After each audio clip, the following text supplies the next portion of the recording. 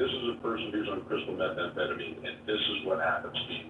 And you were honest to kids that, you know, these are things that happen, these drugs, they spent all of it, you know, they are in cards, they are all this other stuff. I mean, it has to be a twofold thing. You're an emancipated individual. You can make good choices, but also this is the world that exists around us, and these are the results of, you know, the actions that you do choose to take. And so, yeah, you're correct on that, sir. Yeah, and well, the kids, there are kids that obviously they grow up in a certain environment. They're going to be much, much more reckless than others, and they can see that, you know, the real after effects of doing certain drugs, and it won't be on their head because they're out there to do something. They're out there to, whatever's missing in their life, whatever anger or, you know, whatever they feel just a bit horrible about, they're willing to go and take some drugs. You know, that could be deadly.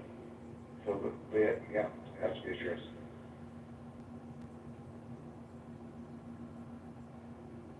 Now, Jarl, you said that people were overdosing, overdoses went up in Canada. Did you say that is in Vancouver, sir?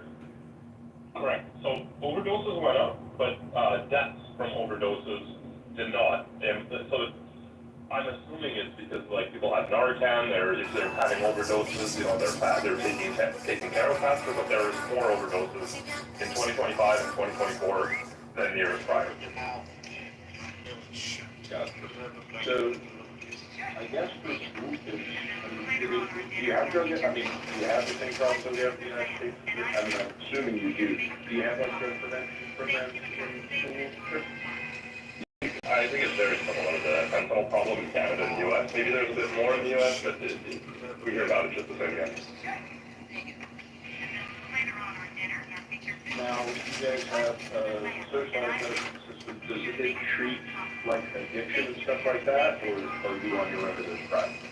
Oh, good question. I will back check. I'm not sure. I'll check.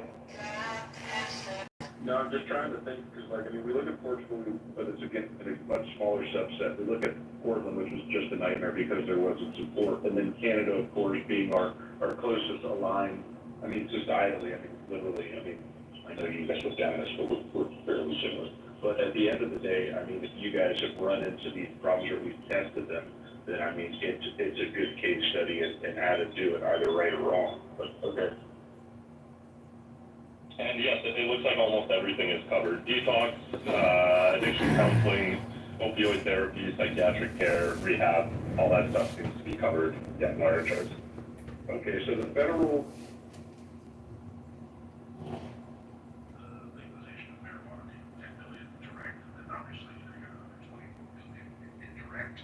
Maybe if we use that for like addiction treatment as like a subsidy for the taxation that is there, that could also be a great way to lessen the impact of legalization or if we already earmarked the money for treatment. Yeah, I mean, I don't know if you're asking, but we do that in Canada. We have STDs, so there's plenty of marijuana and alcohol sales that do that here. Yeah. Okay, so governmental level, like an ABC store in North Carolina. Hey, this is John. I would just like to say that I don't think the U.S. government should spend any money whatsoever on rehabilitation or any type of preventative measures at all in terms of consumption of illicit drugs or alcohol. I think if you look at the priorities, worrying about consumption, what people put into their body is one of the lowest hanging fruits and priorities on our list of priorities. That's just my opinion. I agree with you, John, and the real thing is that none of the money is actually being spent. This is a tax that doesn't exist. So what I was hoping to do is to get in front of a problem that could suspectively happen. Not that it would happen, and certainly not that governmental monies should be used for humanitarian things. That would be outlandish. But the expectation that money doesn't exist now, so if you create the tax, if you want to, you might have no other residents, just like you would have done in your bank or just prevent it.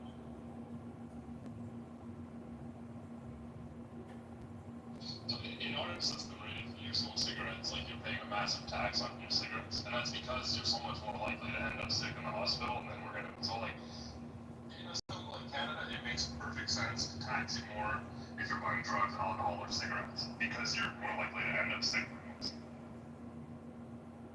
So you think stealing people's money because of what you want to eat or smoke or drink, you think the government should steal from you in order, to basically prepare for your future health crisis? Yeah, that's the reason that America was the largest class action lawsuit in the tobacco industry. It was actually a long time ago. I met a gentleman who was nice enough to talk to me about it. What we did was increase the taxation on cigarettes because, of course, we realized that they do affect your health. So yes, we actually tax people in America because we know it's going to cost us. Got it, but it's not like actually tied to your future healthcare, right? It just goes into a general pool fund, so it's not actually guaranteed that taxation will go towards your future healthcare, right? No more than any guarantee that you have a budgetary expectation. When you're going to get an ER and then they just get rid of it. Yeah, I mean, at the end of the day, it is what it is. We have a budget, but the discretionary spending of the budget is obviously that money is actually earmarked for things like class action lawsuits against tobacco companies. We're not allowed to do that anymore, so we just tax them. But no, what I'm saying is actually earmarking that money for a specific reason, like they do in Canada. I guess he said it's not just specific. They have a separate pool of money, what you call the public health system. It's based on your tax dollars, taxation systems like that, and then also there's certain things that actually would negatively affect your health. They actually pay back for that. And that will, that's your what you would call the public health care system. I wanted to quote it on. I don't know if it's like one big pool of our taxes or if it does go directly to that, but that's the idea, right? Like we have like the same thing with like gasoline, right? We have like an environmental tax on gasoline, or we used to. I think I got rid of it. But like the idea is that because you're using gas and you're burning the environment, you pay a little more taxes. I don't know if it's actually set aside for great causes. So if the country's $37 trillion in debt but wants to continue taxing you, I'm just so confused how it's not, that money's just going to paying interest expense and hopefully paying down the debt. So why do you think a country in debt is actually preparing for, by saving your taxes that you're paying? See, I just think you guys are living in la la land. Well, that's the nice thing about it, sir. So the deficit that we have is equal to the debt that we have. So most American debt is actually bonds, foreign investments. Look at that, it's actually debt that sometimes we pay for ourselves. So a lot of our bond market is actually owned by the United States, but some of it's foreign. So that's actually true. But the question for America is never really going to be a budgetary issue because we have surpluses in that. Our country has the strongest military, greatest political insight in the world, and are the strongest nation in the world. So the question is always this: if we do put ourselves in a precedence of being in an economic conundrum, there's often times that people go to war over limited resources. So I'm assuming that's probably in play, but I don't really think that we think about the taxes being earmarked or benchmarked or something like that having anything to do with it. Because right now the tax doesn't exist. And that's not saying it's money, but it doesn't exist. That could be used for perceived probably more neutrally wise. Could be used for education purposes. That could also support. But again, everybody in America has to decide what they think their money should be spent on, and that's what we vote. But when you say we owe the money to ourselves, can you maybe clarify that a little bit? Yes, sir. Have you ever bought a U.S. Treasury? Yes.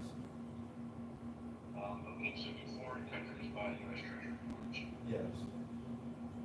Okay, we also do like paper or something to the banks, and we can also get bonds that we borrow against ourselves.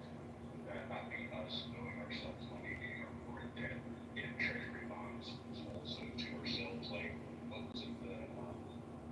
Is it yes, the U.S. paper. So the U.S. paper, Congress borrowed against some of the assets of the United States government's family department. And what they wanted to do was to borrow that money. It was also a check they put on the side. When it came time to pay it, unfortunately, the Congress didn't want to do it. So what they did was they made the U.S. government's family department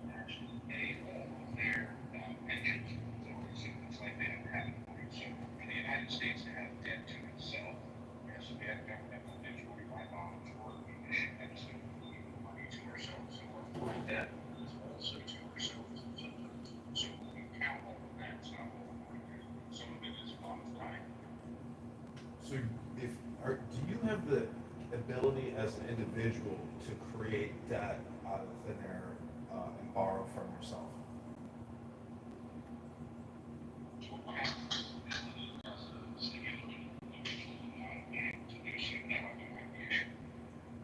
But, I mean, even a bank can't just create money out of thin air and borrow from itself, correct?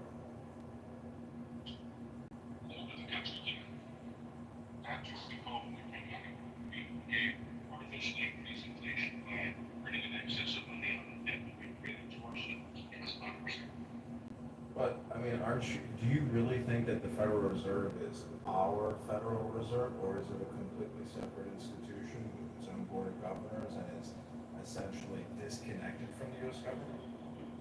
So all of the debt that I was making, So I'm just asking, how do you think that we owe money to ourselves? Because we don't owe money to ourselves. We owe money to the Federal Reserve and foreign borrowers. I see it, sorry, I was completely misunderstanding. Now that I know what you're talking about there. So you're saying that is not a government thing, so we don't owe money, we owe money to them. We don't owe money to the Treasury. We owe money to the Federal Reserve.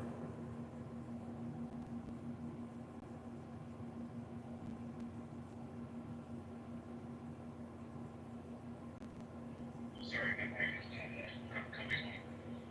Yes, okay, so, but from the substructure thing, that's, you disqualify that for being part of the US government. I mean, I know it's not part of the US government, but you don't consider that to be governmental. I don't think it meets that definition of we are borrowing from ourselves, because that's impossible. And do you have land that the government owns? Can you use that as an asset, or does it have to be like in the declarations of like, do you allow any assets to be? If that land doesn't produce any revenue, it's a liability, because you gotta pay taxes on that land to the government.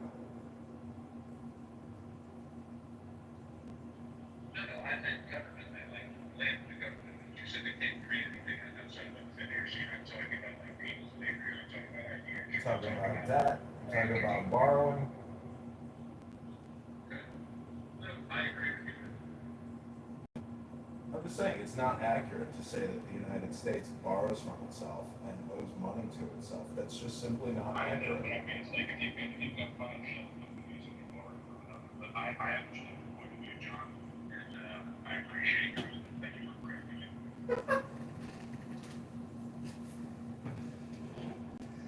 I love America. Don't you love America, Mojo? I do love America.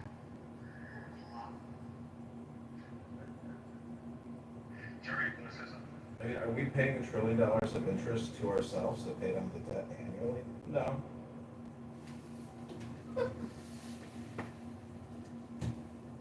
Yeah, I actually agree with your point, John, about the debt.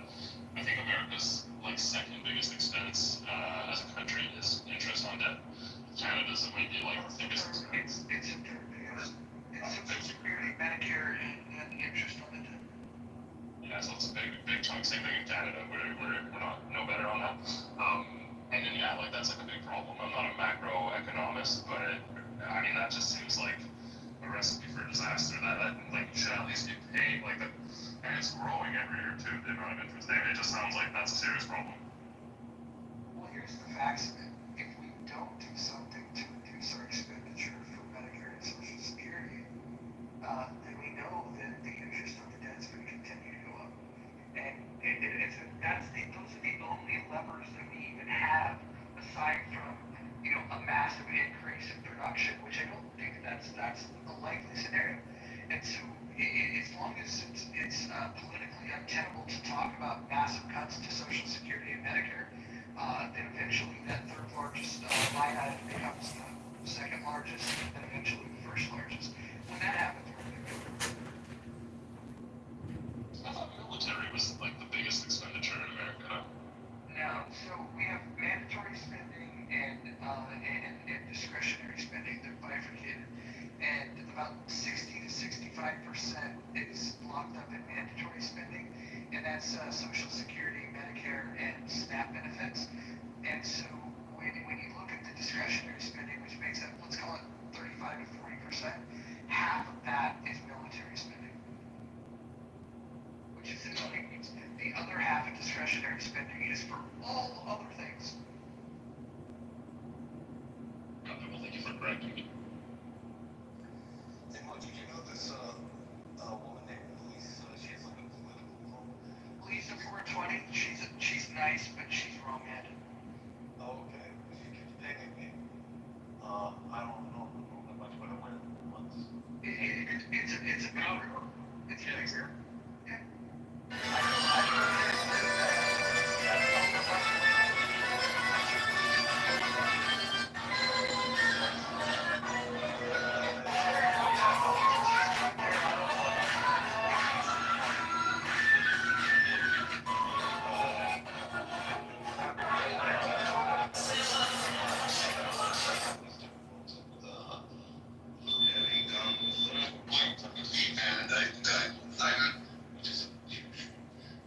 I have, because of what I have, I avoid certain groups like that, because especially when, this, because black folks, everybody, right, but black folks, especially those who have a very strong point of view, right? So, look, like, I would want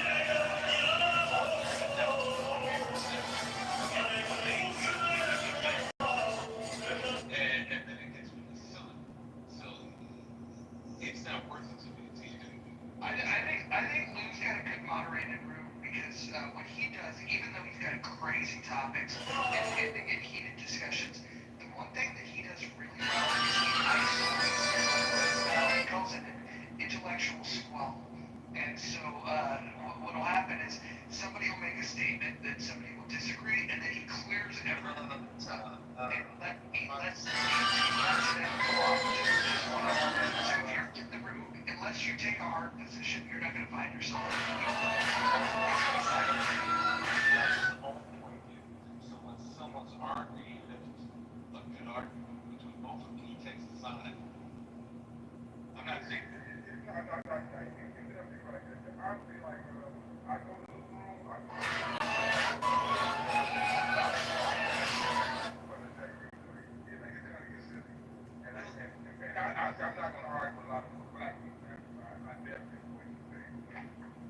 I like going into Lou's room when the topic is revolution. I think he's, he runs a decent room. It's just that any, you know what I'm saying? I gotta, following you, right? I don't, if I say something, it'll like kill their feelings. I'll be like,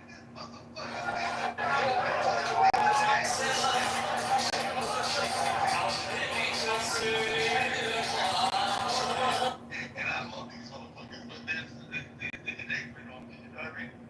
It'll start, yeah, it's stupid. And it's so proposable, so I don't think.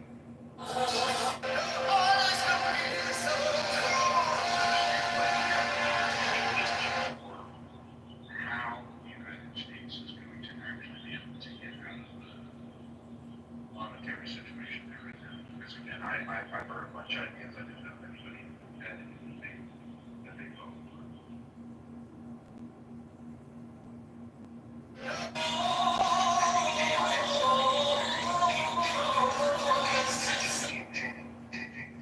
In terms of picking up efficiencies, if we win the AI war, I think that becomes a game changer. The bigger concern if we win the AI war is what happens with the imbalance, because the delta between whoever wins that war and everybody else is going to be pretty fucking huge. And then what are the second and third, degree, the fallout, the unintended consequences of that? Because we're going to become very unpopular once we reign supreme again. I mean, the short term is going to have destabilization.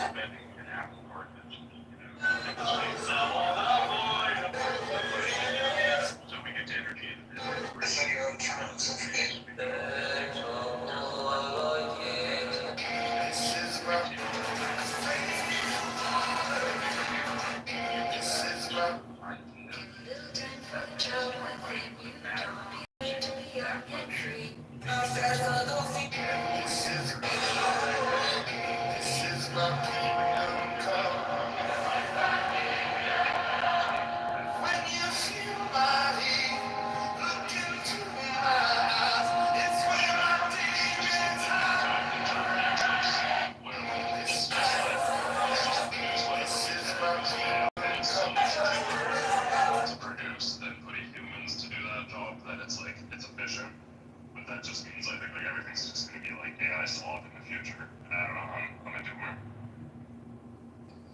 Joe, have we looked into quantum computers?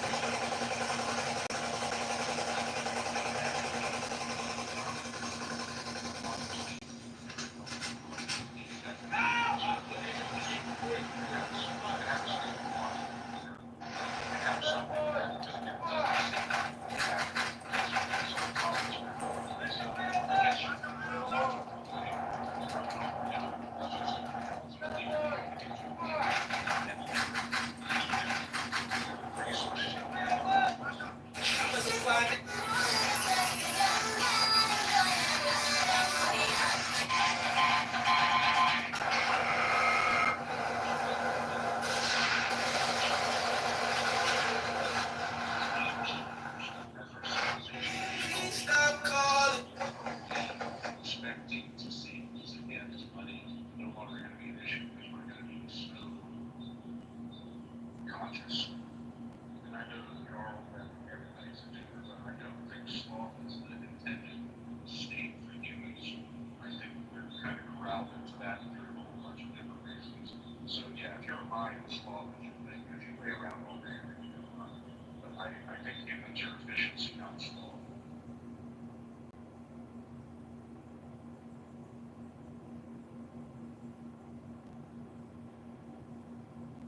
I think the transition period's gonna be ugly, regardless. You had a black woman and a black man. Not any uglier than we've had in history. Give me an example of a time that you think, which would have been uglier than the transition that's coming. Well, we don't know what's coming first, but I know what you're saying. You think, well, you talking about wars, you talking about. Well, I think just the scale of the change that's coming, and the speed in which the rate of change and the scale of change. I don't think we've seen anything like this before. Right. You know, the Industrial Revolution, you know, was a massive change, but that took a longer period of time than I think people realize.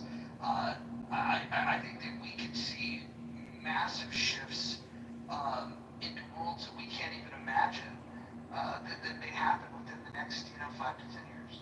Yeah, you're right. But the thing now is,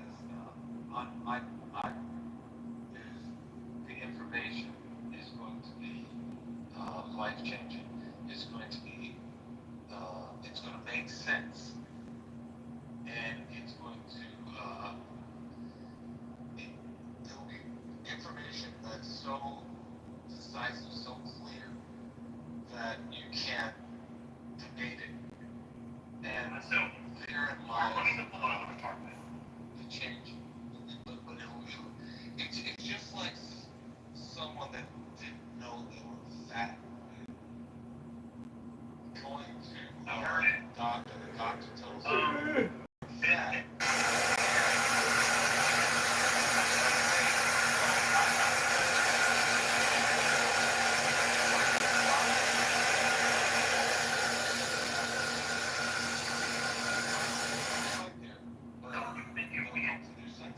Big show of support for the Texas lawmakers who fled to Illinois. Some of the lawmakers became.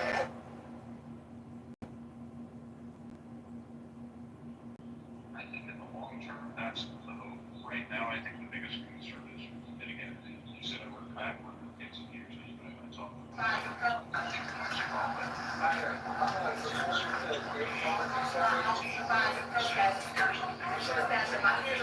I understand. We need a we're just curious who the occupants of the home are because well, there are connections to New York Attorney General Letitia James. Are you related?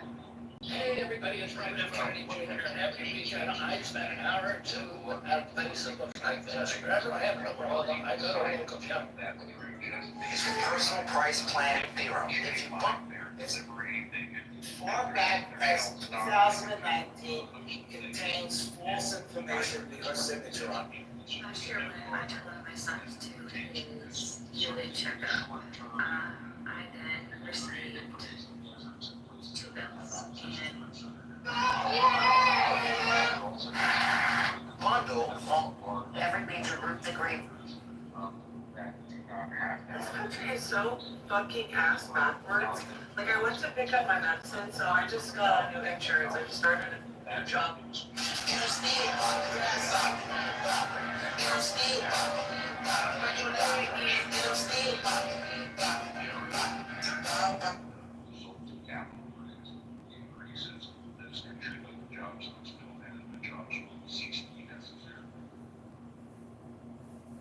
You're not going to let him stop us. Are you with me on that? It also means, as Mark was saying earlier,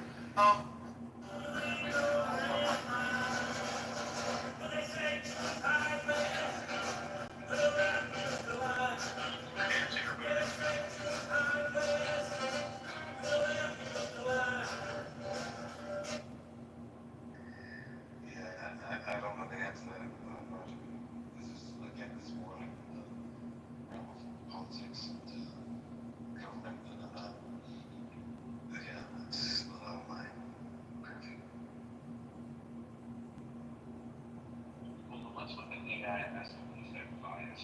One of the A lot of people are going to leave because these are very accomplished and skilled people who maybe don't want to be in an agency where they could get fired if Laura Loomer decides that, you know, she's found out about them and wants to make a phone call to the president. And that really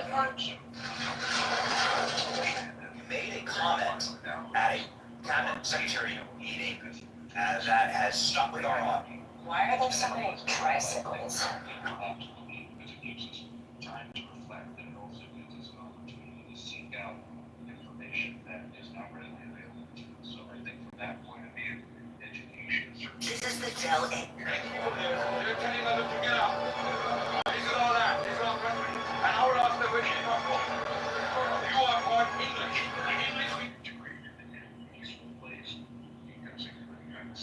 These biases, these biological constructs.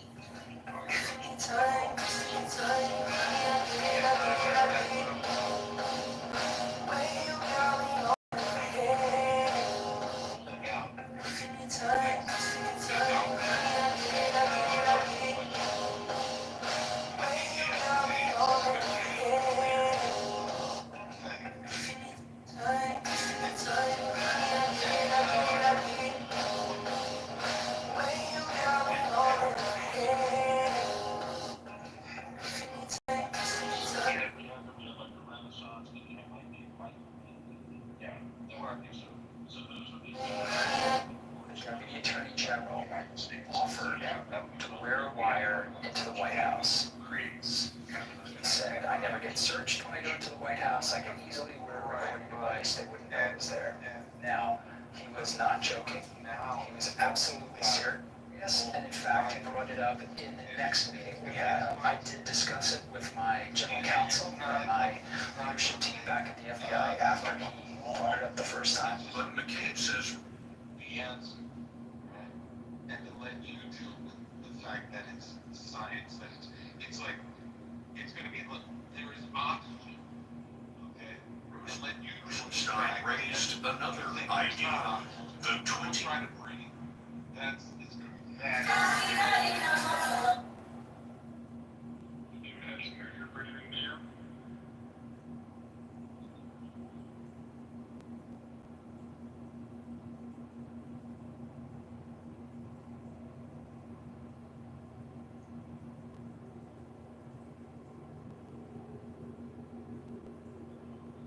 So let's think back to its memory. So we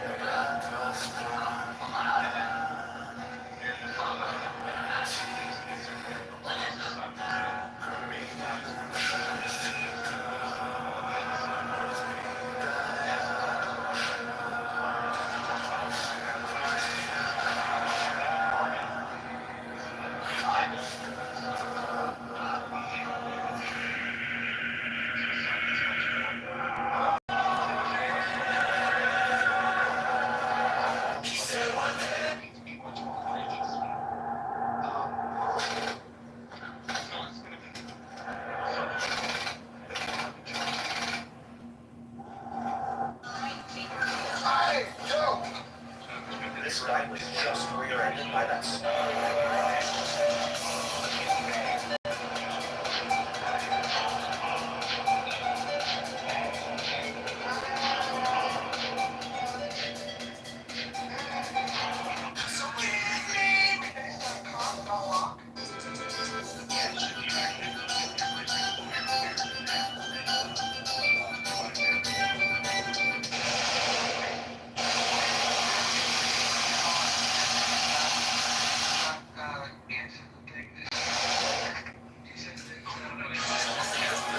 That's for the morality. So if you're looking at their morality, if you're looking at that, then how do they make decisions based on morality? And yes, lock heavily influenced, if you're 100% correct.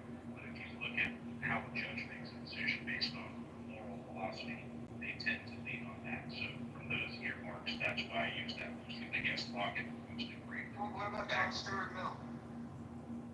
Yes, the fact of duality. So Immanuel Kant talks about our dual being both party to cause and effect, and then also free in those internal choices because of what we would call tangible spirit or soul. So I think that's actually, that kind of brought everything together with the Enlightenment. Very, very interesting thing for me. But, sorry, what were we talking about for John Stuart Mill, you think he wasn't, I mean, I would argue that Kant is definitely trailing far behind Locke and John Stuart Mill in terms of influence on our society. Oh, I thought philosophy still, he was the benchmark for other positions, perhaps not so. Well, I mean, how about just individual rights? I mean, like, life, liberty, and the pursuit of happiness is directly lifted from Locke's life, liberty, and property. Oh, no, I'm not talking about the formation of the United States, I'm just talking about moral philosophy as it pertains to law. But I mean, like, yeah, I think if you look at what was our First Amendment came from, gosh, what was the book, Candide?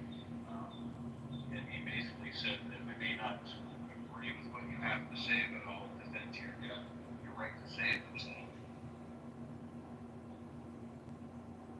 I know the quote, I don't know the source.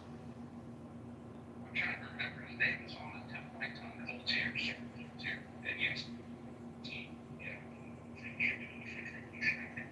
Yeah, that's right. I think it came from some research we did.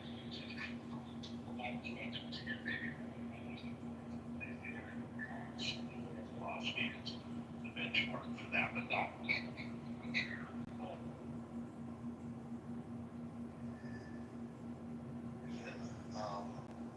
The type of thing I'm talking about with young people is not, the intention is not to view morality, yet, let's say better behavior, let's say the behavior that is creating an environment that is more safe, more loving, more harmonious. So doesn't mean that there won't be any fun jokes like we have Raj, come out. But a little text, right?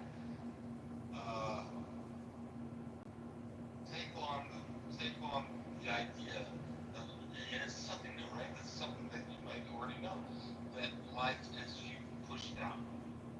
You probably do. Life, your experiences you pushed out. Your reality is your own personal reality, right? Yes, sir. Right. So when you have that, right, as factors, then blame is no longer something that you can embrace, right? So is that part of the philosophy that you're going to be bringing to the young people in schools? Is that kind of your approach? Kind of that. It's like in this room, the gentleman that came in here earlier, right? He didn't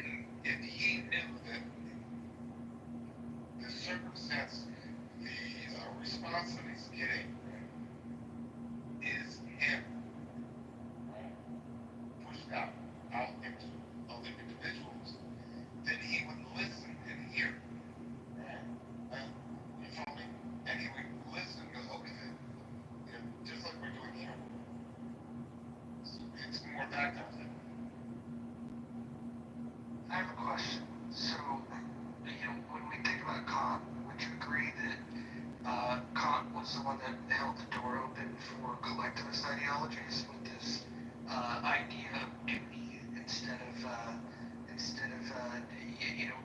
believing that people will act out of their own self-interest, that they ought to act out of this sense of duty to others. I would say in many ways, all of these collectivist ideologies that we have, we hear people talk about Hegel, we hear people talk about Marx, but I think the problem that I see, which is actually anti-American and very much against the spirit of individual freedom, is this sense of duty that Kant refers to. Well, if you want to talk about it as collectivism, so he's identifying all sorts of things. So yes, duty, he talks about maxims, which are personal choices. He talks about idealized things like universal laws and constitution, worship, but the question about duty, he probably looks at it from Christian philosophy in a similar way. He does kind of reference a lot of those things with the spirit of the soul.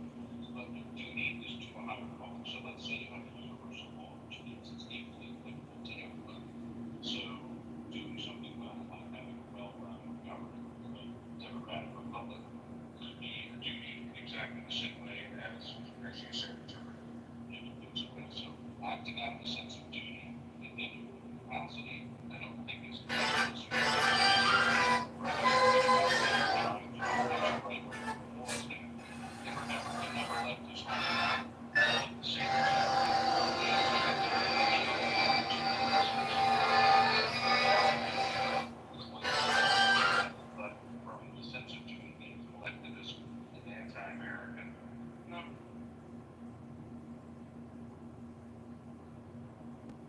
Yeah, I'm just not a fucking fan. I think that he seems to reject reason. And, whereas this idea of deontological ethics, I just can't wrap my head around it. And I have fundamental disagreements with the idea that people ought to insist to have this duty and this principled goal of doing what's best for other people.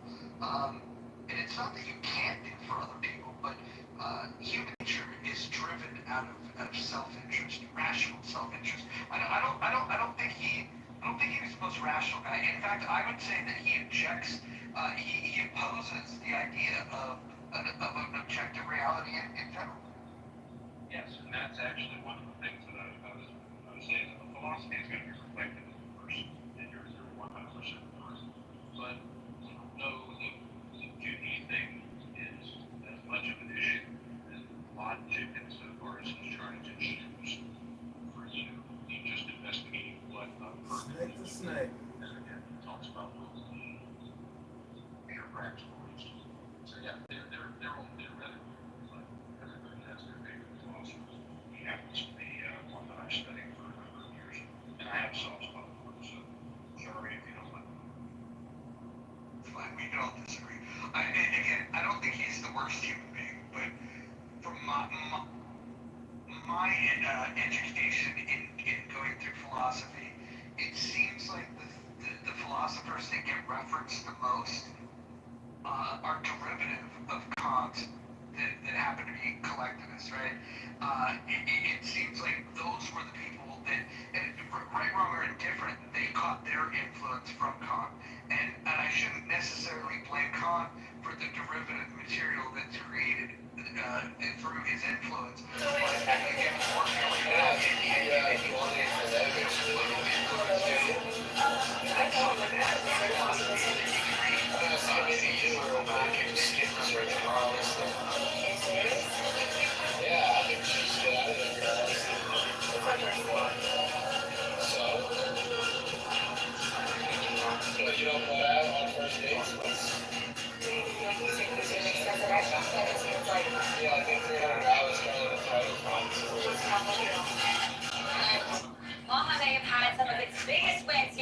safe, and we're breaking it all down. I think it's incredible. We're getting married.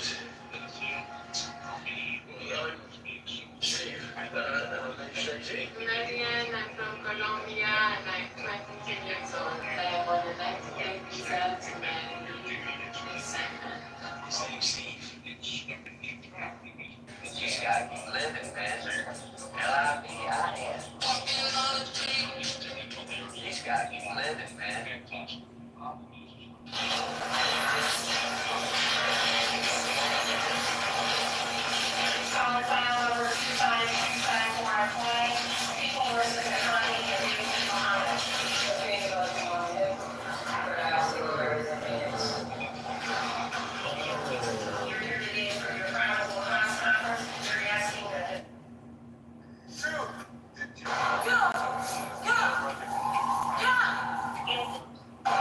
I was coming over because the security for the mall. Yeah, I'm not gonna move at all. I'll relax and kill everything that comes here. You don't want that. I don't care. That's what I'm Okay, at. okay, look, I'm just trying to talk to you, okay? Okay, I'm gonna sleep right here so you can do what you wanna do. Okay. Either protect and defend or I'm gonna destroy your human being. Did I say that? Shh, just listen. No, I'm telling you right now. Listen. No, no, we're not doing You know that. what? Hey, you better step back, dude, step back.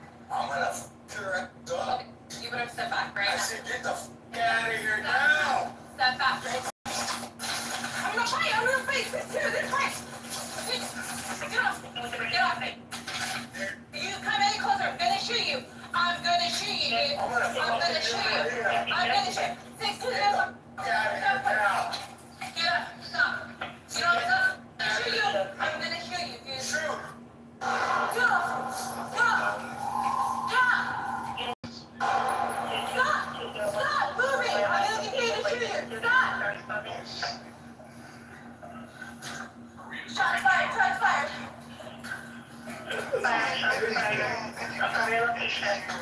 In front. Lower level. Suspect down. Dolly, I would imagine, is probably most.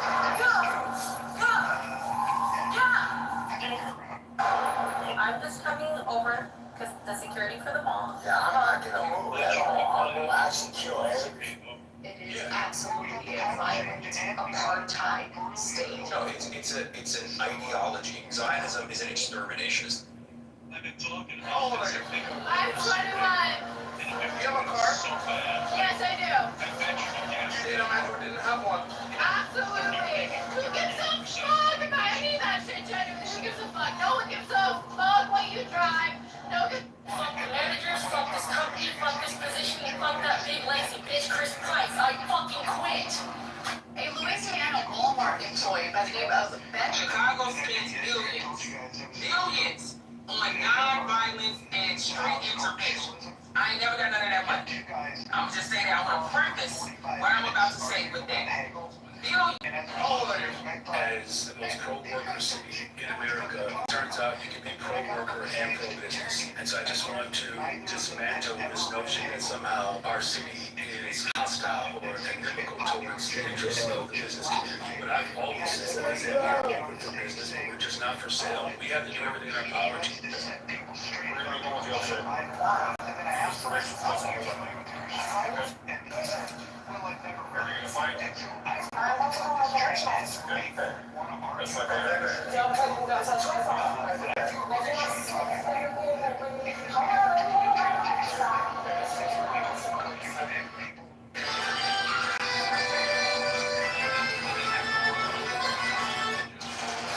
Following economic story out of Puerto Rico tonight, ABC News confirmed the government shot and killed a New York resident early this morning in San Juan as he visited the city for a Bad Bunny concert. You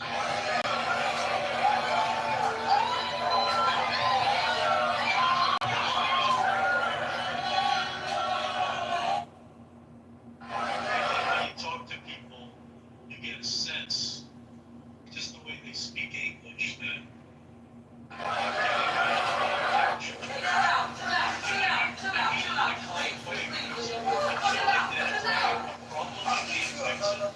I don't mean it to bash people that are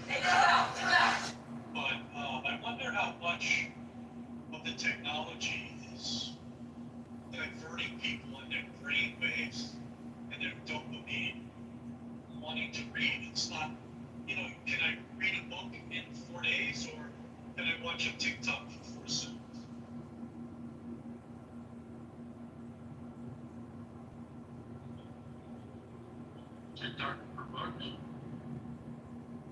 Yeah, that's a good one. There it is. The TikTok version of Great Expectations. Yeah, 14 seconds. Yeah, they have, I think YouTube, influencers that are, I don't know how popular they're influencers. They read, books, different books. So, I mean, is technology destroying our, is it occupying a large amount of our brains and making people, maybe not stupid or low, I would argue ignorance and stupidity are close cousins, but certainly, I mean, I watch YouTube, they ask questions to college kids like, who were the participants in the Civil War? Or, like simple, stupid questions they can't answer. It amazes me.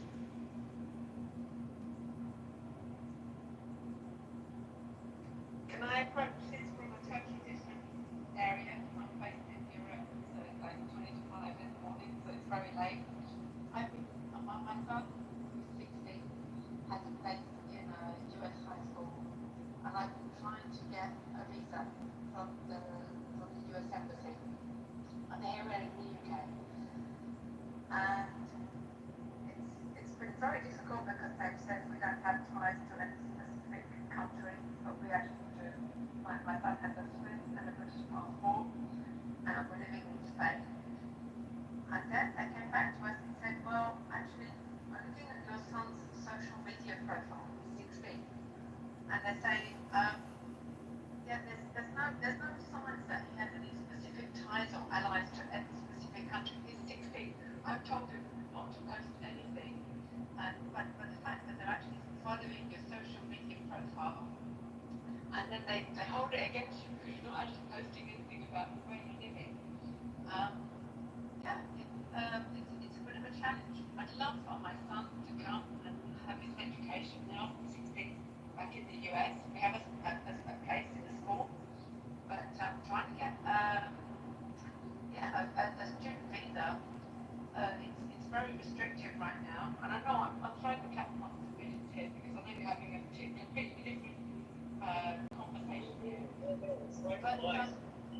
But you know what? Just trying to get a student visa. It will be a great asset to the US. And I mean, I know that the US will be a great asset to him. But trying to get as a foreign student into the US at the moment is actually really not very. It's not easy.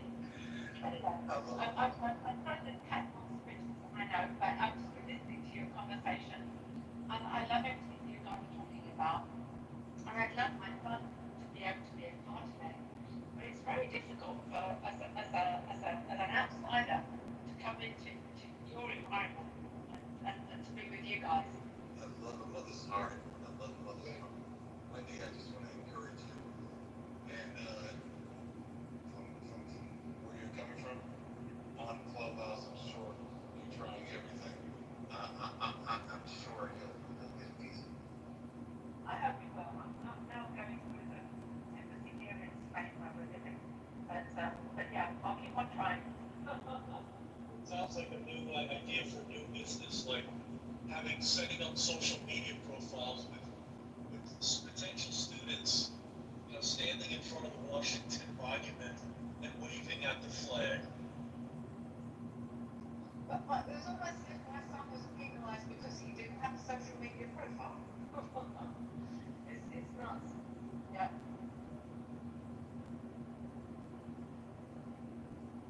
I have no answers. I don't know anything.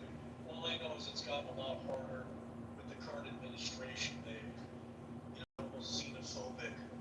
I mean, somebody with a Swiss and British passport, they should be actively recruiting your son on a daily basis. I totally agree. I think he would be a great asset. And yeah, but yes, it's what it is. Just tell him he was just a little too good for us. That we're, our country is not at his level. Tell him the truth. We'll give him a warm welcome in this room. Thank you. And I will wake him up. It's not what is it now? It's, yeah, it's almost 45.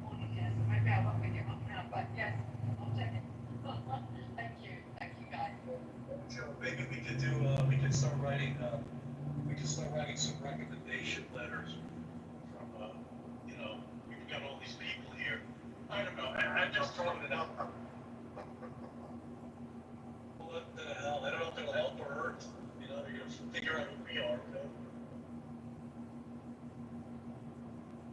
I think at the end of the day, we all need to figure out who we are. You cannot keep us out here all day, lady. Sir, please return to your vehicle. We're doing everything we can. It's not your job. We're doing please return to your vehicle. It's not your fault. My daughter.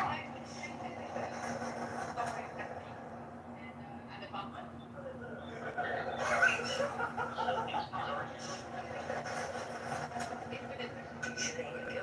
What is that?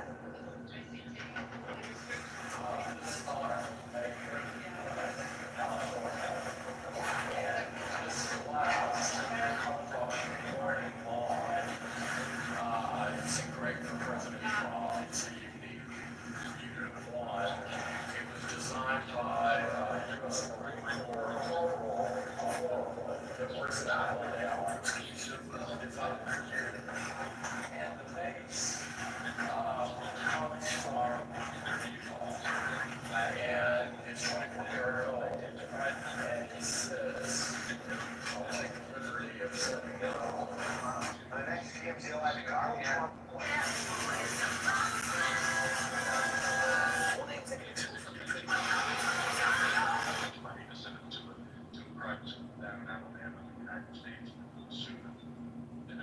I'm sorry about the super. You can pay for it, you can probably afford it. I think that integration where your best bet is like me. No, you're absolutely right, and I'm in touch with a lawyer, and still want to get to. But it's just been a bit frustrating because it would have been a bit of a no-brainer that they can get you to school back off school. Well, you can send them down to Hilton in South Africa. They're taking international students, and they've got a great rugby program. Where is that? In South Africa. It's great boarding school for kids. If you can't get them in there, you might see if you could do that. They got a great rugby program. Oh, wow. Okay. I don't know that it needs to go that far. The next World Cup. Right. Hey, Wendy, why Montgomery, Alabama, of all places? Because my partner is from Alabama, so he's there at the moment. He's been there for the last quite a bit of time, and It's like morally okay. It's sort of like we said, socially acceptable. So yeah, it's kind of a gateway into that, unfortunately. My friends who were alcoholics over my life, they always wanted to reminisce about the old times. It seems like, they want to drink and then play songs of old times and tell stories of old times. It's like a repeat record.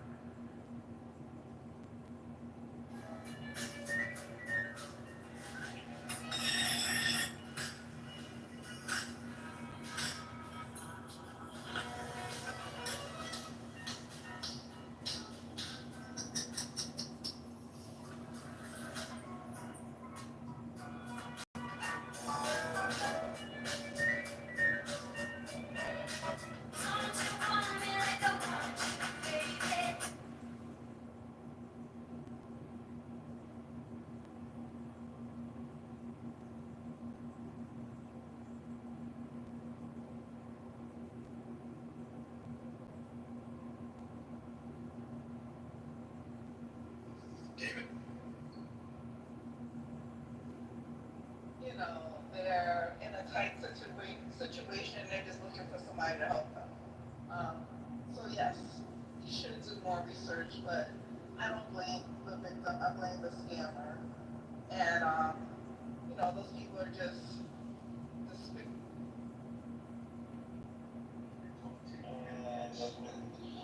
That's more single core speed.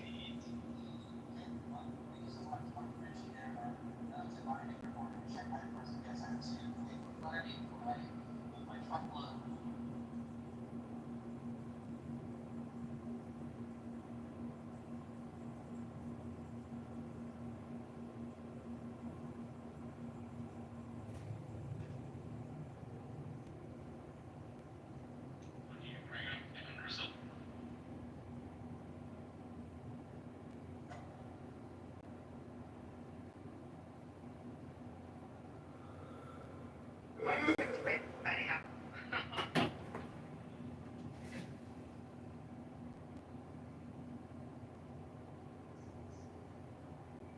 Well, thank you for sharing. I wish I had, some great advice, but I appreciate you sharing. Watch these special forces make a movie-like arrest on a plane.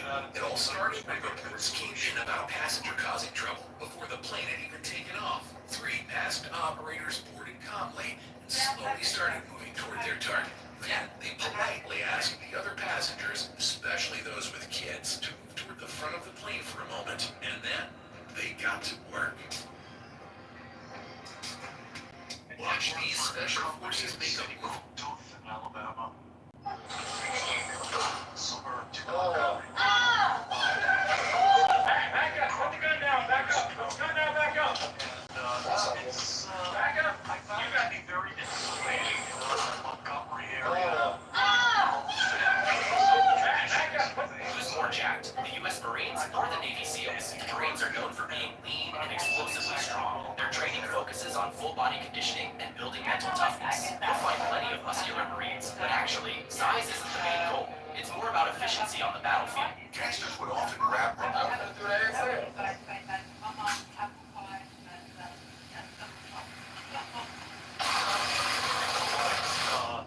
Even when they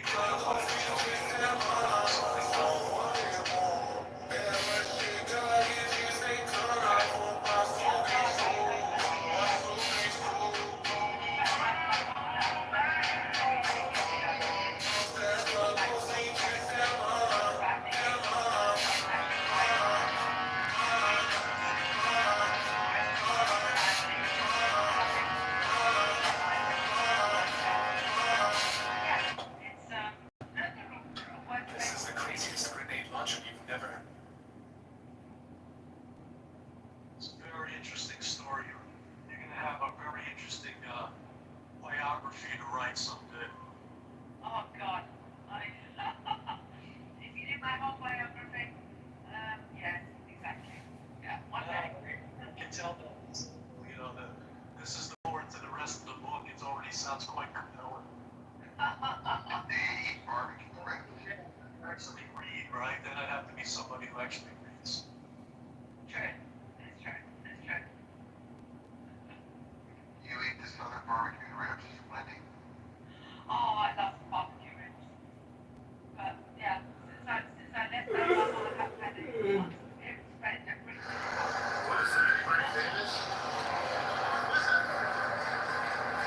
Never seen it before. Is it famous homeless nigga? What is that? Hey, chill out, chill out, chill out, chill out.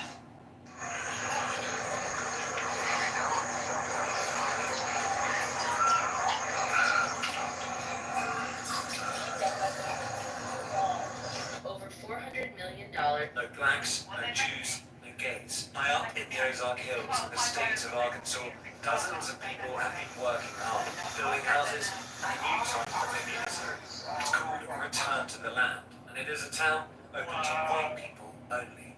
They are millennials and Gen Z.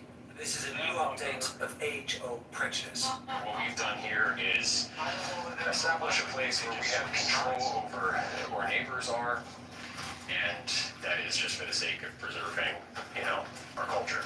And that culture effectively was saying, this is a white culture, a white sacred place. White American culture. But what this sounds like is green black segregation. Is that a fair assessment? It's free association. So we're not trying to keep other people down. This is a small settlement in the middle of the Ozarks. But how do you kept that one? You don't let everyone into your home. Around 40 people live here. Hundreds more from across the world have paid to be members. And while the men do the physical labour, the women take care of the children who live here full time. We live in a very loving community. If you're part of the community, if you're Jewish or if you're gay, you can't be part of that community. You might be wondering how any of this can be legal. Return to the Land is structured as a private members association, which they believe allows them to discriminate on the basis of ethnicity, along with other factors.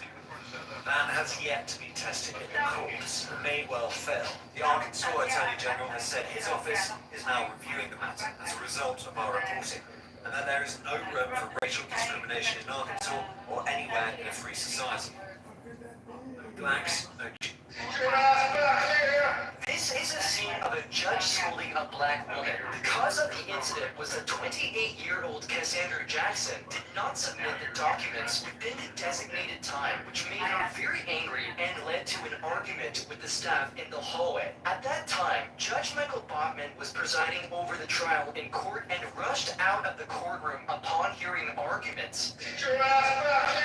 After Bachman ran all the way to catch up with Jackson, he began escorting her back to the courtroom and to even grab her shoulder. I didn't let go until I pressed her onto the jury bench after entering the courtroom. Subsequently, Bachman was arrested by the police on charges of contempt of court, and the police even forcibly dragged her out of the courtroom due to her resistance. Jackson was not released until 2 days later, when another judge ordered the dismissal of her charges. I've never seen a judge in this manner. It's as if he decided he's going to be the bailiff and the sheriff and the judge and the prosecutor all over the one to chase after somebody, drag him back into the courtroom.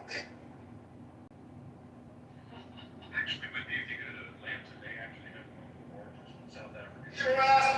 Of the comedian.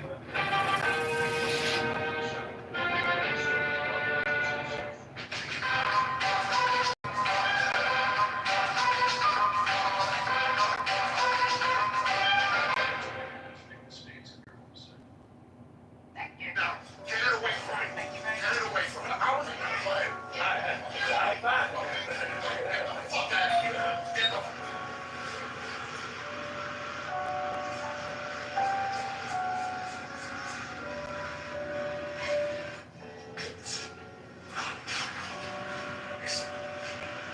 What is that?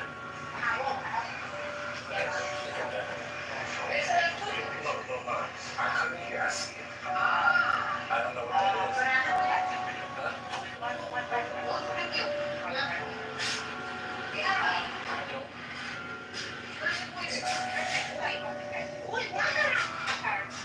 What is this?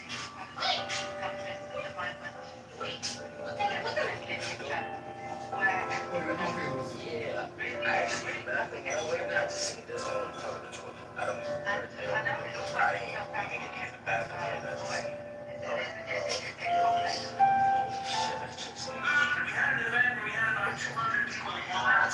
This motherfucker right here wanna steal money from this girl right here.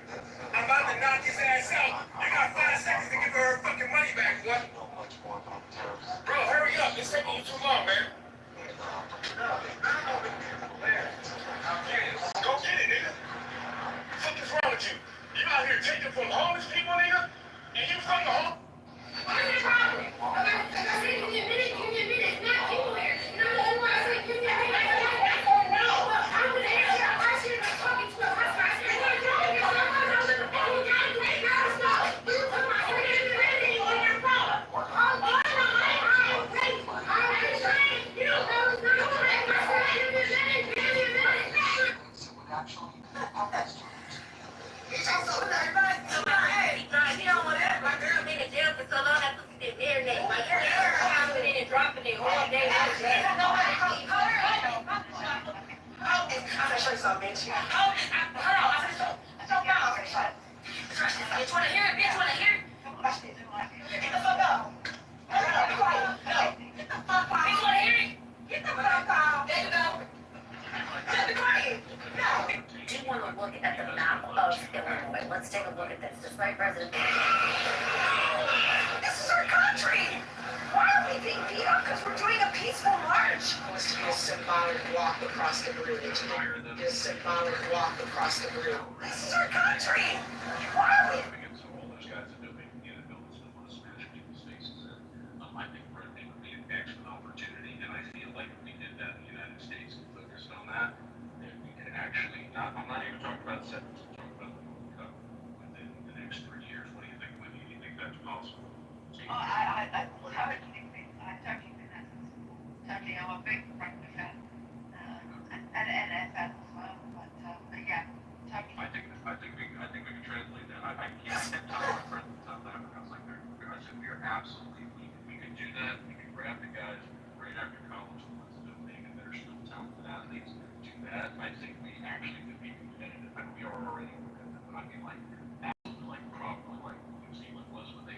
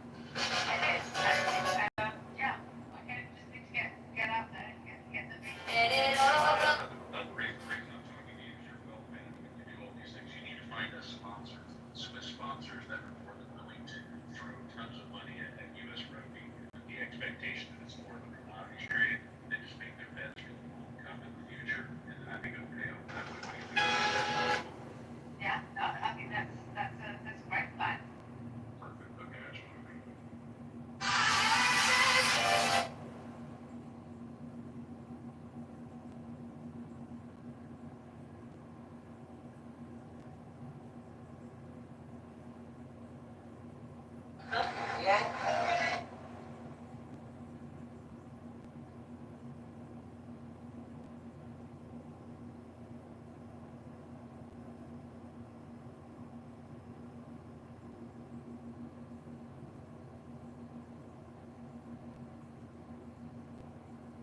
It is freaking.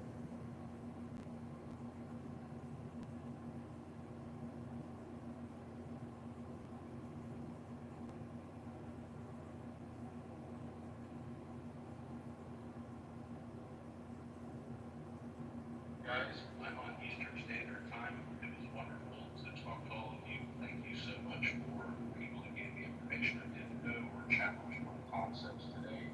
Have a wonderful evening, everybody, and catch you soon. Right on, Joe. Yeah, it's 5 o'clock in the morning for me, so I'm better get a couple of hours sleep before I get up and running. So let me speak to you and I have to catch up soon. Yeah, no problem. This room will stay open, even if I'm the only person here. It will also be streamed from YouTube.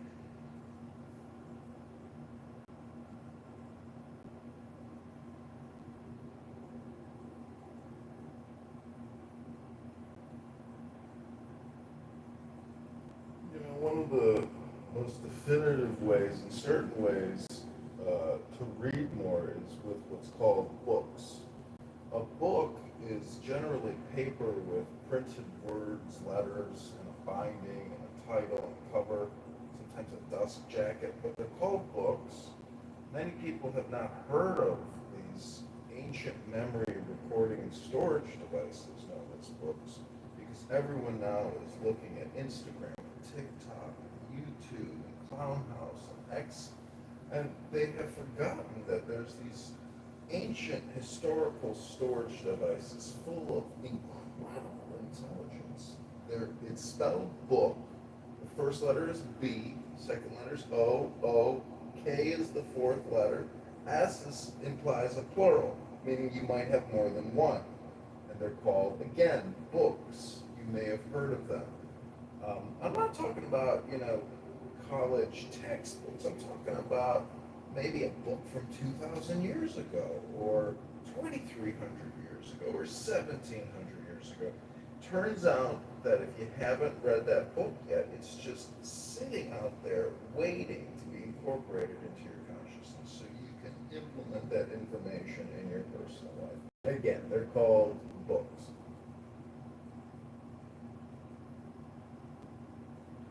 The best sailing book I ever read was called How to Sail. And unfortunately, I can't really sail my sailboat because the motor kind of, hits the little fin tail back of the boat, and turns out I don't really know how to sail because I never read the book on how to sail. Instead, I've just made it into a floating love boat, and haven't been able to enjoy the deep waters and the effortless joy of sailing and not getting nauseated and maybe not getting back to your slip because your Chinese motor from eBay fails you and you don't want to have to call the Coast Guard to get towed back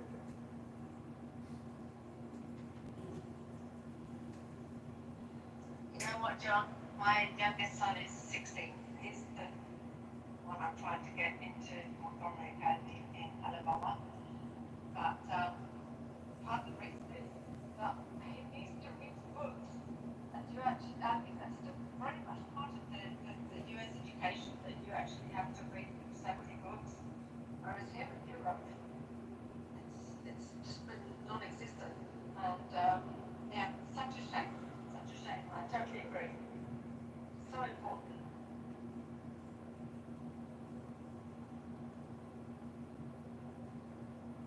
Yeah, I don't like to just talk, I like to talk by reading books. Sometimes on this app, I will open up a room called John Kitover Reads a Book. Part of one of my houses called the Book Club. And I actually take one of these binded pieces of paper and I go page to page and I read from top to bottom. everything I see in a slow and deliberate manner. And, sometimes I comprehend what I'm reading, sometimes I get distracted, but that's pretty much one way to read a book is to record yourself reading it out loud. Maybe live stream yourself reading a book and then listen to the recording for maximum comprehension. Because there's so many distractions in life. You might be thinking about this or that while you're reading and not really integrate what you're reading, comprehend what you're reading. So if you record yourself reading a book, you can listen to your own audio book, and then you can maximize that comprehension and integration into your brain.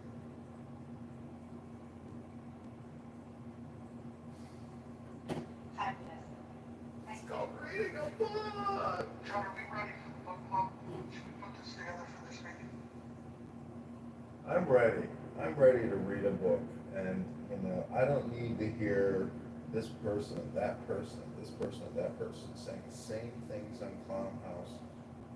If they had a book and it was something good, I would give them 5 minutes of my ear. I'd rather hear them read a book to me. What if we picked a monthly book for everyone to read, and then on a daily basis, we spend an hour and they read for 5 minutes. Whoever shows up on the stage gets to read 5 minutes, and then wherever we end up, we end up. If we don't get called through the book, reading it out loud, we can read it privately.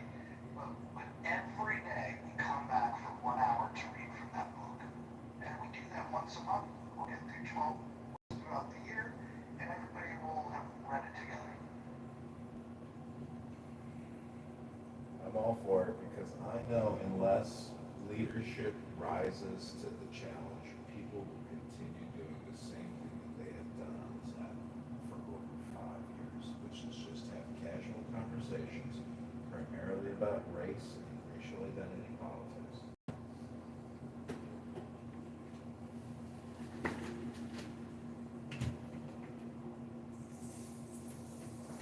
I'm up for it too, even though I'm in Europe, find a way to sit in with you guys.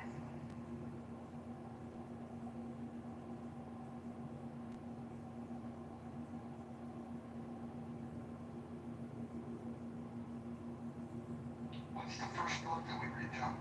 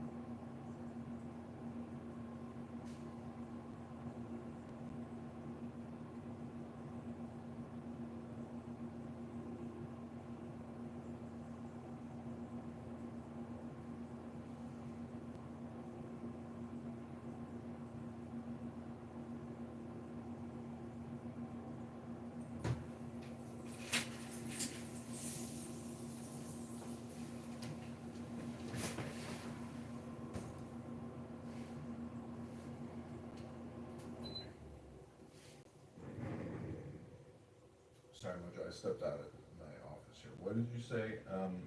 Did you say you wanted to read Thomas Well, Paine, or what did you say? What's the first book? What do we want to read? I would start with the Tao Te Ching by Lao Tzu. That to me is a very universal book that many people will never touch, read, enjoy, experience the beauty of the Tao, the wisdom of the Tao.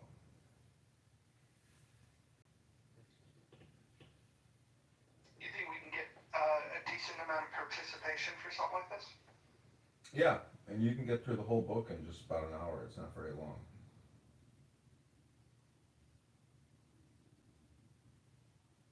And everybody loves the Tao.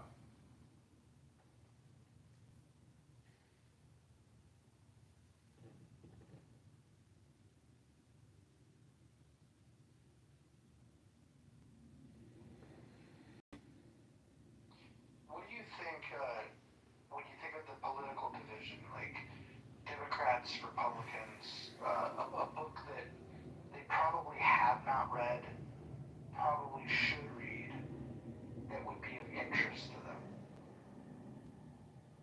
Yeah, I think the Tao Te Ching is the book because it deals with politics, it deals with wisdom, it deals with governance, it deals with personal emotional management, intelligence. It's just people. I really enjoy that book. I've read it many times.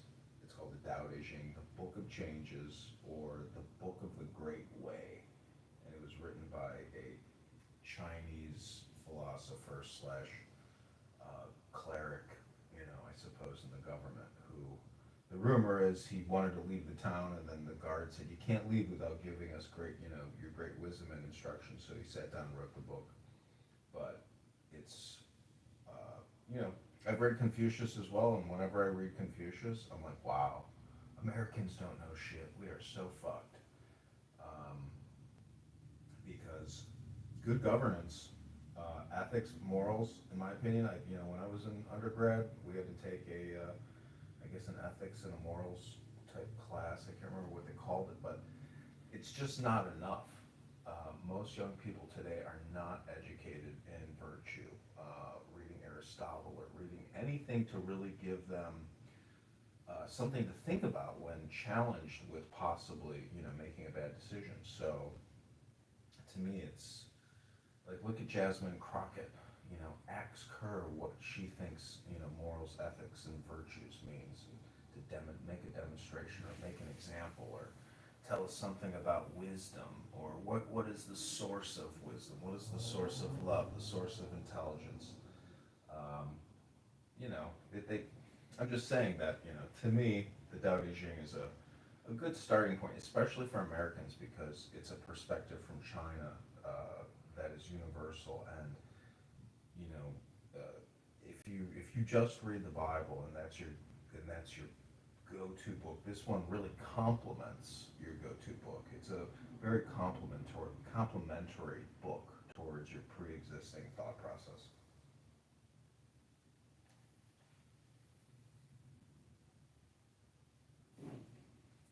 Yeah, I'm up for it. I think we should put that together. I'm also wondering if there's books that would intrigue the lefties on Clubhouse to come and participate. Like if we were to like read like The Veil of Ignorance, for example, would that pull them in? You could read Rules for Radicals by Saul Dialinsky, because ironically enough, the beginning of that book talks about Taoism and Buddhism, and getting no's and how you organize, by getting no's. It's kind of an interesting introduction in Saul Dialinsky's book about how to politically organize by, um, I guess, just by communication.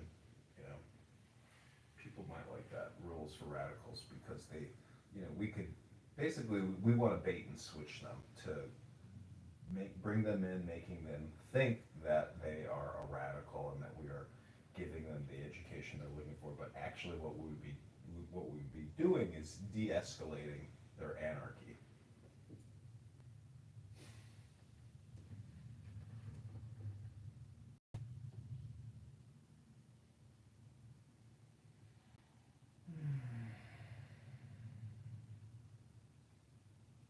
being summoned into a room in healthy debates. I'm gonna go over there.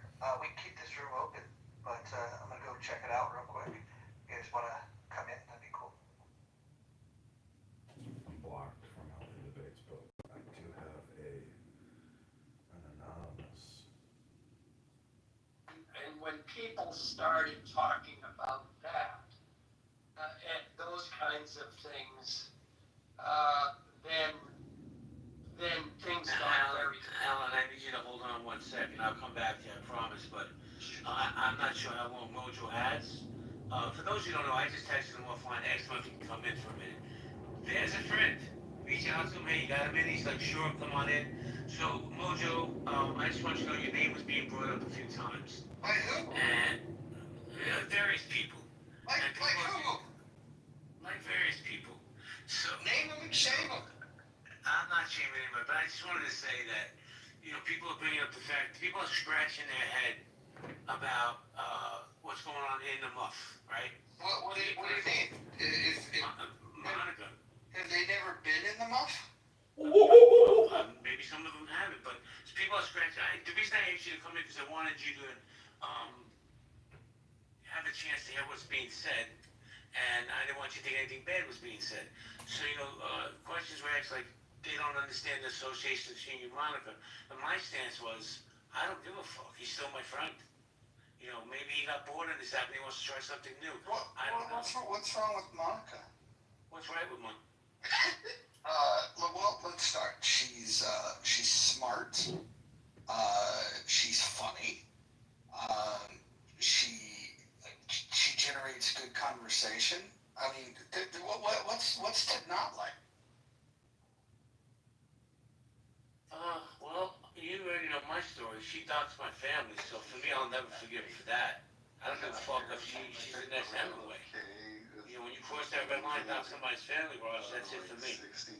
And, I don't care what you do in your rooms. And I told people it's nobody's business what he does. There's a method to his madness. He doesn't have to answer to anybody. And I just wanted you, Roger is a good lad. I just wanted you to be here to hear what was being said, so nobody comes back and says, Roger, did you hear what they said about you?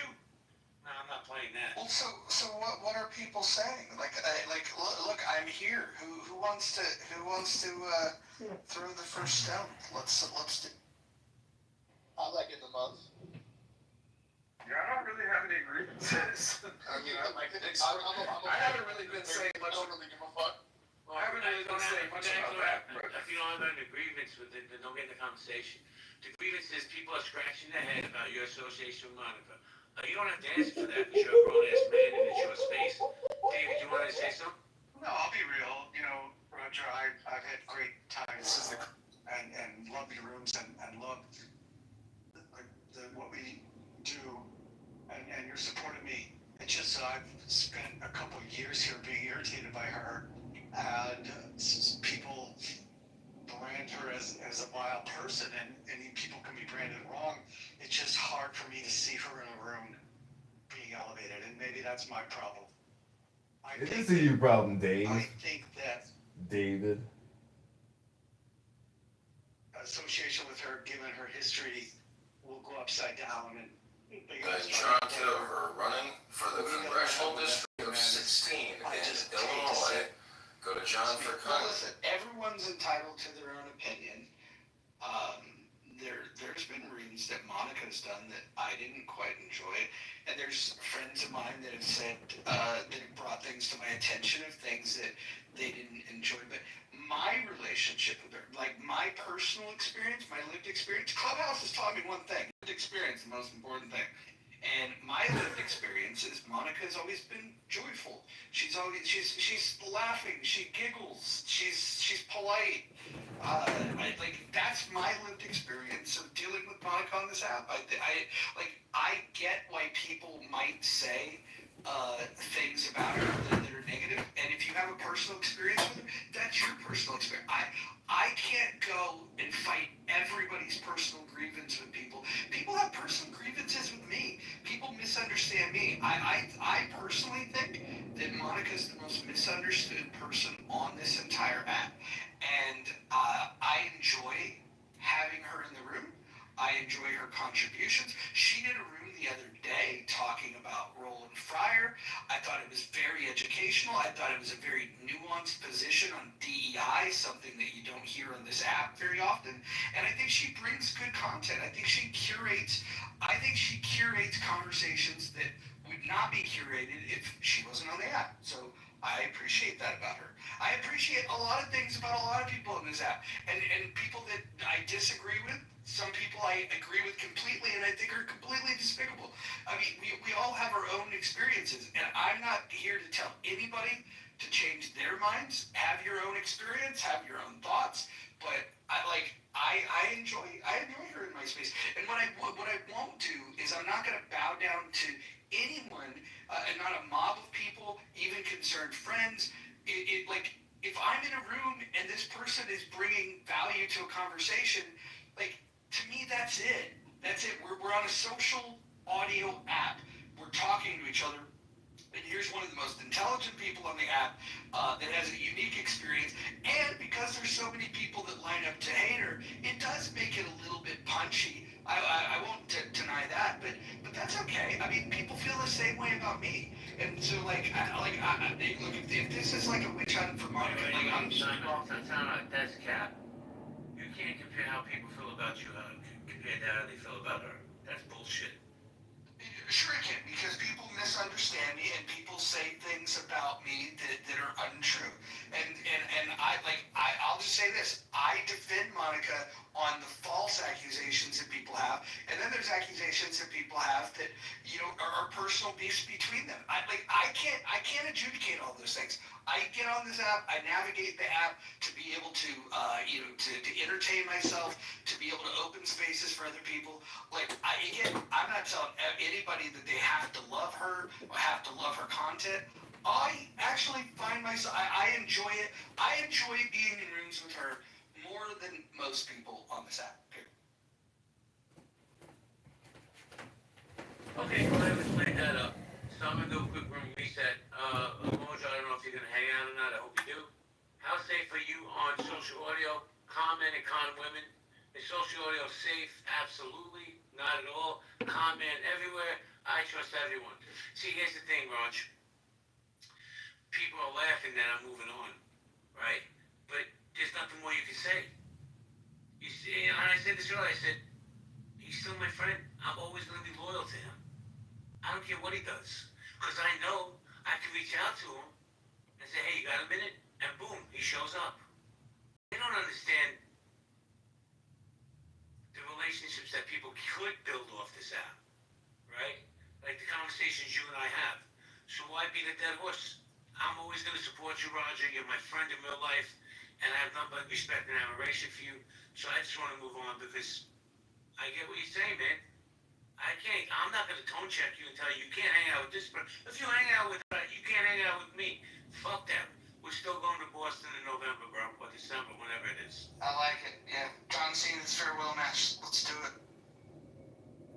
And we'll get Abby to pay. What's up, Dr. Mitch? How are you, Jay? Look, I mean, in real life, how Happy to many pay. people do you meet that you become great friends with and trust as well, right? I've made a couple of very good friends here in real life. I've hired a few people off of here, and there are a lot of other people I just didn't really connect with. I haven't had a horrible experience, but then again, I'm not really, looking for anything. So it's like, I'm glad I'm married and I'm not dating or, looking for a job or something. I'd go out of my mind if I was. Listen, I'll say this. I'm just going to use Mojo as an example because he's here. I know for a fact, if I had an emergency in real life and it was 2 o'clock in the morning and he can help me, he would, and vice versa. I always thought that this app was supposed to be about building relationships, not tearing them down. I'm always going to support him. Yeah, I can say I've met people in other parts of the world I never would have met. 2 or 3 of whom I've done some mutual work with that have turned out to be really, really good friends. So across the pond and in other places, and you and I, Jay, wouldn't have met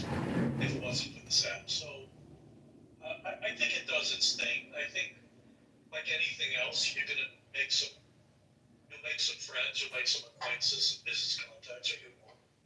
But it really is, it depends on your pool. I'll tell you what, Dr. Mitch. So I'm looking down in the audience, right, and I agree with what you said, by the way. And there's a person down there that every time I see him, I kind of chuckle a little bit, because he's like the nicest guy. And I actually got him to curse me out. And that's my man, Ken Frankel. If you can get Ken to curse you out, you've reached a Zen status on this. Zen status comes by getting cursed out by somebody? Wow. Don't pop us out, eh? What did you say that pissed off Ken? God, I want to hear that story. Oh, I just kept interrupting him when he was talking. And I kept muting his mic. Because, like I admitted earlier, I can be an asshole too. So, Ken, I apologize to you, man. I've always liked you. I think you're a good guy. You're definitely smarter than me. And you're definitely the connection I need in Vegas. So, yeah, I just want to apologize for what I did. That was like 2 months ago. I mean, he was pissed. Randy tried to kick me out of the room 9 times once when I asked why Ken was talking so long. Yeah, Ken needs to learn to be more succinct. Wait a minute, this is, I do respect his knowledge. Wait, hold on, why does this have to turn into be critical of the guy that's not on stage? I'll say this about Ken. Ken is one of the most thoughtful, insightful human beings on this app, and the one area where people find themselves criticizing him is because he has a desire to check misinformation. He's like the app's fact checker, which I think is a huge value. Ken and I disagree about some things, but he's very respectful. He just doesn't suffer fools. Well, like I said, Ken. I love Ken. I think Ken's great. If I ever wanted to know about the insides and out, how Vegas works, he should open a room and just talk about that. It'd be a great room. To give us some inside tips on Vegas. Ken knows a lot about a lot. I said that, but I have a lot of respect for Ken. I put him in the, top 5% of intellects on here. For sure, but I've never seen Ken lose it or even, I've seen him once or twice, his temperature goes up a little bit. I've never seen him lose it. That's why I was like, what did you do? He just said. I know. Well, I've invited Ken up twice. I hope he comes up. Agent, I find you to be a bit boring. But you're kind of like the little brother that's annoying. Called out. So I let you hang out with the cool kids. JB is the I like Agent. I think deliberator of cool you're really people. funny. JB's in charge of the Get cool some good, clique. especially in the chat, you got some good one-liners. JB's cool clique. Appreciate it. JP, how can I be boring? I say some outlandish shit. That's not boring. Double, hold on. Your journey on this app has been fucking hilarious. In the beginning, you used to suck up to all the fucking lefties, and then when they ejected you from their group, then all of a sudden you grew a spine and you realized how despicable they can be at times.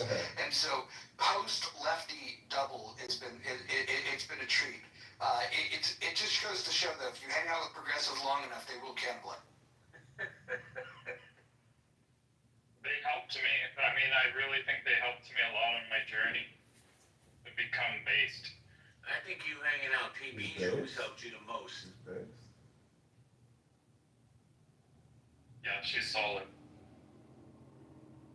Well, I will just say this, selfish plug, if anybody is interested in the muff, we've been doing rooms, some interesting rooms, and there's an interesting cast of characters if anybody wants to participate in those conversations. You're also welcome. Everyone's welcome in the muff. Sometimes it's out. But what about that Congress candidate Congressman trying to get over that Well, I was piece thinking of about shit that and voice fill muff. all our fucking rooms? How you doing, El Chorizo? Docs Your piece, me by Abby. Yeah, I've calling had me you up a few times. I love when Abby comes in. Oh, we got Angel here who likes to gaslight rooms. Yeah. We got Big Bear, we got Randy, we got Blueface. Who's Bloodthick? We got a Oh, lot of mental man. illness in this room, right? He's the chief mental illness creator. JB. That cracks me up. JB's the epicenter of mental illness.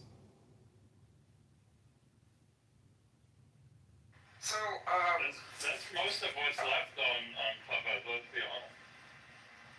are we be done with the glory fest here. Let's get to. Let me just say this. When I talked with Madonna's Angel was in this space a few days ago where she said, that's it, I'm taking this house down. She's taking healthy debates down. She's that powerful. Angel's powerful.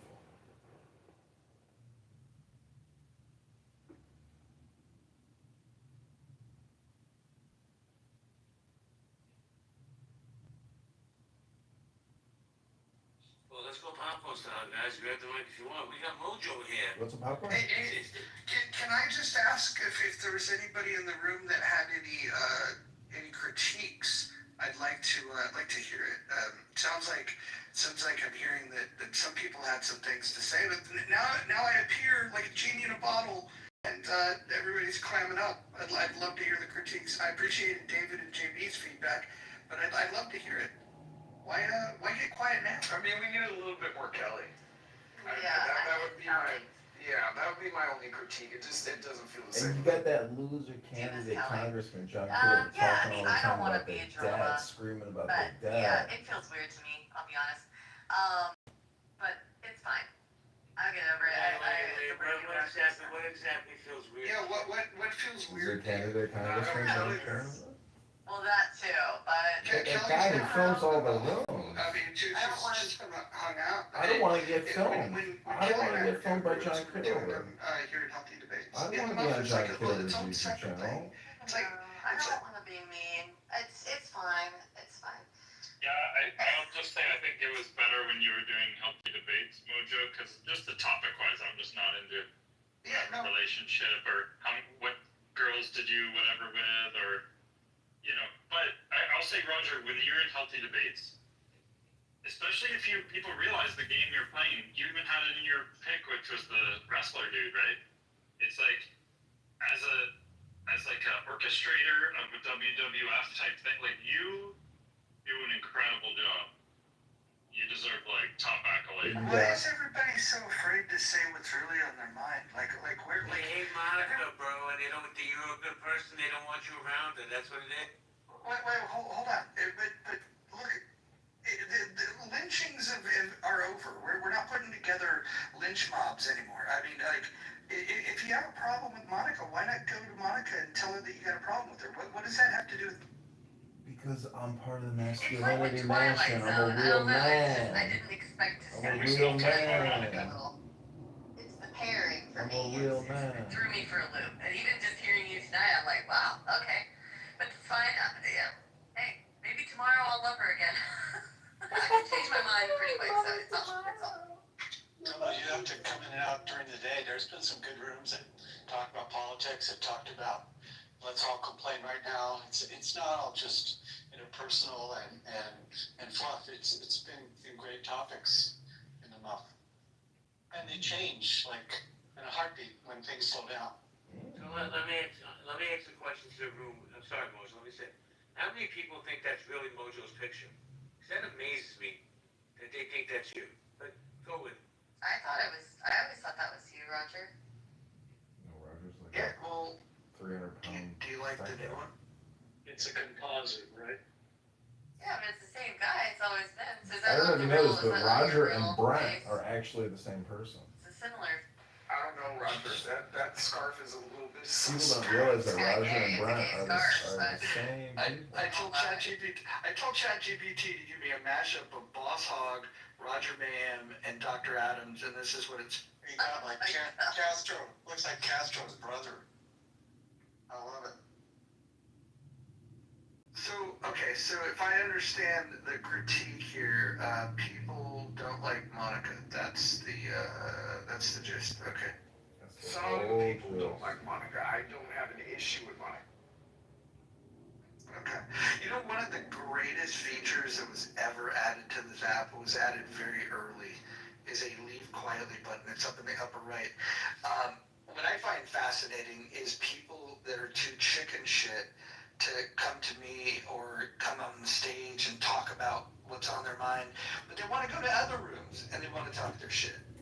Just know, I see it, it's weak, and yeah, I see you. That's fine.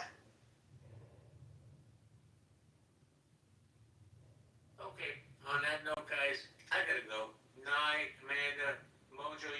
it open, what are you gonna do? You wanna move it over to in the muff?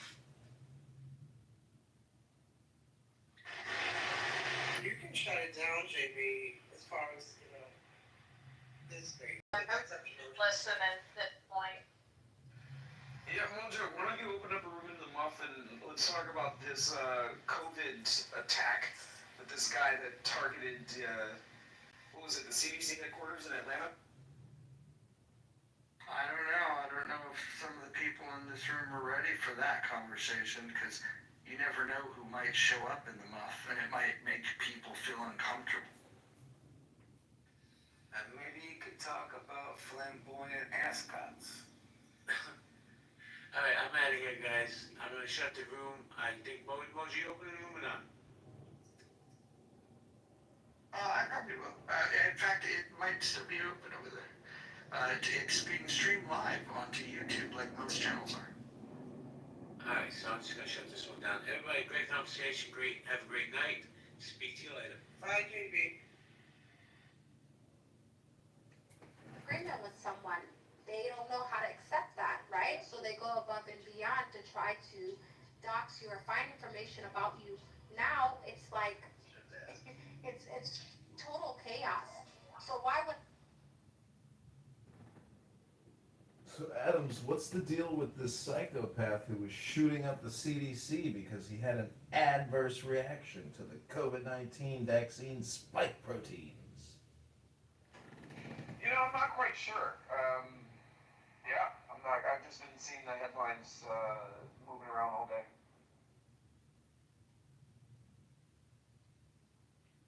Let me just say, whoever was talking shit in that other room, let them talk shit. As you witnessed in that other room, when I went over there, nobody had anything to say. They didn't really want to get it off their chest.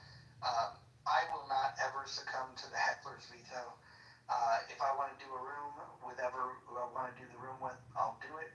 And I've navigated this app the way that I want to navigate this app, and I won't be told how to do it. And I won't be pressured because people have sensitivities about certain people. If I don't like those certain people, or if they don't follow the rules, I might do something about that.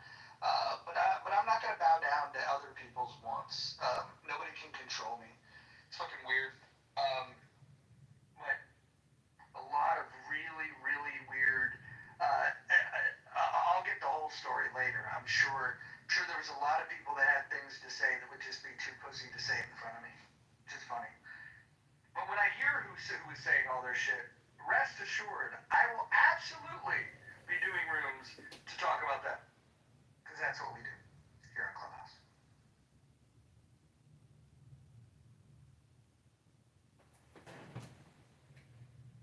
I like all Clubhouse people, even the worst people, but I like them because they're on Clubhouse, and so many people I know in the real world do not want to use this stupid app. And I don't fault the people that don't want to use it, and the people that do use it, I like them because I use it, and to me, I wish more people, were willing to come into an app like this to have conversations, as opposed to like spamming me with their personal stuff. It's like, don't call me and talk to me for 30 minutes or want to gossip. It's like, could you come on Clubhouse and maybe be a part of my podcast? Because, I'd rather kill two birds with one stone.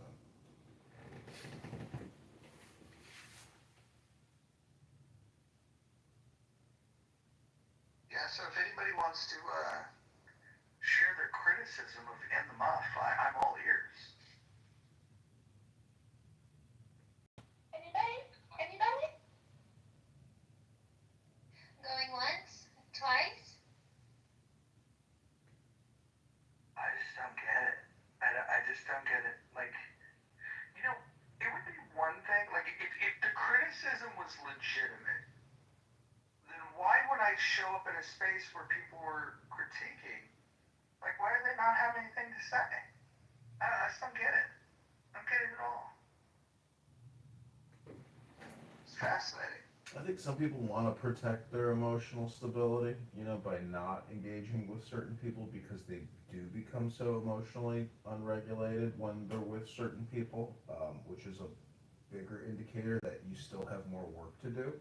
If you can't get along with everybody on this app and give them their space or listen to them, I can't understand why you're going to listen to people who are wasting your time and giving you malcontent content, the bad content.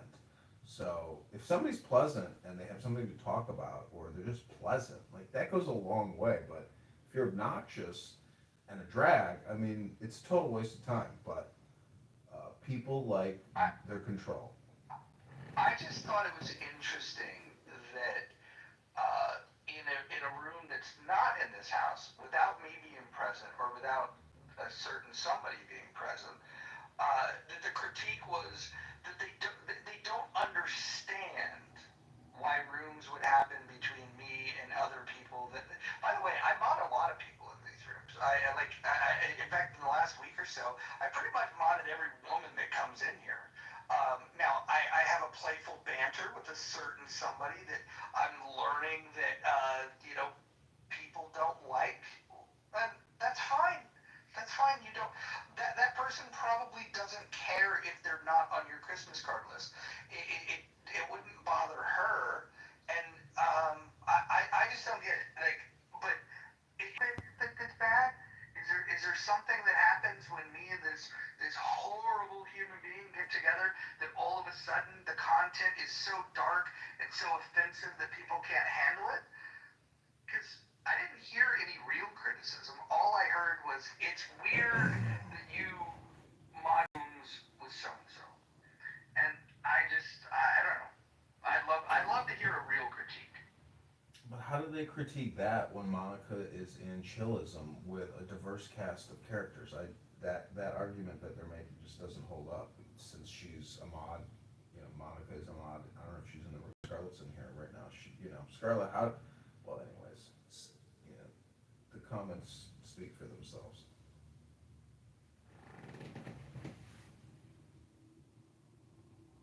Yeah, I don't get it. I don't get it. And look, and I do get that people cannot like certain people. There's plenty of people that don't like me. There's plenty of people that don't like the person in question.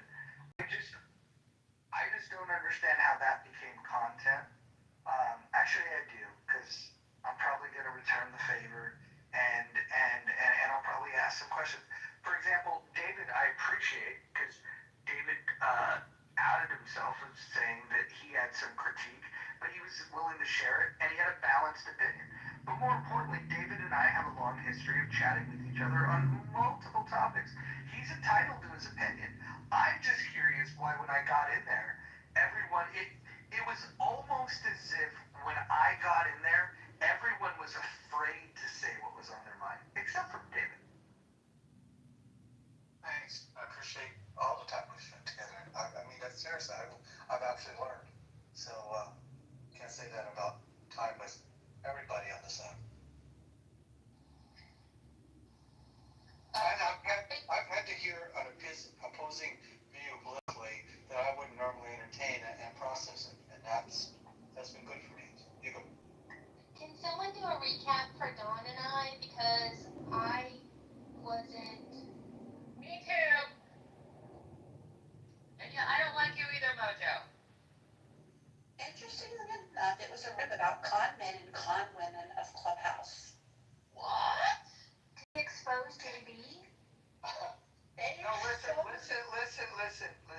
This is not what we're gonna do. I want to just focus on the fact that if people have critique of me or anybody else, they should bring it up.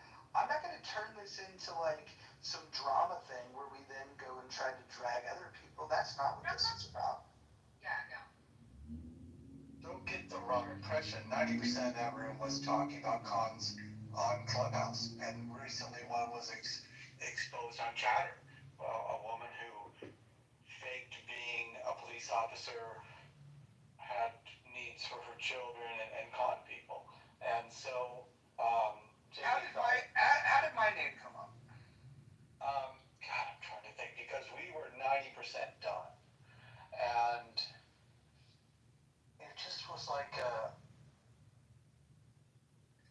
We were talking about how much we love. I don't know. We were actually. JB was giving flowers to everybody, right? We were talking about all the different Clubhouse characters and how great Roger is, blah, blah, blah, blah, blah, right? And then Yeah. button him up. I'm sad, because healthy debates doesn't even. That's his madness. He doesn't have to answer to anybody. And I just wanted to, Roger is a good man. Monica, I mean, it goes without saying, Monica, you know how, and you know, I ride with JB, so not only talk shit about JB, but I suppose, what I'm saying, you know, when JB has history, he was just talking about the history, briefly reminding everyone of his history with you on the app. And I don't know exactly when Rogers came up, but once it came up, as it relates to you, a lot of voices joined in. For the record, I said absolutely nothing.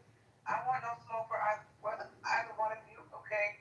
I don't really care about this drama, but yeah, a lot of people had, they felt some way about Rogers' Clubhouse relationship with you, for lack of a better way of saying it. And no one was hating on Roger from what I can remember, and it was primarily JP just expressing his frustrations with you. Is that fair to say for those who are in the room? So just to give you some context, and why the replays were on. So if you guys want to hear it, then go and listen to the replays. Yeah, just a short form, just to give like an objective perspective. I don't normally come up here and even talk, but I was in the room. So essentially, JB said, regardless of what controversy has maybe been going on with Mojo, he's a real one.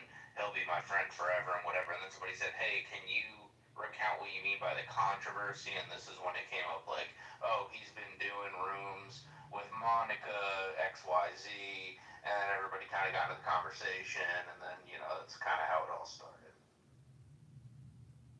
Well, I will say this. If I thought that people were going to get, I don't know, agitated by the fact that Monica and I share space, I would have been sharing space with her a lot earlier. Look, she's always done her own thing on this app. I've done my own thing on this app. Hell, her and I have had like major disagreements, like times when I'm like in her back channel, like giving her the finger and telling her like things that I disagreed with, and I don't even need to bring those things up. But I genuinely believe that she's one of the smartest women on this app. I think that she curates great conversations, and in fact, there's a recording of the room that she did about Roland Fryer. If you guys want to listen to that, you can get an understanding of the kind of content that she creates that I enjoy. Wait, you were fingering Monica in the back channel? He's always in her back channel. Yeah, that probably could have been rephrased, but okay.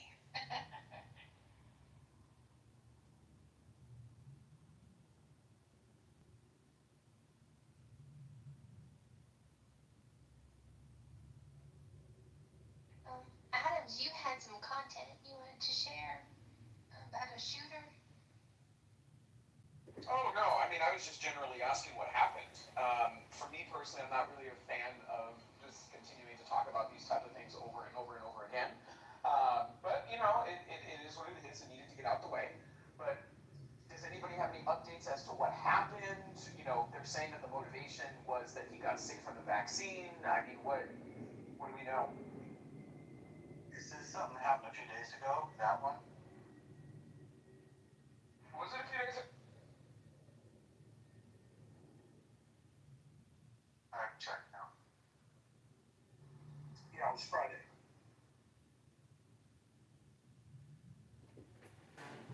Let's not forget about the. Go ahead, Dave. I just want to make sure there wasn't another one, but the Friday one I was aware of. Please you go. I was also going to point out that East Lansing murderer who killed her manager at McDonald's, her last name turns out to be Mohammed. Dun, dun, dun.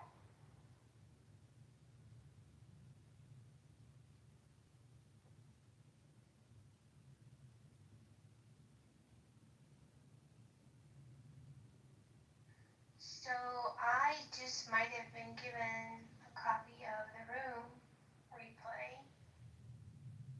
I don't know if people are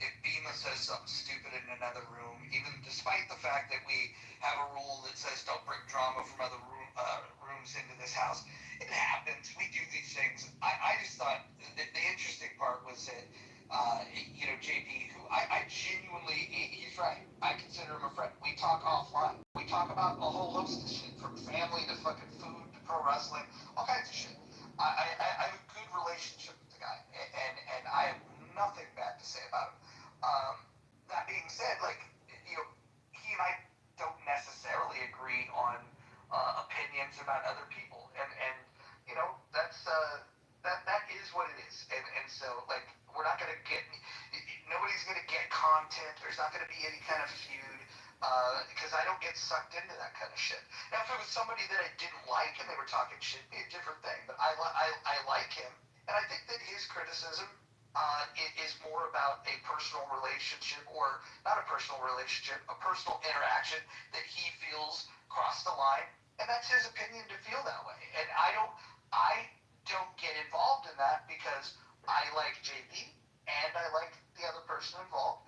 And so for me, it's just like I'm gonna stay out of it. And I run rooms. JB's welcome in here anytime, and the other person's welcome in here anytime. And so it just is what it is. I just find it funny that when the content was created and people wanted to do the piling on thing, that once the person shows up, then it's like, fuck, I can't say that out loud. And by the way, I genuinely mean it. I think that David should be praised for the fact that he was willing to say, okay, well, I said this, and I think that shows character. But for the people that that wanted to pile on and do the stuff when I wasn't there, but then wanted to like become silent partners when when I show up, it's like that goddamn frog in the fucking cartoon, man. Like, sings his little heart out. But then once they get on stage, then all of a sudden it's ribbit, can't sing anymore. For those of you that are too young and don't know what I'm talking about, it's a very famous cartoon. I value our relationship. Sorry. The WB Frog. In the grocery store. The way JD couched it was always that he respected what you do, what you did, and why you do things. And there was nobody. God, jeez. There's nobody who's better at marketing, who's better at running rooms, and whatever reasons you had for having someone that he had smoke with, he could respect that. So he also said that to anyone who listens to that replay, I think they'll hear that. And again, 90% of the content was we were talking about scammers, and it was like a true crime episode. Yeah, well, I think the best thing to do is just to find a topic and move on. I will say this, for anyone that was participating in the whole, I don't understand why Mojo and her are buddy, like, dude, I've known this woman for fucking over 4 years. She's one of the most colorful personalities on the app. How am I not gonna be friends with her? It's craziness. It's craziness. I liked how Joe said in the chat, a lot of people say this, but I'd like to say it verbally. He says, I only exchange in the currency of ideas rather than my thoughts of people. Seems like a healthy way to navigate the app. And a lot of people have responded real well to that statement. I like that as well. I wanna call attention to the chat. This guy by the name of let's see, C profile. You pussy ass hypocrite, you punk bitch. You're a fucking hypocrite, you punk ass bitch. Yeah. So, this is an example of a person that can't regulate his emotions. And he was in a room earlier, and he got really in his feelings. We were talking about drug legalization, and he was really proud of himself that he's never done drugs. He's never done drugs. He's really proud of that accomplishment. Which, by the way, I'm drug free too, so I thought that's pretty cool. But he was really mad at Timok. He was really mad at who gets mad at Timok, by the way. He was really mad with Joe. If you guys don't know Joe, Joe is an interesting character and very intelligent. They just had some differing opinions about drug policy, and what he said was, well, you have an agenda. Clearly he had an agenda. And then once people disagreed with him, he couldn't even have a conversation. He crashed out. As you just heard him on the stage, he's got Tourette's or something.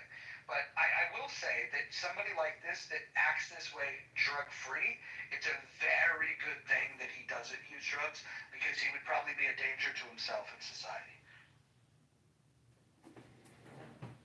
The Buddhists say and the Jews say that, our thoughts or our words create reality. And the interesting thing about Clown House, this is why I keep pushing for the book club, is that whether you're listening or you're speaking, that information communication exchange still goes to the same place, to your brain. So it's very dangerous to listen to people spew all kinds of toxic bullshit for a long time, because that could become your reality.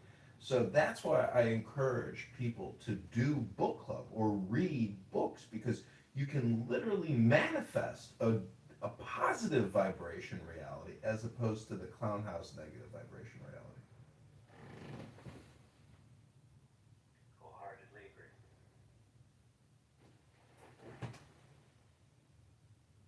You are your words. I just think it's funny that somebody decided to call me a cat today, and I'm not sure if I should feel bad about that. Means you're a leader. You know when they say it's hard to herd cats? Oh, yeah! Okay. I like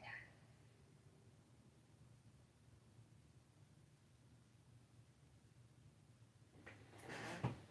But I will also say that listening to the epistemology of racial identity politics ultimately becomes boring because it's all surface level. Can we figure out why this guy in the chat he says that these are the most evil devils in the world. These devils are literally responsible for destroying the world. They have no place to judge anyone morally. Their entire culture is built from hate. I'll bring it back up here. You guys can tell me what you think of if this is the embodiment of love. Let's bring him back up.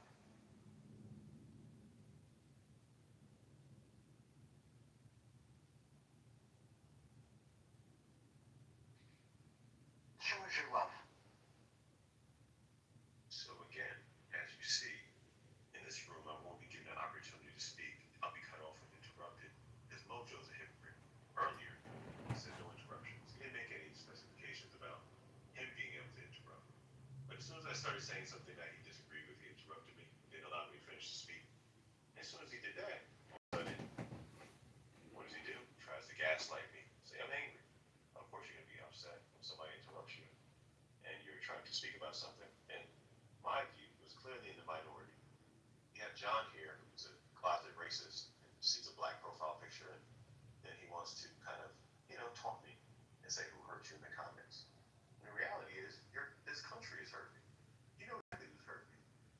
You know what's happening to black people in America because you're part of the problem. That's right. And yeah, absolutely. And you know what's crazy is this country always is going to have get turned upside down because you're ignoring, and many of you are miseducated. You're ignoring the contributions that many, contributions to our entire development of this country, and you ignore. Does someone want to show this guy that I'm black? Here we go again. Here we go again. I'm No, what it is, you're politically white. So it's not has nothing to do with your identity. I'm black. You're politically white. That doesn't So what I make mean by sense. that is that, yeah, it does. I'll show you. So basically, you're an Uncle Tom. Excuse me, maybe I should have said another word. I don't think I've ever been called that before, but I'm going to add that to my Bible. Let me not say Uncle Tom. Let me not say that. I'll use another term. Damn it, what's the other term? When it comes to me, I'll tell you. But for the most part, I just want to share this with the group. Mojo, you're a hypocrite. I don't appreciate the way you broke your own rules when I was speaking. Thank you, Sambo. Thank you, man. Break rule 6 of the House. You know what, Mojo? You know what's interesting? You're a funny guy, and I think that if we were having an actual debate, if we were actually having a real debate, and I was able to speak to that passive aggressive jerk that I was talking to earlier, that you said got me upset, that was taking just jab after jab, but no one recognized it because You mean Timok, the last dragon? No, the last sucker clown that I was speaking with when I was on here. You're funny that you're jumping on his dick. That was Timok. I was all over his dick. He's the last dragon. Yeah. Right, yeah, him. So, like I said, if you were able to actually have debate and talk and actually speak about, he's encouraging the use of drugs. When you talk about drugs and the use of drugs, right, and he's sitting there saying, he starts telling me about how, he started breaking down the biology of how, there's, I guess, some evidence of drugs showing up in your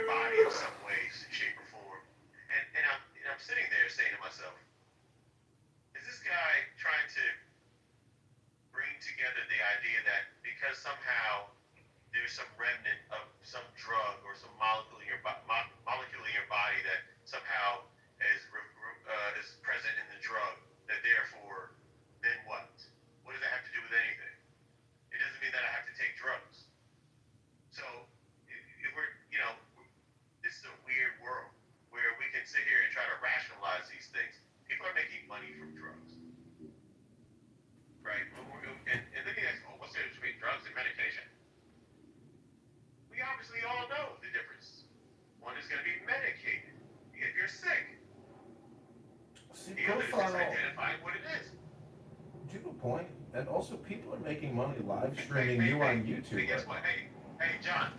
Fuck you, John. Fuck your family. Fuck everything you got going on. Fuck you. Straight like that, John. If I see you, I'll smack the shit out you somewhere.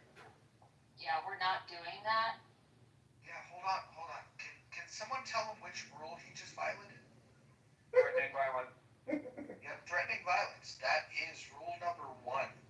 So not only did you miss rule number 6, where a moderator has the privilege to interject when appropriate, you also missed the rule number 1, the most important rule: no threats of violence. Perhaps if you smoke some marijuana, you'd relax. By the way, it wasn't Timok that he was having that argument with. It was Joe. If you guys are familiar with Joe, Joe was advocating for marijuana use for veterans that suffer from PTSD, and that was the argument where he went in hard on Joe, saying that Joe is a piece of shit for advocating for drug use, and says, questioning his morals and ethics because of his support of marijuana use for veterans that suffer from PTSD. That's what the full context of the conversation. I am a veteran and I have been diagnosed with PTSD by the Veteran Affairs, but unlike many combat veterans, my PTSD is actually from DEI.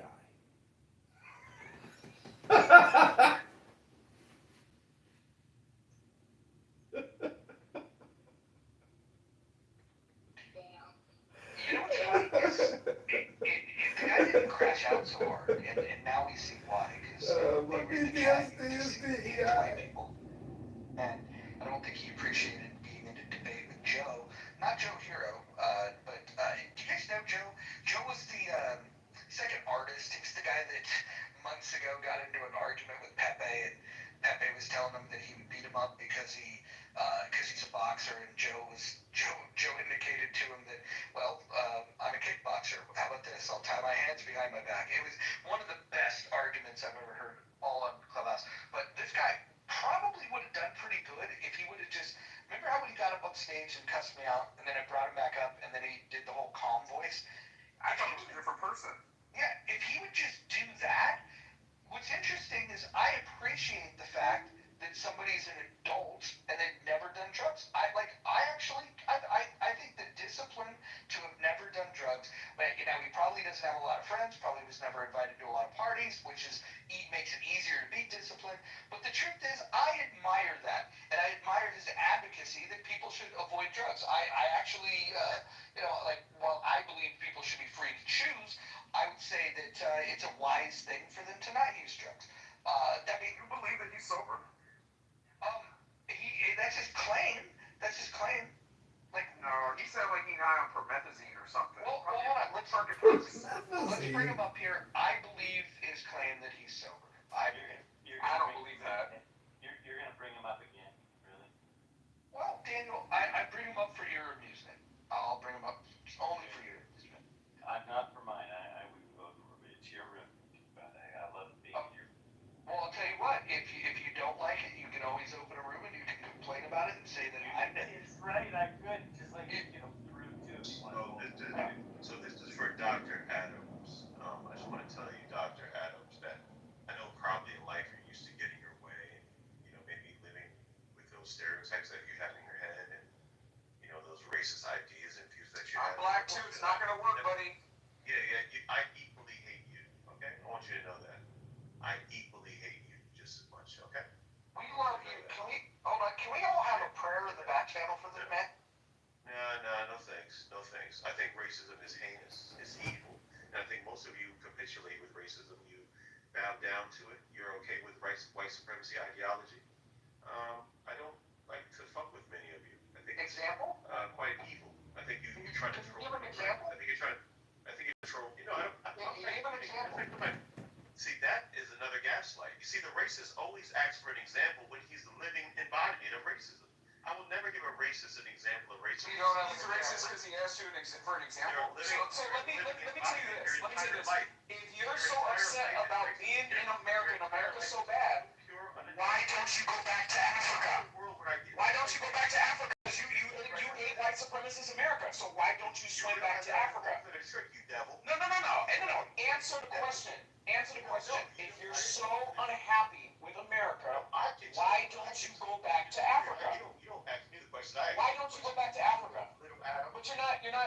answering the question. You're definitely not answering the question. Little Adams, you don't control the who asks the questions. Little Adams, I ask. You barely control yourself. Did you not hear how you came on the stage? My question. You're my bitch. You're my bitch, Little Adams. So I'm in control, and I will ask the questions. And I'm wondering. No, you're just a white woman that benefited diversity, equity, inclusion. I bet you were gonna shut the fuck up, and I guarantee you she's gonna finish speaking. You're the primary beneficiary of diversity, equity, inclusion, white woman. Exactly. So now that we all. This is hilarious. I was up in it. Straight out the ghetto of Baltimore. I woke up off of fentanyl overdose. And I'm waking up. Hold on. Jamel, hold on. Jamel, hold on real quick. I want everyone to give space to Jamel. If anybody interrupts, I want the mods to mute them. I want Jamel to speak on this. Go ahead. Yes. This is hilarious. I love it. I love to hear white supremacy and blacks and just people speaking their mind. This is the real America. I love it. Listen. Maybe one day y'all will have mercy for us and give us some reparations or something. But right now, I love it. The hood, the ghetto, the prophecies in the Bible, they're being fulfilled. I mean, we couldn't love a better place? America, the land of the free. I tell you, I love it. I mean, I love it. You can't wake yourself up every day. Only the Most High. How about it? You gotta love it. You gotta agree with that. Even the racists and even the atheists say, well, it gotta be the Most High. At least. How about that? I don't want to interrupt y'all all night, but I can go all night. But I love to hear somebody's response. What's next? Talk to me. Yeah, Muds, if you could put me in the queue, I'd like to say a prayer for C Profile because he called me a closeted racist. And if we can find some space, I'd just like to say the Lord's Prayer on behalf of C Profile.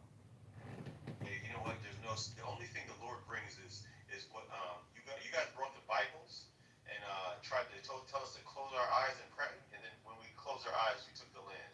So I don't trust any white person praying for me. You're pretty much just out for trickery, to steal, to convince people that they need to be enslaved.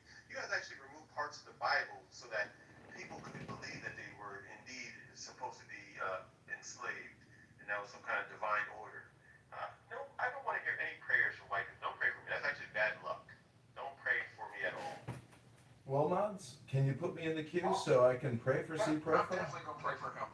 John, you can definitely recite the prayer, but I just have to say, he was spitting bars, as they say in my neighborhood. John, go ahead. Your neighbor said that? Sure, I'd like to say this little prayer for C Profile here who has accused maybe of being a closet racist. Our Father, who art in heaven, hallowed be thy name. Thy kingdom come, thy will be done on earth as it is in heaven, where there are no racial identity politicians who love to project their own racism onto other people. Don't do that.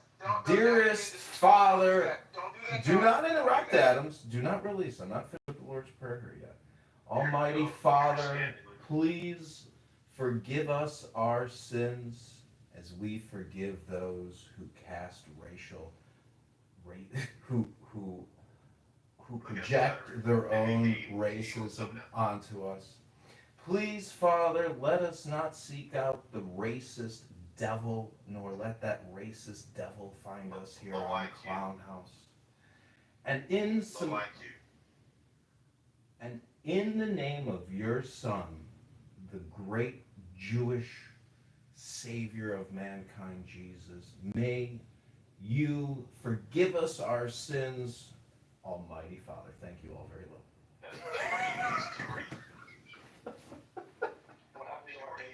Maybe not pure. Amen.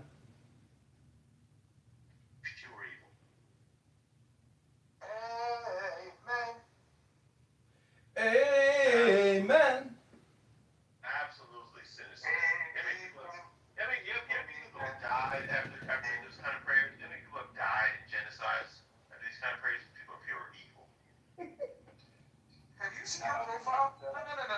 you see your profile and you had the damn nerve to call anybody evil? Like, what the fuck is wrong with you? Like, aside from the fact that you're absolutely bipolar and psychotic, okay, you clearly have no self-fucking awareness. Like, what is wrong with you? Like, what is wrong with you? You're kind. You're kind, yeah. So applies to creative machinery. Well, see, we are quite evil. Deserve to die painful death. See, Profile, do you walk around all day carrying this hate in your heart? It must be exhausting. You know what's exhausting? In dealing with and encountering passive-aggressive devil demons that came here, annihilated the population, that you have the nerve to smile and pretend you're good. You have no measure in telling me what morality is. Please don't talk to me. You're an evil person. You have evil lineage. And I don't expect you to do anything else but be evil. That's what you are. So what makes you think that my lineage You is scared me, evil? truth, dude. I have no idea what you're talking about. Wait, what makes you so trustworthy? Oh, the fact that there's nowhere where my people went around destroying and annihilating population. So, yeah, that's people. Yeah, well, you figured that out. You guys are the one who made it. I don't even think you know. Wait, hold on. Is this DHI? Is this Hotepery? Is this, like, what? Oh, here we go. Hotep. Yeah, wow. You know, Hotep is the first multi-genius, but yet they use that as a way to try to make a slogan or this kind of this word to try to, be discriminatory towards people who are aware of what's going on. So Hotep, no. The word is called Imhotep, and it's one of the first multi-geniuses of Egypt, ancient Egypt. And so, I got it. Yes, this is amazing. Yeah. Tell me more. Yeah, it's very interesting, but according to you all, you think that Galileo was the first one to look at the stars when the Mount Tropic was Africa. You think that people like Pythagoras were the first ones to make those kind of theorems, but no. We was kings. There was early complex mathematics all throughout Africa. You're actually the ignorant ones. You don't know your history. That's why you're stupid. You believe in fairy tale stories. You believe in Eurocentric. Most of you are dumb. I'm one that's smart. Smart people generalize dumb people. Like yourself, Hillary. You're dumb. You're dumb. Yeah, you're dumb. Hold on, Hillary, you're not the right person to speak to this right now. I want to speak, see, Profile, brother to brother. Black man to black man. Black man to black man. You're not politically white.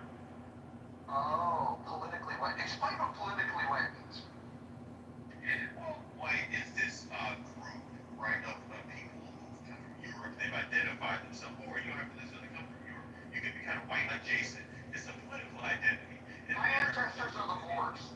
My ancestors are Moors. Yeah. So you say, but your Moors are maybe rolling in their grave right now. That's what you claim. But they be rolling in their grave right now because you're a sellout. What do you think of homosexuality? Don't talk to me about your lifestyle, brother. I don't care about those things. No, well, listen, I was just going to ask you. Don't talk to me about your lifestyle, brother. The same man Rodriguez said that he would make me his bitch, so I think we didn't answer that question. Well, I'm just wondering, do you oppose homosexuality? You're not talking about your lifestyle, brother. I'm not interested. Don't interrupt me. That's Don't talk to me about your lifestyle, brother. I don't want to hear about it. not the end of I don't want to hear about your lifestyle. Okay, listen, you're never going to talk over me. Let's just understand there's a pecking order. And I know that you feel that the pecking order is based on race. I would say the pecking order is based on intellect. And you can't even have the common courtesy to have a conversation. I was just trying to get to the bottom of if your homosexuality extends beyond prison. I know that you're into prison sex. What I'm not sure about is if you're a homosexual outside. Gay for the state is something we've established for you. But are you gay when you're on the streets? That's the question everybody wants to know. I'll bring you back up and you can explain it to us.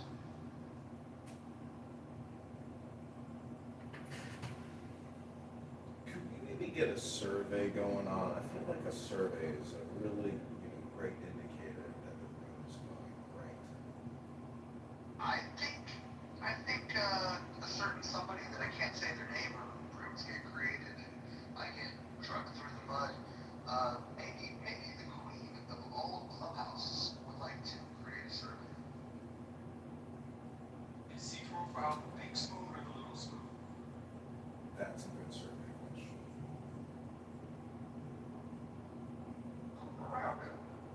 Designated prison content. See, Profile, understand Can is, you guys, moderators, can you please invite this guy up? I don't think that we're ever gonna get, we're never gonna get to racial equality until we hear his full story. Well, he said he's a god, and we're devils. He's God. That's what Chad said. So I don't know where he. You know, so I'm definitely convinced that he seems a white man now. see, I just want to say something to see profile. What you don't understand is that this is actually secretly an emotional stability training academy, and you have fallen into our web of despair. We are all spiders or fishermen here to catch fish and little flies that get angry when they get caught in the web. So just know that this is your intervention moment to go within and find the divine source of light within all that racist, angry projection you spew out on stage.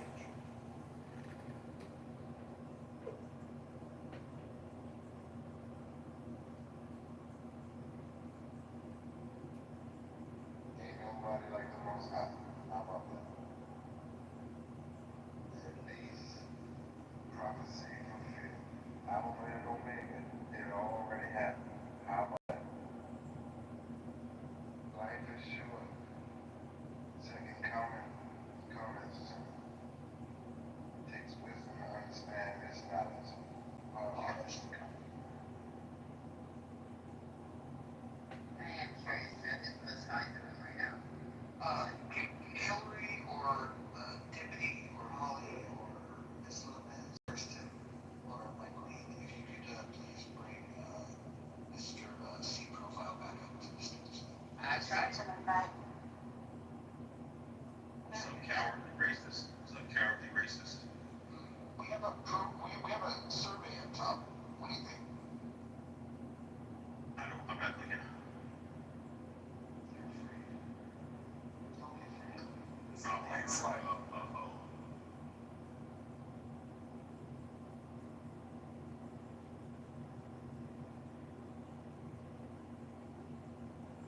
C profile, who hurt you?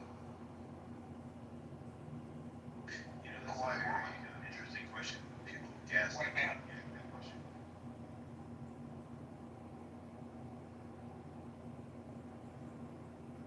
C profile, do you know that you're being streamed live on YouTube right now for the whole world to hear? What do you have to say to your fans? I want Steady to know that when you're saying those things in the comments and all that, Steady with your AI picture because you're too ugly and you don't want to put your real picture, go fuck yourself. The reality is that most of you are some anti-black racist haters, and you really, you know, it is. I can't be anti-black. I am black. It's gonna come down to war, and that's what's gonna come down to. And hope, you know, you understand that.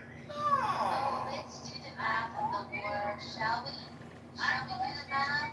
Yay, I love midnight mass. I called you, I put it in the thing, I figured there'll be a big rise up of people, and so I was trying to unalive a lot of other people who don't look like. I don't think the war would do as well as he thinks it would do. I mean, he's probably only qualified to carry the flag. I don't think maybe he can blow the trumpet. He's not going to pick up arms. Yeah, I'm claiming that you're black. Oh, I'm blacker than you are. I'm blacker than you are. Bitch. You blacker than you are. Blacker than you are. Liar. Blacker than you are. Yeah, we know, so you're gonna be fighting on you, sucker. You would've been with the Confederates, you fucking clown. It didn't even make any sense, dude. C profile, is your other name, Goop, since you're God? If your other name Yaku, Scarlet, just find something to do. General Pat said without music to keep me from that army. So. Wait, can we do a quick diagnostic? Hold on. C profile, have you ever been in a fist fight? What's interesting about Eurocentrism, it makes you, like, it weakens your mind because it has you thinking that somehow you're the center of everything that is inherently false. Wait, hold on. Do you realize the irony of you saying that right now? Somehow the center point of human contribution into human civilization, like it's such a weak mentality. It essentially has you thinking that you're the center of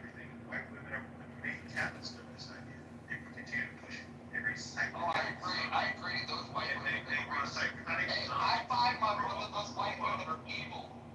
They grow up, That's true. grow up to work for the Pentagon, they go around the world trying to. Could you give me a job there? That would be awesome. I had the benefits of great. Congratulations, Hillary, you're raising psychos. Yeah, three boys. That's right, that's right. We're in the military, so. That's right. I think you're right with white women is the fact that you're competing for the same men. Yeah, I know you were gonna say something that has to do with your, your sexual, whatever you got going on there. I don't understand, every time a black man is in a room, you white guys talk about some kind of like sexual deviant. Like, can y'all not talk about sex? Like, this is such a weird thing. Let's talk about numbers. See profile. Y'all so obsessed with sex when you see black men, you hear black men talking. It's such a weird thing. See profile. This is a diagnostic question. Let me ask you a question. I don't give a fuck about what you're talking about, John. I don't give a fuck about what you're talking about. I'm gonna ask the question to find out if you can answer it. What is 373 times 1,000? He has a great beard. Why is that good for you? Somebody's junior Adams. It's great. Stop defending your white men, Hillary. I will defend anybody that deserves what I have respect Defending your for. white men. Shut up, you fucking racist. Yep, that's me. Huge racist. Yeah, this is the type of black man who definitely across the street. Well, like, narcissism this is the kind of racist you are. The racist is a malignant narcissist. That's what they are. That's what the white racist is, a malignant narcissist. Are you proud? Look it up. Hillary, you got your wedding ring turned. White racist is a malignant narcissist. How do you know you're not projecting when you say malignant narcissist? Are you sure that you're not a malignant narcissist? You lying piece of shit. Your whole fucking history and identity proves to me that I'm not lying. Every fucking day proves that I'm not fucking lying. You lying piece of dog shit. You can't tell me I shouldn't care. Jamal, calm down, Jamal. Calm down, Lying piece of shit. Listen, we're gonna calm down. You keep getting loud, we're gonna calm down. Shut the fuck up. Yeah, we're gonna tell them, send the cop with the strongest knee. Well, I think the answer to the survey is actually missing. The correct answer, I think, is just flat out, an old racist.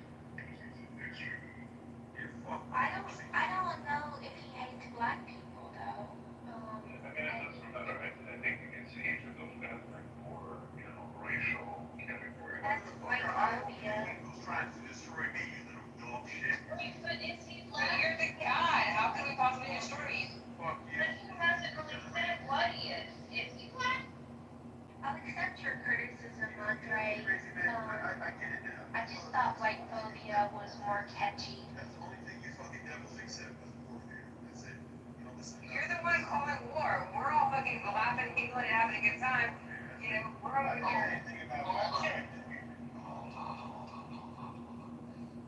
He doesn't want war. He's flat-footed. He would never even get there.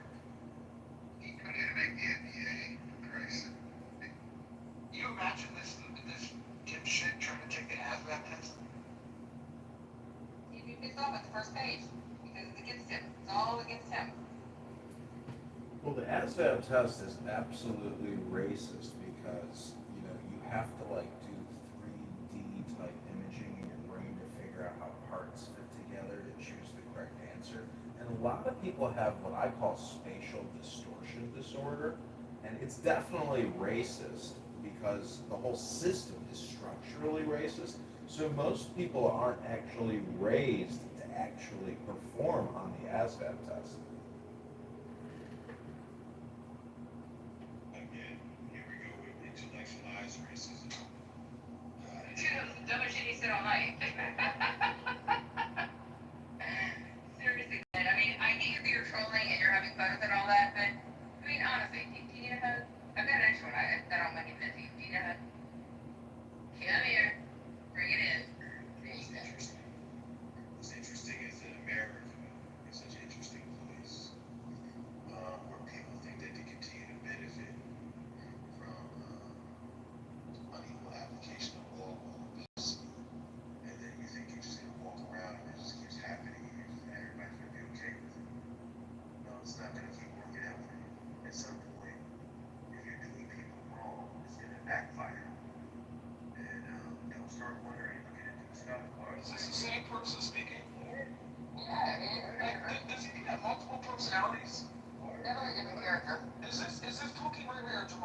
Which personality is this?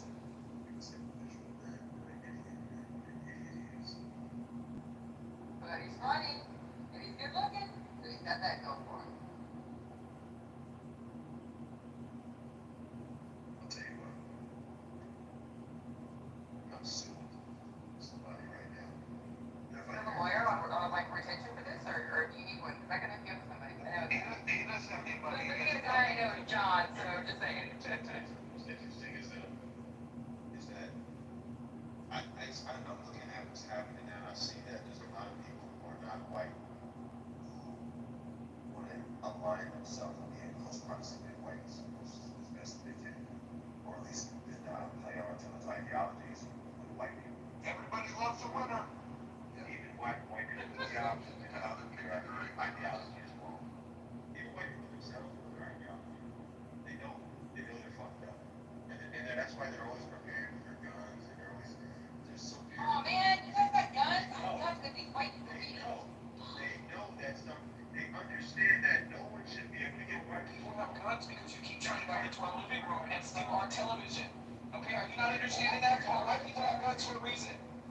That's why the white people are always worried about their property and their belongings, because they know they have ill-gotten gains, and that they know that they're snuffing out the lives of other people to get the things that they have.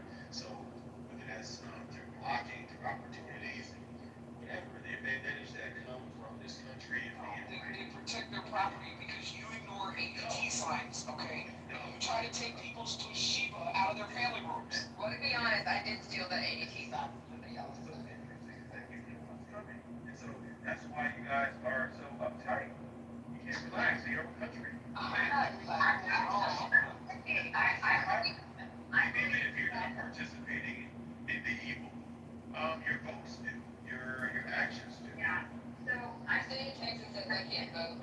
Our votes, why? Because we didn't vote for a cosplay Fuku Indian because you wanted to cosplay and say that she's a black woman. Shut up. Shut up. Maybe if you actually voted better, you wouldn't be black in America with a chip on your shoulder. Are you kidding me? My people are annihilated. Who is your people? Who is your people? You still can't get straight answers to who your people are. Well, I'm a black American, you piece of shit.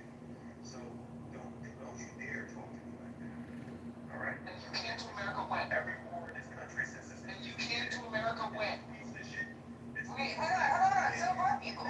So that's wait a minute. Everybody's voting for Hillary, hold on 1 second. Which people? Which people? I don't even think you know. Do you even know who your father is? Do you even know who your father is? I don't. No. Do you even know who your father is? Because you have self-control, you argue like a woman, okay? You sound like you're shaking your hoop earrings and rolling your neck. So let me ask you, do you even know who your father is? Do we even know who your father is? I bet you met him on Maury, didn't you? Are you a man? I bet you met him on Maury, didn't you? Are you a man or a woman? I can't tell you if it's unisex. Are you?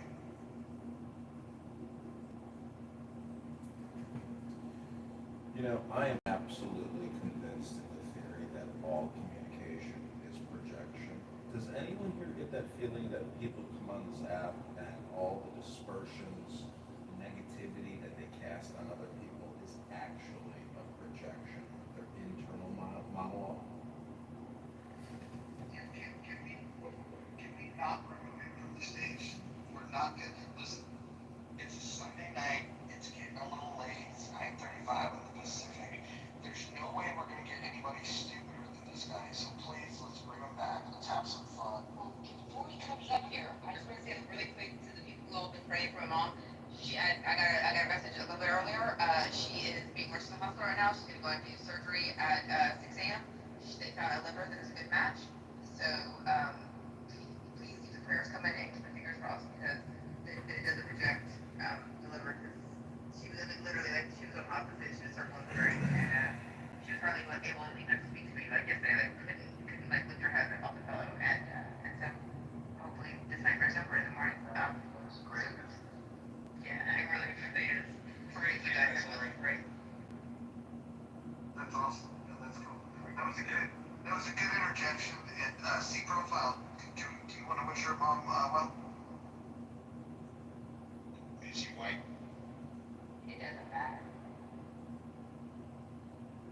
Right now, she's Kitover with her liver problems. She's a teacher, she's a woman who is a wonderful, wonderful woman. Anything racist in her life towards black people? My dad is Haitian, so I wouldn't think so. If she's not racist, I wish her well. If she's racist, What if the liver comes from one person? Should we shut up? I mean, wouldn't that make her part black? what are you trying to ask me, funny guy? I said, what if the liver comes from a black person? Wouldn't she be part black?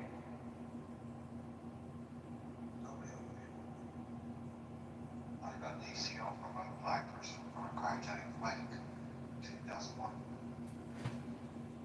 I'm on a Cadillac from a black person. Hey, C Profile, what's the last good book you read?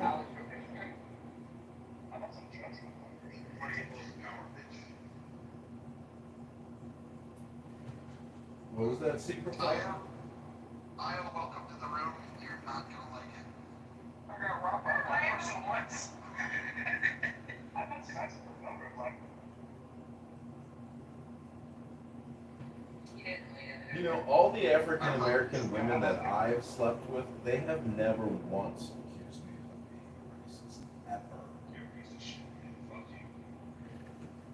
I want to jerk off to an Andrew Babylon. You know what's amazing? And by the way, a good book for John's dumbass would be Man Not by Tommy Curry. His head would probably explode reading it. You know what's a... That's syrup. You know... Hey, our lawmakers are so good that they actually get banned from universities. That's what the reality is of American black person, American scholars who get their PhDs.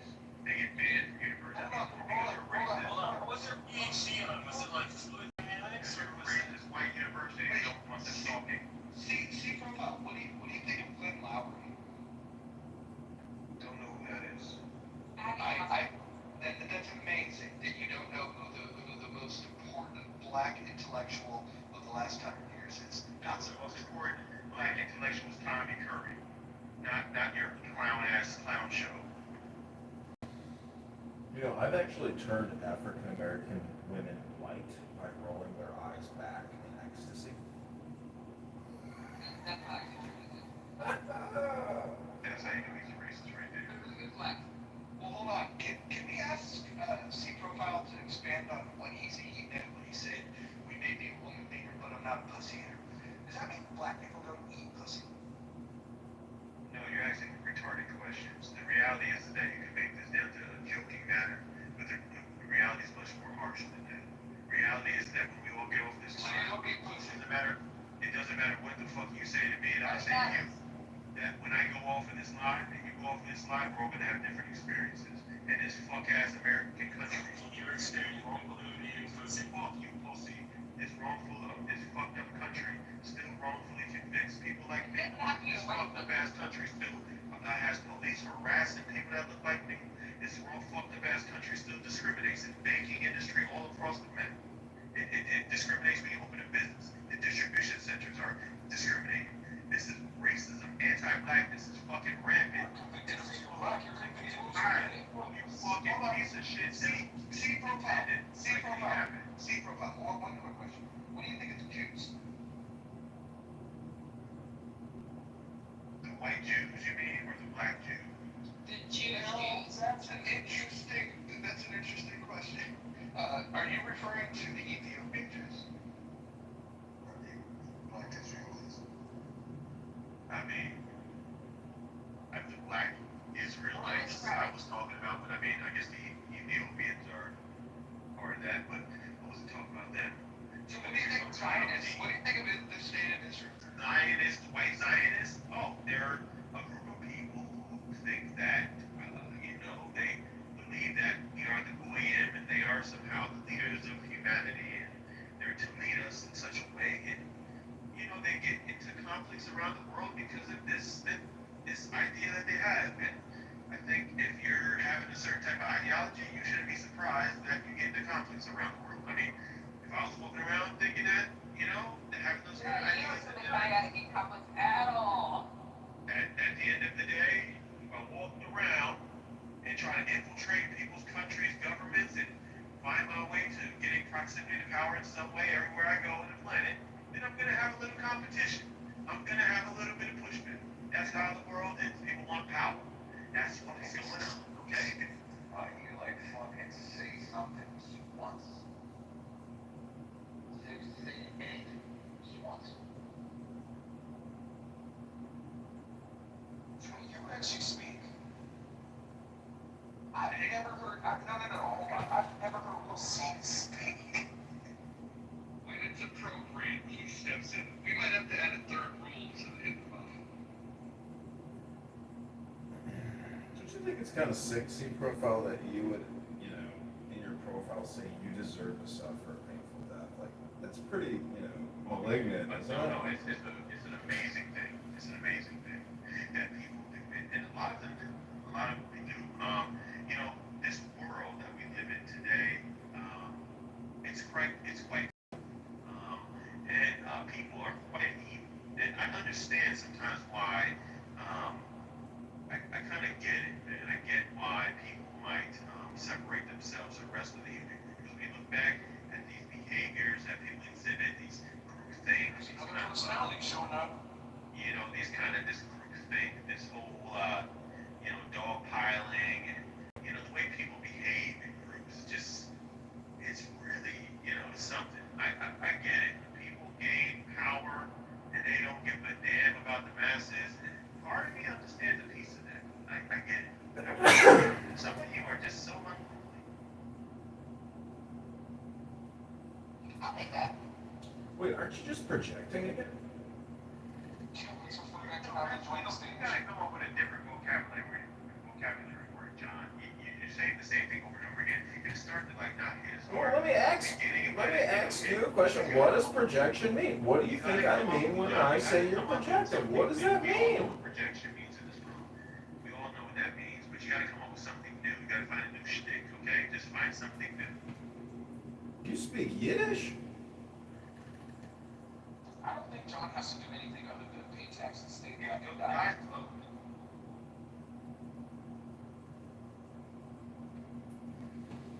Can you imagine what it was like being a Jew on a plantation in Georgia or South Carolina and having African Americans serve you dinner while you're observing Passover? Unfortunately, it wasn't just the Jews. I'm trying to spread a false narrative. It was white people participated. In fact, there was a large number of white people that were non-Jew that were participating in the transatlantic slave trade. Stop telling a little fairy tale that you tell yourself so you go to sleep at night. Remember, you tell you when your kids so they can go to sleep. Stop lying to yourselves. Stop telling Santa Claus. And we let you go on with that long enough. Now, a couple of years past from now, you're probably going to say that, oh, it was just a couple of black people working for free doing favors. You'd probably change the story of slavery entirely if you had the chance. Stop lying about the participation white people, and including non-Jews, had in slavery. Stop lying, John. Yeah, because the Jews don't know anything about being enslaved. Nothing at all. Right? From 1939 to 1944, whatever the hell, 1938 to 1945 or so. Yeah, really long compared to 400 years. Thanks a lot. False equivalency, that's called. You want to go back to Egypt? Sure, why not? You gonna pay for the trip? Need my reparations for He's not gonna take the ticket. I know. One way ticket, my friend. God damn it. Always have to like that. Well, I'd like to pick up the first dollar to see Profile's reparations. What's your Cash App, see Profile? I'm going to send you the first dollar of your reparations package today. I'm going to start this right now. As a candidate for Congress, I'm going to kick up the first dollar to you right now, see Profile. What is your Cash App, sir? John, can you rename your the Amistad? You want me to rename the Lady Hawk to the Amistad? Just temporarily. Yeah, we can do that. But listen, if anybody wants to come out to Chicago this month, I will host you on the Amistad. Hakima's going to be the captain. He gets to wear a red cap. I'll be wearing a white captain hat. Not because I'm a closet racist, like C Profile says, but because I only have 2 white caps, and I want to give Hakima the red cap. But I'm just saying that if anybody wants to come out on the Amistad, aka the Lady Hawk, to enjoy a beautiful Miller High Life and maybe smoke a joint, catch some sun, watch the F-35s fly at 600 miles per hour over your head during the Air and Water Show, you're all invited to this incredible opportunity at Montrose Beach in Chicago, Illinois. I'll be there in September. Can we do all again then? Except for UC Profile, you're not invited. While racism is going on, come down and watch planes fly overhead. So one of them can have a fucking accident and crash into the ground. Yeah. Oh my God, why would you push people? What is wrong with you? There could be children in that crowd. If they're white children, he don't care. Let's talk about absolutely abstract There things. could be little puppy dogs in that crowd. Yeah. Yeah, but if they're white people's puppies, he definitely doesn't. He has to be white. They talk about abstract shit while fucking people are suffering. Guess what? Everyone, everywhere in the world, at any point in time, there's gonna be somebody suffering. You can't pick and choose who suffers, who doesn't suffer, who you're gonna feel bad about, and who you're gonna align with. You can't do that. Suffering is suffering, and it's gonna happen everywhere. So you can do something about it. Hold on, everyone. See, Profile, who's your favorite white man? Well, I don't have one. Okay, but if you had to pick, I mean, John Brown, maybe? I don't have one. What about Robert F. Kennedy? I mean, he has stood strong for your I haven't seen one. Get the fuck out of here with the fake ass heroes. We're doing things not because they wanted to, because they had to. Please. Notice he didn't say Obama Mojo. To be on his jet. Why do you think that black guy who said to Dr. Fauci, we don't want your vaccines, we don't believe it, you're not doing any real science, why do you think that African American guy in that tenement building had the balls and the intelligence to tell Dr. Fauci that he's full of shit? See, Profile, do you know who John Brown is? I'll take that as a no.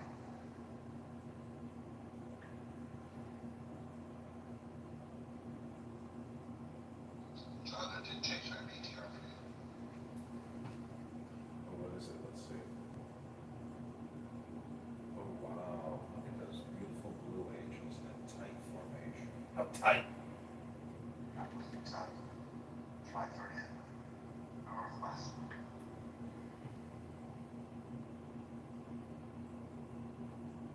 I don't know. what about Jonathan Daniels? When I go to the Air and Water Show and I see an F-35 flying above me, 600 miles per hour, to me, I'm actually kind of fearful. I'm like, ooh, maybe the government's too big, too strong. That's a powerful jet.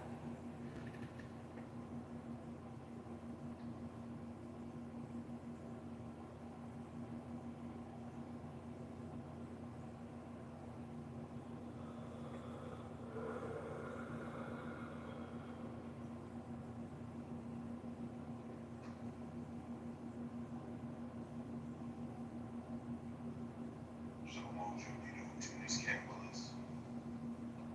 Never tell me about it. You know who Warren C is? Coleman. How about Joseph Walker? Wait, what Warren G? Regulate? Alvin. Did you say Warren G?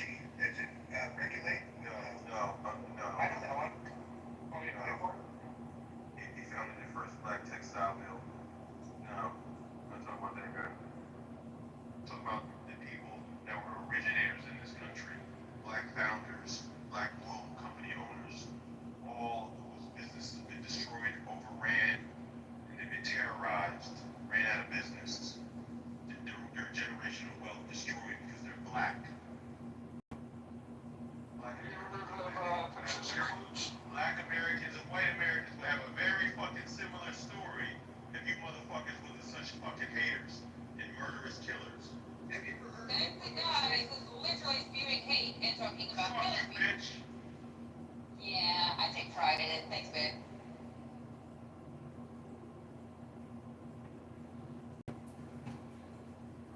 Who hurt you? Your race did, bitch. Well, hey, if he's to acknowledge But I'm not white. There we go. These fucking people, man. John, you're political. triracial, actually. Not many people know this. You can't fucking white people, man. They're always trying to fucking different dots, man. Fucking not white, then one day they're, oh, I'm just a German. No, I'm just the Irish. No, I'm not white. Everybody running for whiteness now. It's not beneficial now. Now nobody wants to be white. Fuck out of here. The accountability. Well, you taught us the truth, and now I'm very fearful of the truth. Shut the hell up.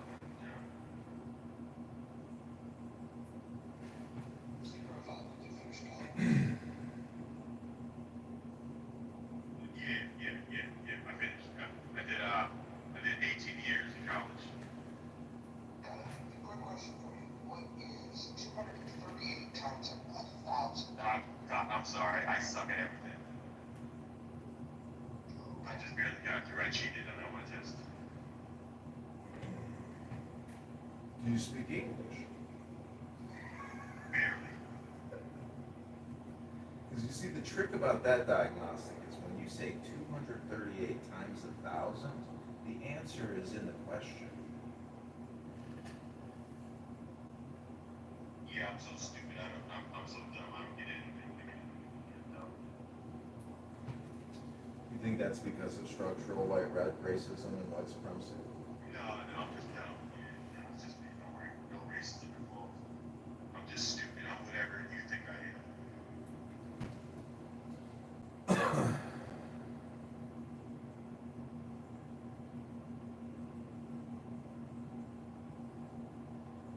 Do you think you'll be stupid long term, or is Anything that else, just like a short term anything else, goal? how long can you be evil? Like, how is it? I guess it's just in your bloodline, huh? Are you big into bloodline type statements or thinking? What is a bloodline, really?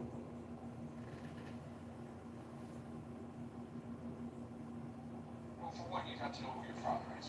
You already got that out the way. Well, don't we all technically share the same father? You know, father of the universe, the creator. See, Profile, does it make you feel uncomfortable that I've been more to the black community than you have?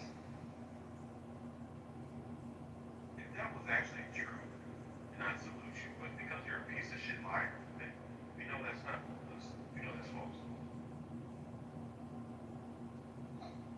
I'll have to bring my receipts. Have you ever had sex with a white woman? This is, again, you guys want to discuss sex, right? I'm not discussing sex. Stop talking about my member and all that stuff. You got white guys love talking about people's members and all that stuff. Stop doing that, because you white guys are obsessed with this weird shit. You know, Do you know what the name of this house is called? See, Profile, can you read that?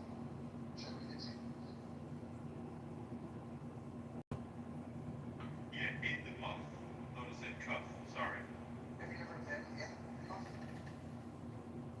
You know, can you stop? we'll see.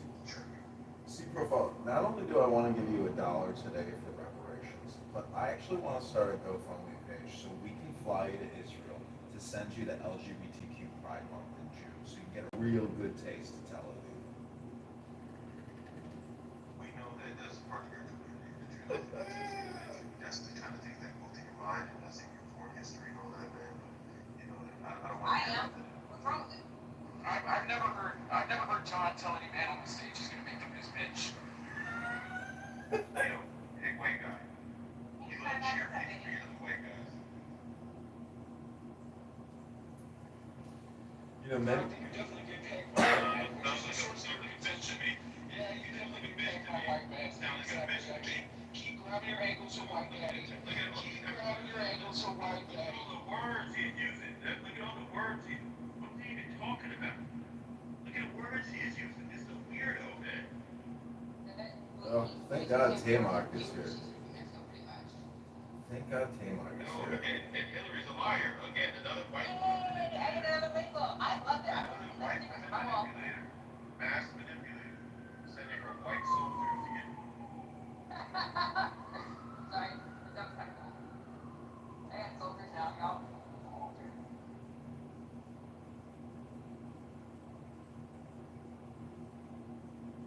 Timok, how would you diagnose C profile in the African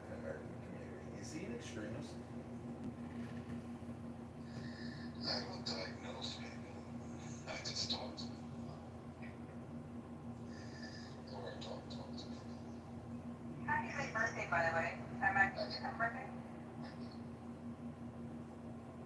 Timex record. Trash pandas.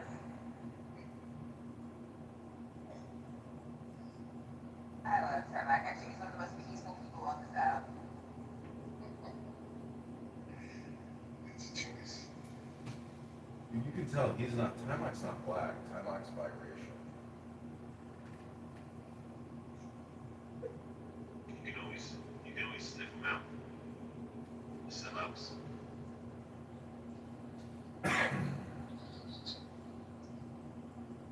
What, they don't smell like cocoa butter and waffle wraps? I was just thinking, what kind of clothes does I want to wear? Because it kind of smells really good. It's really, really expensive. See, Profile, have you ever been to a clubhouse barbecue?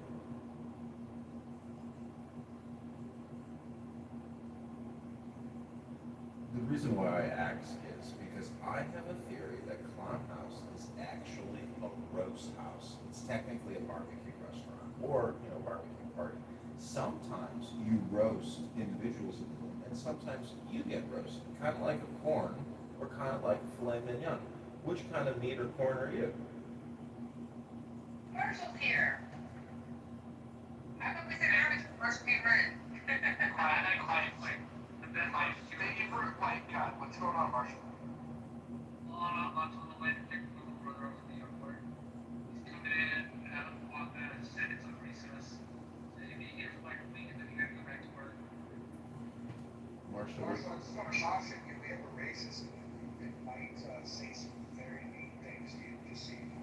Apparently, Let's let me clear that. and that's another word. Are actually the people in the room, and I'm the person who's calling them out. So I'm in a room full of racist devils, calling racist devils out, they constantly project on me as racist. I'm just calling these devils out. Aren't you exhibiting the exact Go fuck yourself. Go fuck yourself. Go fuck yourself. No, seriously now. No, Marshall, go fuck yourself. Go fuck yourself. Go fuck yourself and go take your privilege and your fucking mediocre ass. You're not working for your job. Not mediocre ass. Not working for your fucking job. Not you didn't earn your career, bitch. You gotta hand it to you, pussy bitch. You got everything handed to you, bitch. You got everything handed to you. I want to go to the line stars. Wait, hold on, white people. Please tell me where to go because apparently y'all are getting guns, you're getting TVs, you're getting good credit. Marshall got a fucking job, okay? Just saying. Please tell me where the line starts. Swear, Hillary. Go to Atlanta or LA? I am a maniac, bitch, in the comments.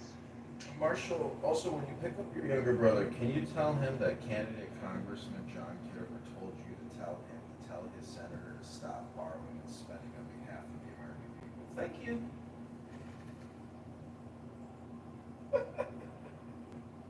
Pretty soon was panic.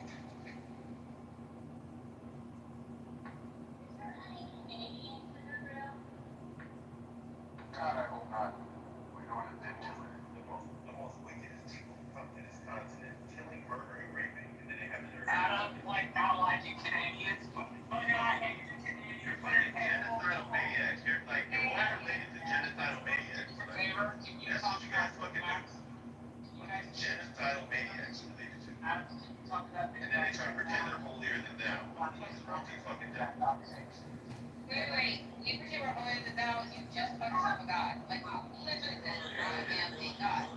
It's the only way to respond to you fucking psychos. You guys are fucking LinkedIn The narcissists. way to deal with this guy is just LinkedIn narcissists. Shut up, Marshall. Oh my God, Shut up, Marshall. everyone mute up. Everyone mute up. Everyone mute up. I gotta do this because you guys are getting sloppy with the rules. So I'm gonna read the rules to you guys again. Rule number one, let's see. Rule number one is no threats of violence. We've had that violated a couple times by one particular person. Surprise, surprise, it was a black guy. No doxing, stay on topic, keep your shares brief, do not interrupt speakers, especially the mods.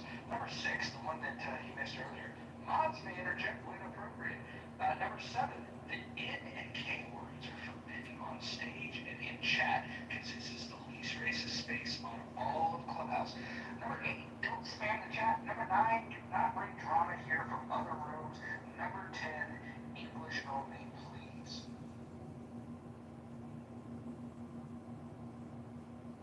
There's only one more we can break.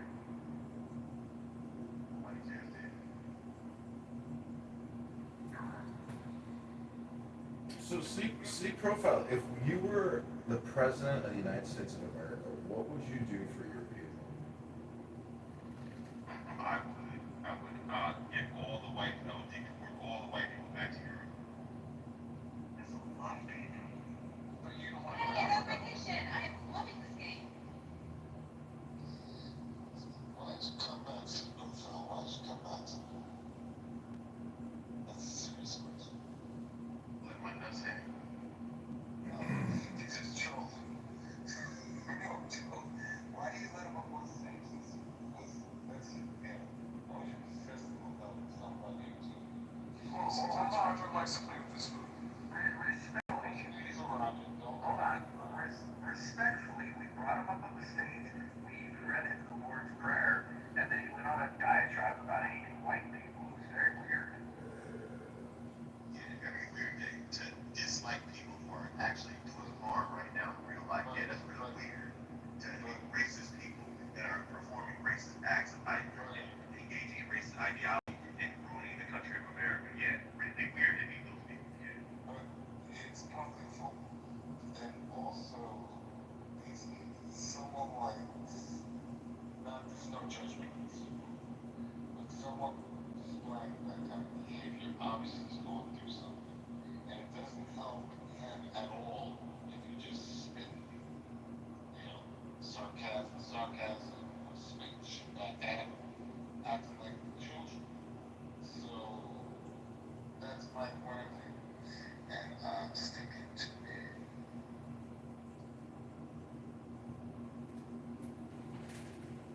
Well, this isn't the first time that C profile has engaged in this type of communication. This is, I would be willing to bet, generally what C profile does on this app. Am I correct, C profile? You're doing what white people normally do, which is false narrative creation. This is what white people do. So common. Keep lying. That's all you have. That's all you can do. You lie about history. You lie about who you are, your identity. You lie about racism. You lie about black people. Your name is literally C profile. Just saying. Keep lying. That's something in your It's profile? not lying. It's right there. That's you know what I'm talking about. You're trying to minimize my conversation. You're very manipulative, and that's okay. Yeah, I'm not that far. You're manipulative. That's okay. I wish that we run after this. We're gonna make out later or something. I can't stand Really weird. I know, but I'm so good at it though. Like I still think I've got a lot more. It's already my husband. I don't want this. Fine. Sorry, profile. Very excited. C profile, how would you rate yourself as being a kisser on a scale of 1 to 10? 10 being a great kisser, 1 being a terrible kisser. Sexual things.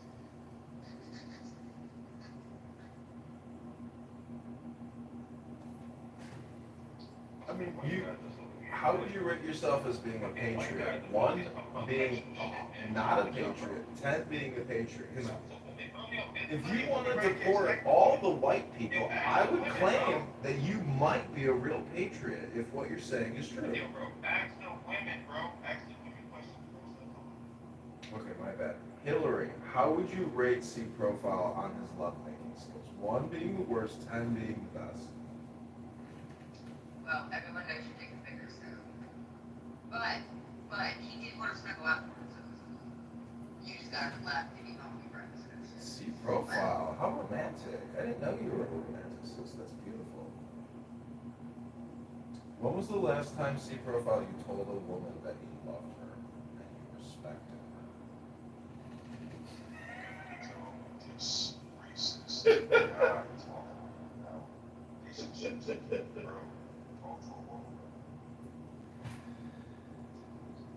Oh wait, you're a man? I thought you were a woman.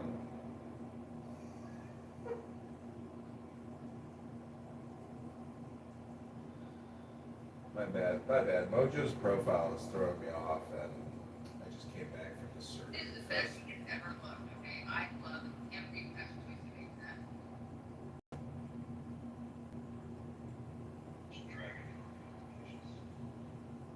Make sure he turned around with spear. It's a great question. Who is more racist, Pepe or C profile? I've cast my vote. Let's see yours. I don't think either of them is racist. I think both of them are, auditioning for the Troll Olympics and doing pretty damn good. Black men can't be racist. Kristen, are you in the bathtub right now? No, it's not that. Can't be racist. Yeah, don't tell me what he can and can't do, Kristen. Damn. Anybody can be racist, but not everybody can be institutionally racist. And that requires having some kind of leverage. Yeah, I was institutionalized a few times. I didn't have much leverage, though. Not institutionalized, institutionally racist. So wait, if you're institutionally racist, how do you deinstitutionalize the racist? Please explain. Education. The American is miseducated.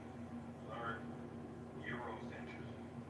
So what that does is it inherently teaches not only does it get passed down through families and tradition, but even if that was to stop, our education system reinforces it. Our media reinforces it. We have to do an overhaul of what we teach America, what it means to be American.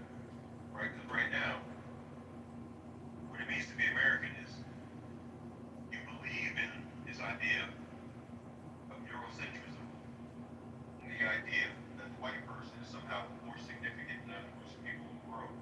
And we learn it for education process. First grade all the way to grade 12.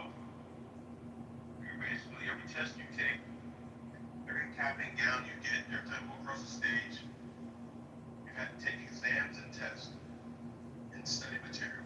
It tells you that the majority of contributions to human civilization have been accomplished by one group of people.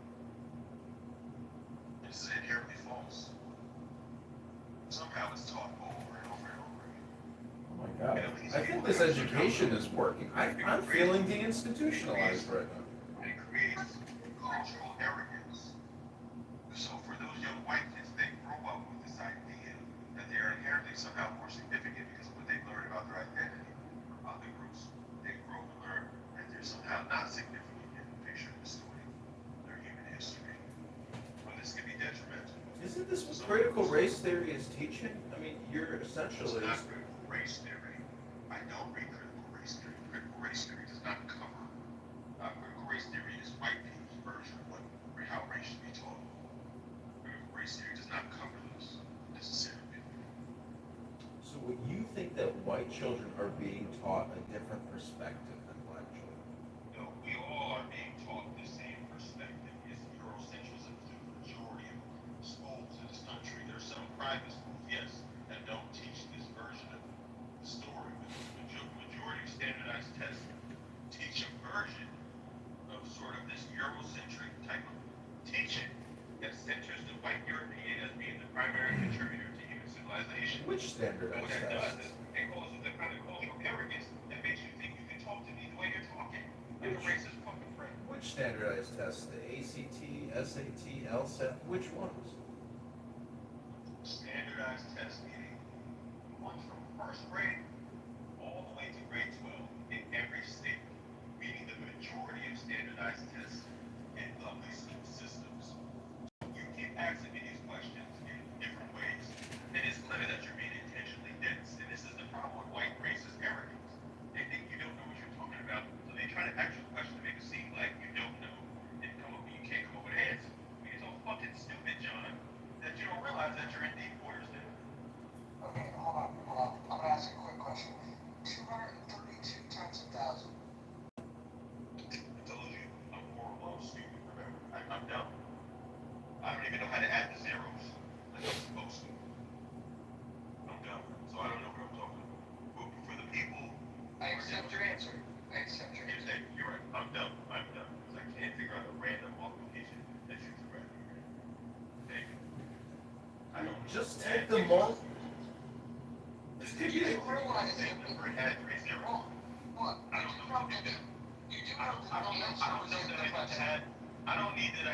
know that I need to add the 3 zeros at the end of the first number you gave me. I don't know, I'm so dumb. So, sorry for being dumb. That's okay, we forgive you. Kitover, okay. See profile, what industry do you work in? Oh, I would never tell you that. Entertainment, obviously. I would never tell you that. You know what, correct? Yeah, because you'll actually try to harm me in real life. I'm not stupid. I know that if you guys knew my identity, you guys would try to destroy me in real life. You know, Mike's act like me. I asked you in general. You're huge. First, we would have to be convinced that you're smart. You're huge, though. You're evil. I would never tell you what I do. You're evil. You're absolutely evil. Even you're not employed. Profile, Yeah. Right, because I'm whatever you think I am. I'm not employed. I'm a drug dealer or whatever you think I am.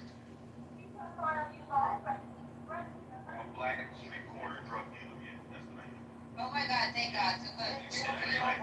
Insurance is really high right now, and I cannot get. And I need watermelon and fried chicken. Yeah. watermelon is delicious. How much do you need insulin for? I just trying to I'm actually getting a dragon fruit right now. I cannot get the people doing it with selling insulin, dude. Oh my God. It's gotta be cheaper than going to Walgreens. I'm so glad So you're here. quick. You've been a real, you've been a really good house member. You know, C profile, I gotta say, without you here tonight, this room would have been so boring. So thank you for joining us and enlightening the room. And, oh, all right. Well, thank you very little.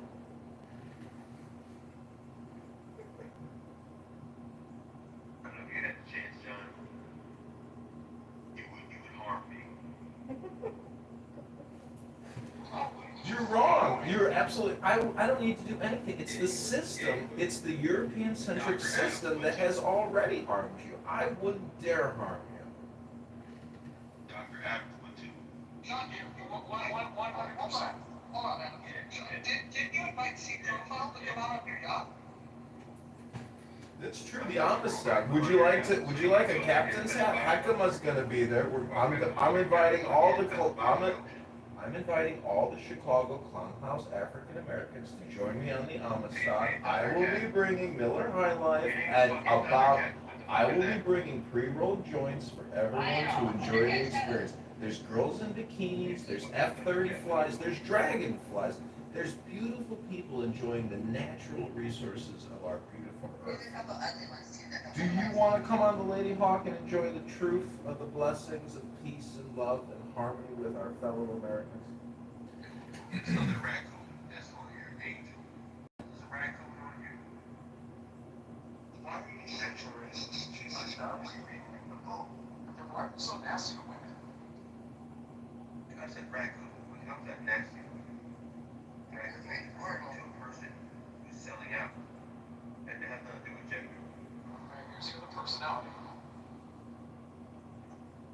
Here we go. White racist. Who hurt you? White people, I told you. White racist people are here. What to touch you? Okay, you know, Do you have any hobbies? Who hurt you? Who hurt you? yeah, fighting racism is one of my favorite hobbies. I think they touched your Community activism and fighting white racist people like yourself, white racist judges, white racist district attorneys. Yeah, I enjoy that very much so. Filing evidence after complaint, filing class action lawsuits, love it. Love destroying your fucking racist ass system that you file on to get your What's the recent class action lawsuit? Because I be on top of class action lawsuits, like literally daily. Not happy. Have you seen any live music lately? Or dead music. Who hurt you? Now it's doing zombie band, and I really want to be at that concert. You asked, and I told you. You asked, I delivered, I told you. When was the last time you made chipmunks? Have you ever been to a bar where you throw axes?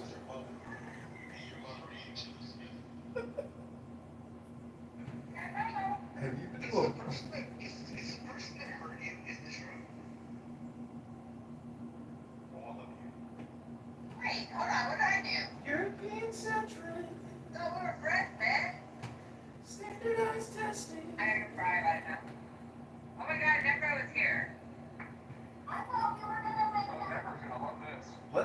Necro, has standardized testing of has European-centric standardized testing caused white structural racism and white supremacy?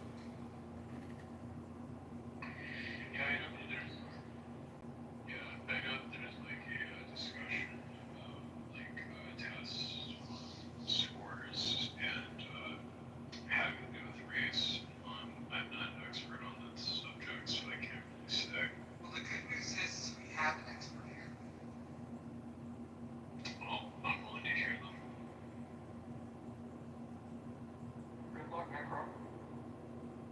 C-profile. Necro needs C-profile. This quarter, we've got C profile weighing in at quarter really sure, and Necro weighing in at a lot of resentment and anger.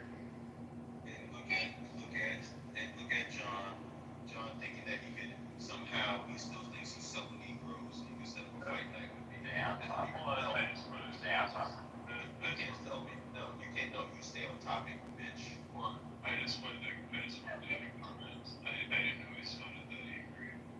No, this is a conversation between me and these wannabe slave masters, and then he can sell me into a fight. Okay, it was college, and I did the whole domination thing for a little bit, but I looked really good as Kristen. Have you seen the movie Lionheart with Jean-Claude Van Damme's profile? Because that's kind of like Mandingo fighting.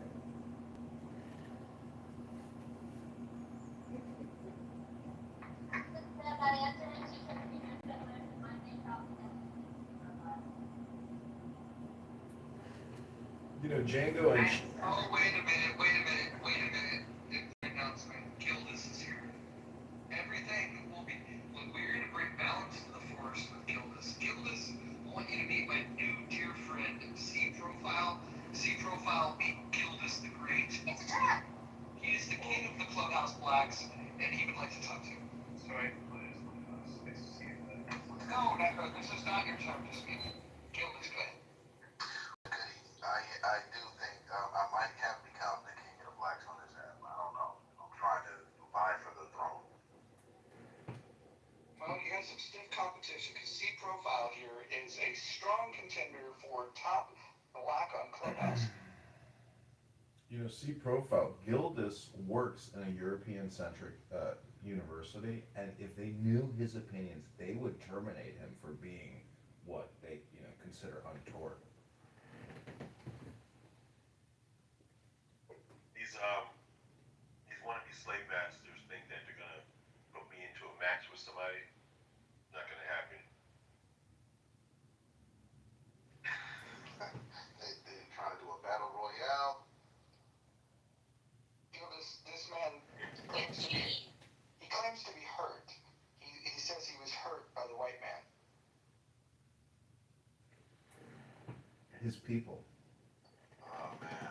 Well, C-Profile, this is my first time meeting you, man. We can chop it up. But, I am curious to know, what happened, man. What went down.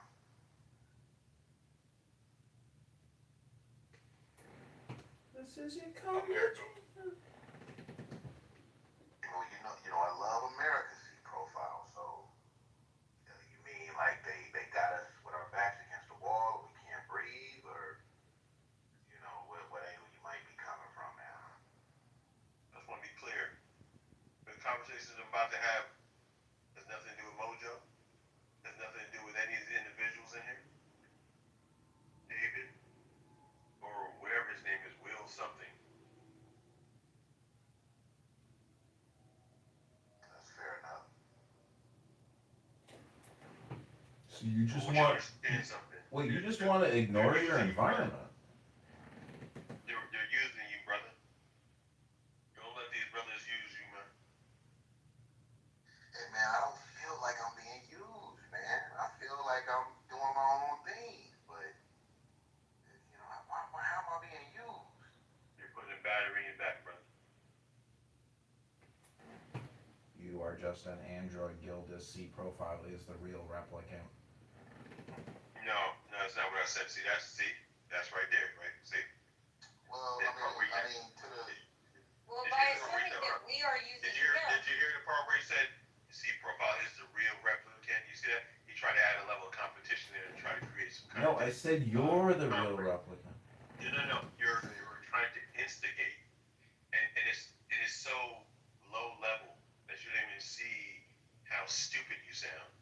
You say I'm not going to get an argument of the egos with another brother on this platform. But to say that we are going and trying to use him to better him. Why is he not working Third time for a white woman's voice, please. Silence. Let Gildas take care of this. Yeah, well, see, what I was saying. They say, well, I got him, yo, look. He said, let Gildas take care of it. Look, he cracked up on you, bro.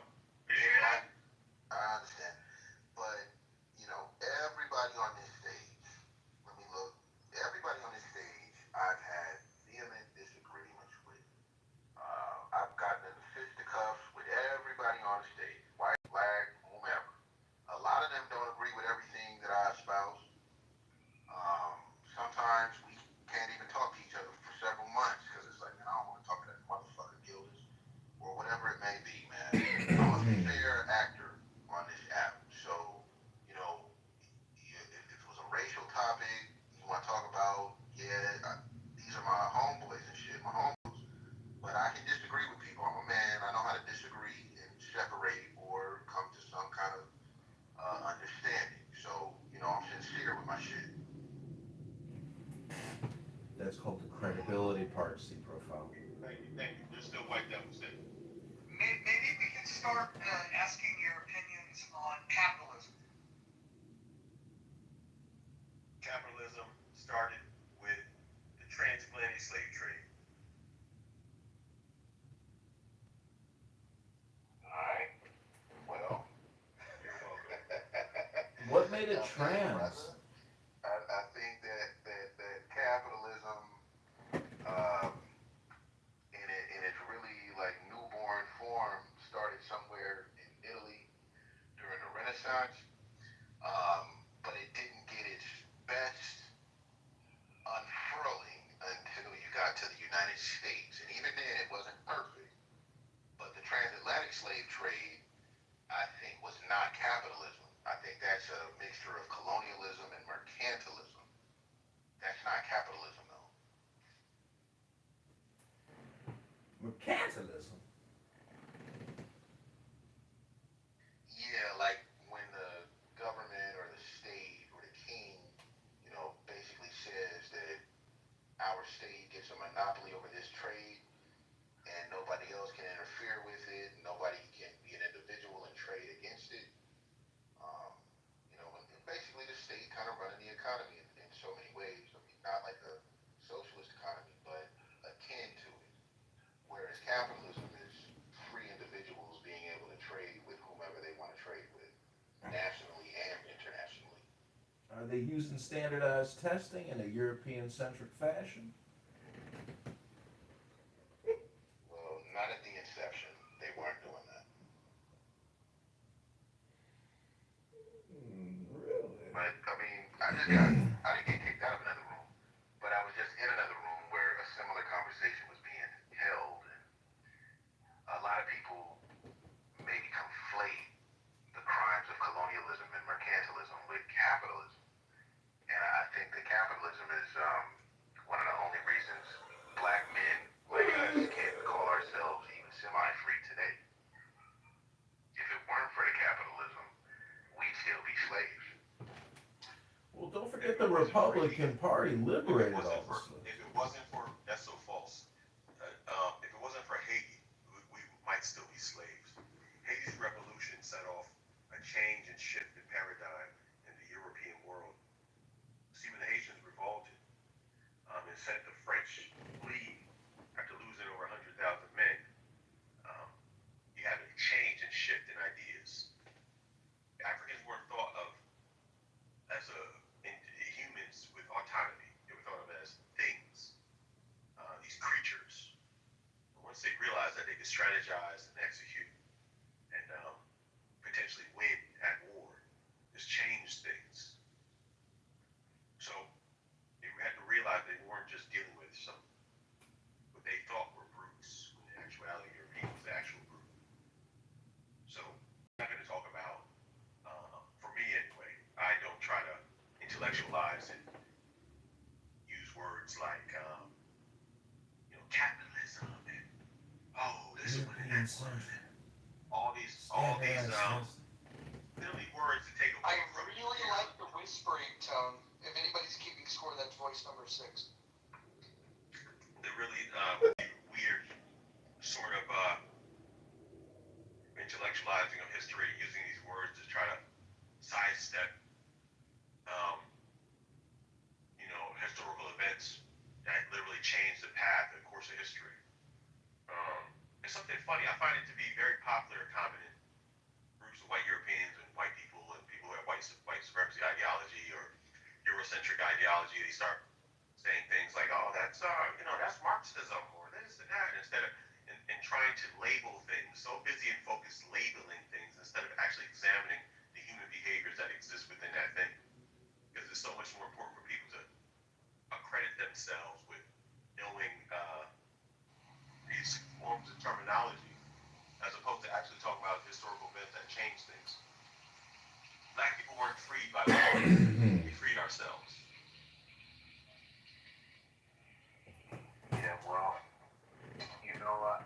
I understand what you mean about how inspirational the Haitian Revolution was, but I do have my qualms because insofar as the Haitian Revolution, threw off slavery and defeated the French, I mean, that is the most momentous slave revolt in the history of humankind.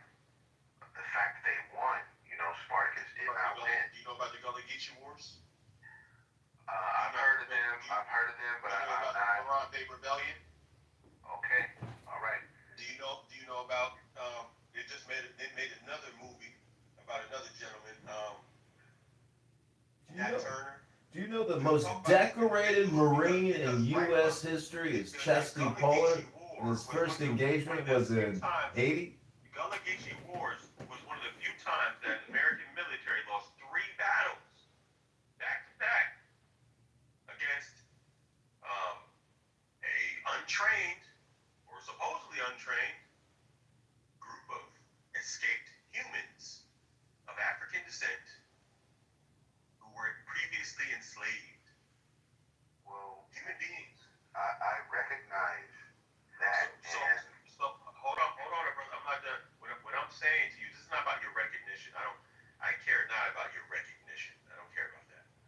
What I'm talking about right now is not about a conversation or a debate or point scoring or who sounds what. I don't care about none of that. The reality is that when you look at this, comment section and the comments that people make and how they think and how people have internalized this dehumanization of the African, of the black person today, to the point where black people today will capitulate and try to align themselves with this Eurocentric mentality and sort of tap dance and try to be a puppeteer for these racist white folks, right? It's quite interesting when you're having these conversations about facts about history that it becomes a matter of technicality and this and that. And we have a story of America, and a lot of the pieces are missing. And I really don't care anymore about Eurocentric viewpoints. I don't care about them. 10 minutes later, you don't care anymore. And so, what I'm saying to you, you racist devil, John, you piece of shit racist devil, is that You just broke rule number 4. Please check the rules. The ideas that I'm presenting, I have no problem calling you a racist devil, because that's what you are. You benefit from racism. You're a racist. Projection! And it's okay. Projection It's okay. alert! It's okay. Projection alert! That seems to be the only vocabulary word you know. So that's okay. I know you're limited. White mediocre people are limited. So projection alert! But anyway, like I said, that's what happens when you get things handed to you without working for it. So look, here's the thing, right? At the end of the day, projection alert! This guy gotta grow up, man. He's like a teenager, man. So like I said, at the end of the day, I'm gonna get going, because one of the most saddening things in my life that I've heard in my life is coonery, buffoonery. before I listen to a black man who tries to tap dance in this room and try to capitulate to whiteness and debate me and argue with me in front of these racist white devils, then I'd rather leave and get going. So we know you found a coon that's going to do your bidding for you. So have a good time, Gildas, and you won't be here debating with me. I know where you're coming from, C profile, and I wish you well.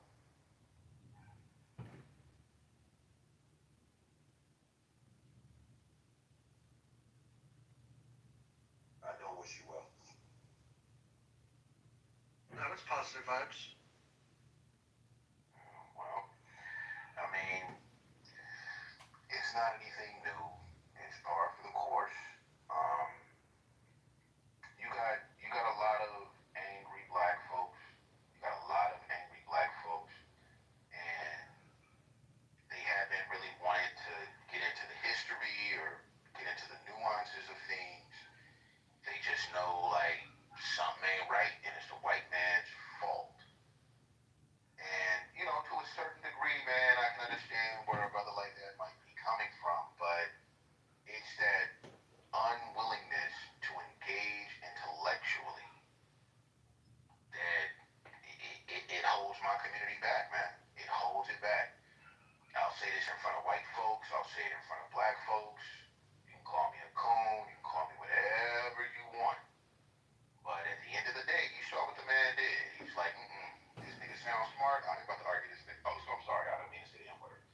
This fool sounds smart. I ain't about to argue. Hold on, I gotta pause you. Hold on. We gotta pause. We gotta read the rules here. Oh man, I wish you wouldn't have done that, but now it's a formality here. Listen, we got rules here. Number 1, no threats of violence. Number 2, no doxing.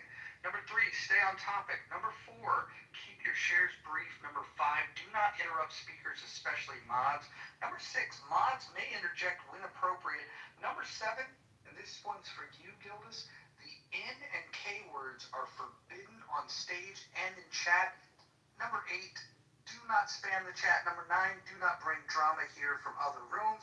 And number 10, English only, please. Thank you. I hope that was clear enough for everyone. And continue, Gildas. Yeah, I sincerely apologize, because I do know the rules, man, and I don't want to bring that kind of, but,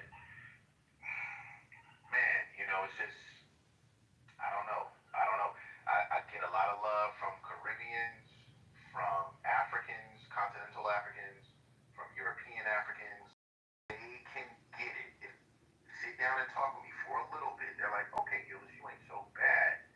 But some of these brothers, they coming in hot off the streets, and their interaction with white folks is police and bad school teachers, and they just look at white people like all of y'all are evil. I get where they're coming from. I don't agree with it, but it's a lot on that. And the brother who just left, like I could tell, like he doesn't want to have the conversation because his arms aren't long enough. He's like, I ain't about to talk to no scholar or no thinker. Fuck that. I just wanted to like troll the white folks and move on my day. It is what it is. It's happened before. He isn't the first one. He won't be the last one. Gildas, Gildas, why do African Americans always say my people? My people. So, as an American, if I were to say my people, but also include the African American population of America, would it be inappropriate for me to claim that black people in America are also my people as a white American? In many of our minds, my people means those of us who have brown skin, dark skin, and went through slavery. So there is no my people that includes white folks, Asian folks, other Americans. Whereas the way you would be trying to use it would be, more all inclusive. Everybody who pays their taxes and gets up to go to work and shit. They're all Americans to you. Wait, do we live with time travelers in this country? Because I don't think anybody alive today was a slave. Yeah, but African Americans specifically, or in particular, I should say, do feel like that makes us a singular people. And in many ways it does. But insofar as it begins to cloud your ability to reason, then I reject it.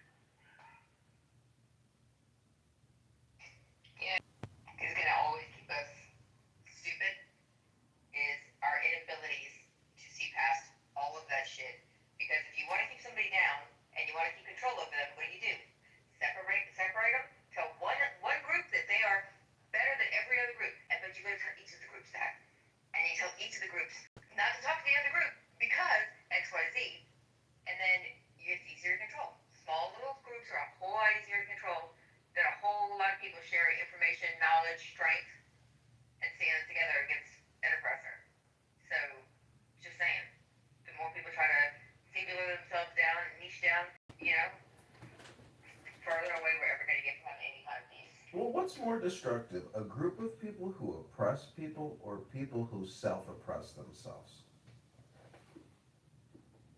Well, obviously the latter is worse, but when the latter, when the idea is I'm oppressing myself because I'm oppressed by whites, that's where it starts to get really funky because now you've got to say, okay, I shot the man across the street in a drug deal gone bad, not because I just wanted to be a drug dealer and commit crime, but because the white man took so many opportunities away from my ancestors that this is all I felt I was capable of doing to gain some kind of wealth in this world.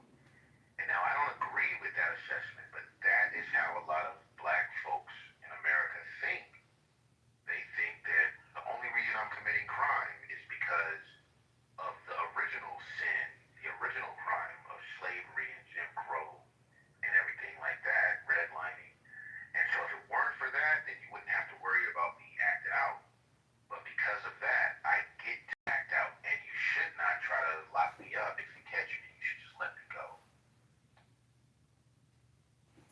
It's a fucked up world in terms of some of that black thinking.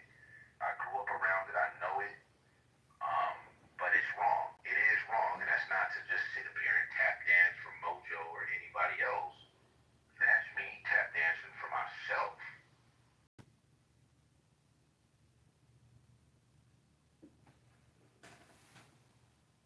Well, I say just join the dance and the partners will find themselves.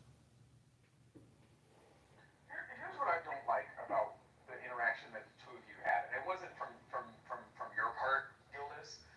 It was this protectionism of trying to control the conversation to not take place in front of white people. And that kind of reminds me of the lessons my parents taught me as far as keeping a secret as a kid. Anybody outside of your parents asking you to not share things with somebody, you tell your parents. It's kind of one of those things. Like, it's almost like safeguarding and protecting a system of psychological abuse because you don't agree with the way that Black America behaves, and at times, or you have certain criticism, then you're a coon, or you shouldn't be having that conversation in front of other people. It's really abusive, and I don't think that people really call it out for what it is. Yeah, I think you're absolutely right, Doc. And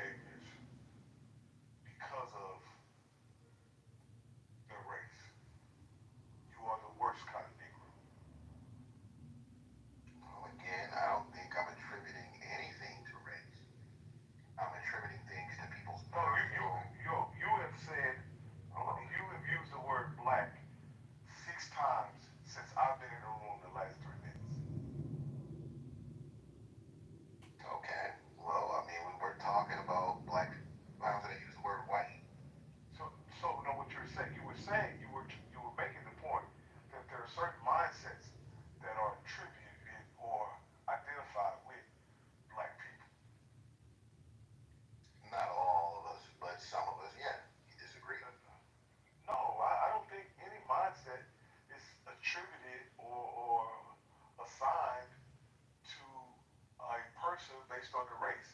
A lot of the reasons why people think and believe what they do is because of the conditions and the exposure that they have. Has This nothing is to what I just explained, actually. No, bro, you were using the term black people, black thoughts, black ideals. Those are your words. Well, again, I was saying that there is a segment of the black population that believes that, for lack of a better term, white supremacy is the reason why we might have so much conflict and trauma and violence in some of our communities. Not all black communities are violent, but the headliners are, and they remain that. I think, and we have to understand in America that there were not only laws, customs, guidelines, regulations, and practices that disproportionately affected black people in a negative way. Period, point blank. That is not something that anyone made up or anything like that. We can go through history at any time period up until right now, and you can look at, there are literally lawsuits that are pending related to financial practices that are discriminatory toward black people. I agree with you. I cannot deny the facts of history.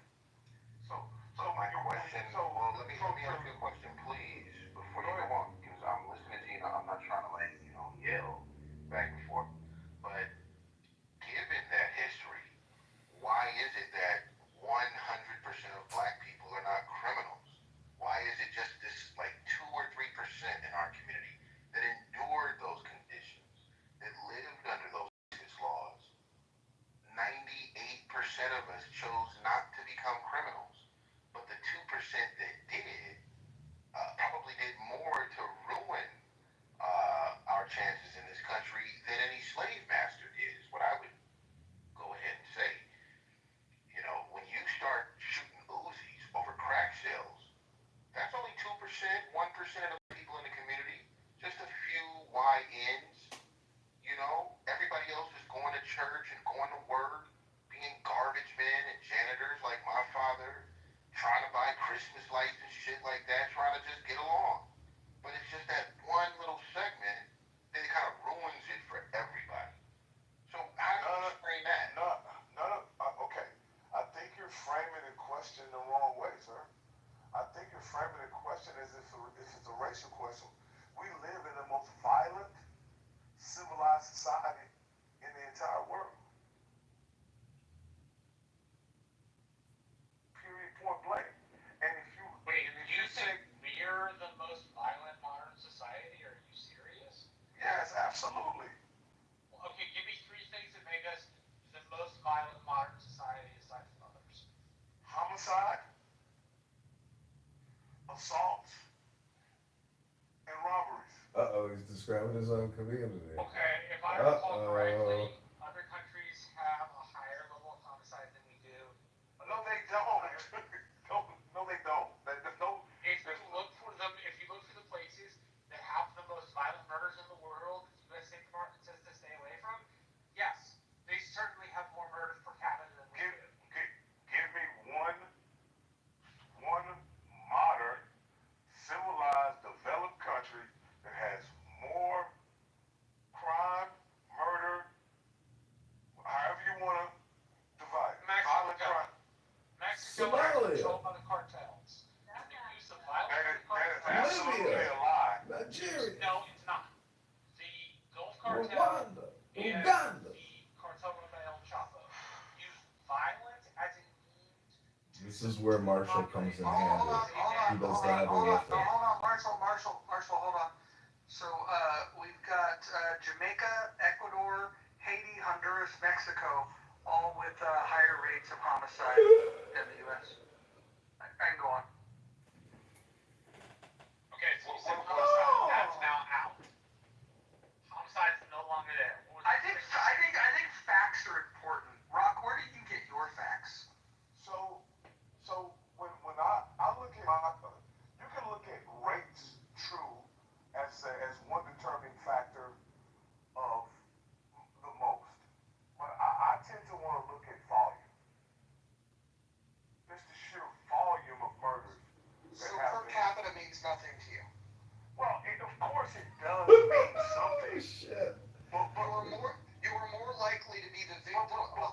genocide in the countries that I just listed than in the U.S. Bro, listen what I'm saying. In America, just the sheer volume of, think about what I said. I said murders, Think about it. assaults, and robberies. Think about it. If you combine those, there's no country on earth that behaves, functions, exists. Well, hold on. I want to give you a list of the robberies. Costa Rica's number one per capita in robberies, then Argentina, then Uruguay, then Brazil, then Chile, Nicaragua, goddamn South America, you fucked up. Ecuador, Cape Verde, South Africa, and Mexico, all with higher per capita robberies than the United States. And then go to assaults. Then go to assaults. I'll get to all of them, but right now you have to understand the first two that I've looked up are incorrect. I can find countries that are the first two. I said that you combine. I said combine. Okay, I'm gonna pull the map because I'm a big facts guy. I'm gonna go look it up. And I mean, this is what I wanted to say to the guy who left when he brought up the Haitian Revolution. Well, hold on, let me just get the thought out, Rock, and you can respond to it or not. Well, I was interrupted while There's this animosity about how to get revenge against white supremacy. And, in one extent, maybe it's valid, but the problem is that I haven't heard anybody come up with a plan for what we do after the revolution. And that's the problem that Haiti had. They did a successful revolution. That wasn't the problem that Haiti had. You don't know your history. The imperial powers. You got mad that somebody interrupted you, and now you're doing it. No, because he says Good one, he's Marshall. stating I have learned to love Marshall, not to hate Marshall. Just don't interfere with Marshall, and that means don't talk to Marshall. Well, let him finish. The problem with Haiti is after the revolution is that they were excluded from the trade of goods and services in the northern hemisphere. They were excluded. And what sort of economy did they try to wreck in their constitution after the Haitian Revolution? When you read through the Haitian Revolution's constitution, and you see that they're saying, well, we have to make the peasants go back and work on the farm. They didn't adopt the free market stance. They didn't adopt a stance that would have been friendly to America's economy. If they had done that, they might have fared a lot better. They wanted to reimpose a caste system. Okay, and insofar as they're going to do that, they're not going to be some kind of economic engine that any country wants to do business with, especially after they've done a slave revolt. It is what it is.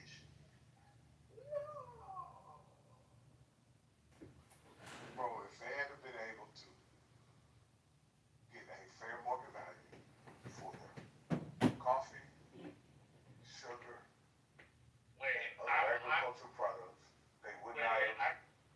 I'm really confused.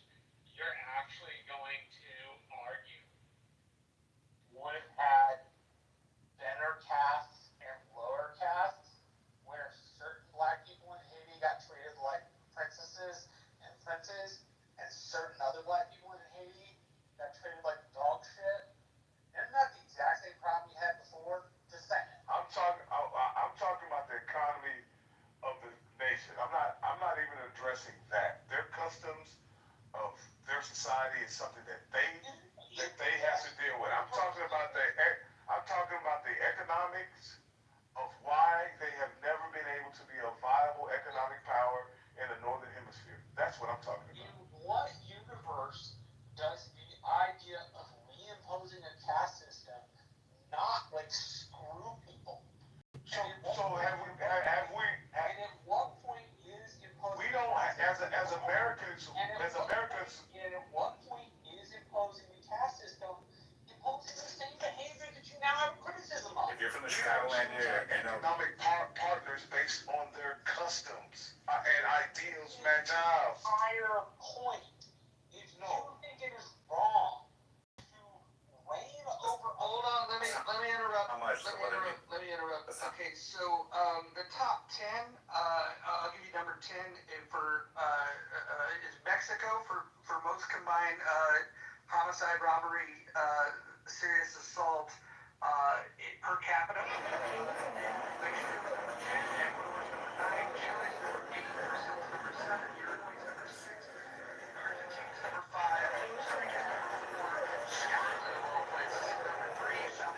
If I can just admire car accidents. We're wrapping up a longer list here. It's late Saturday night. America is not in the top 10.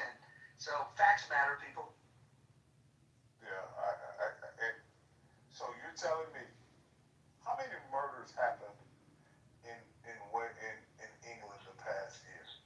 That's not the point. The point was your. No, that's the point I'm making. You asked. That's the point I'm making. Hold on. I asked a question. Hold on.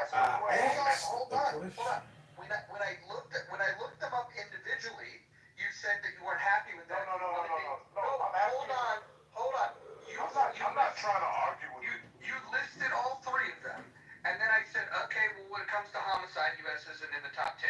Then you said, okay, well, what about robbery? And then, nope, not in the top 10.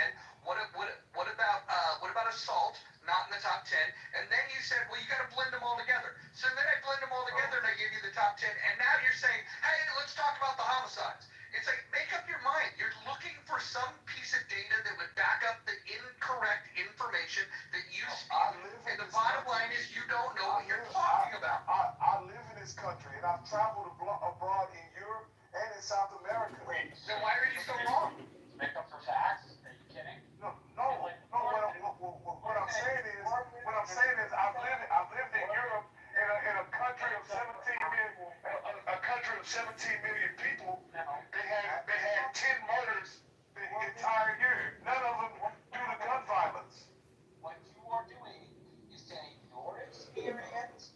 No, what I'm doing is telling you that in America, the level of gun violence that we have here is far greater than any other nation that you could ever visit.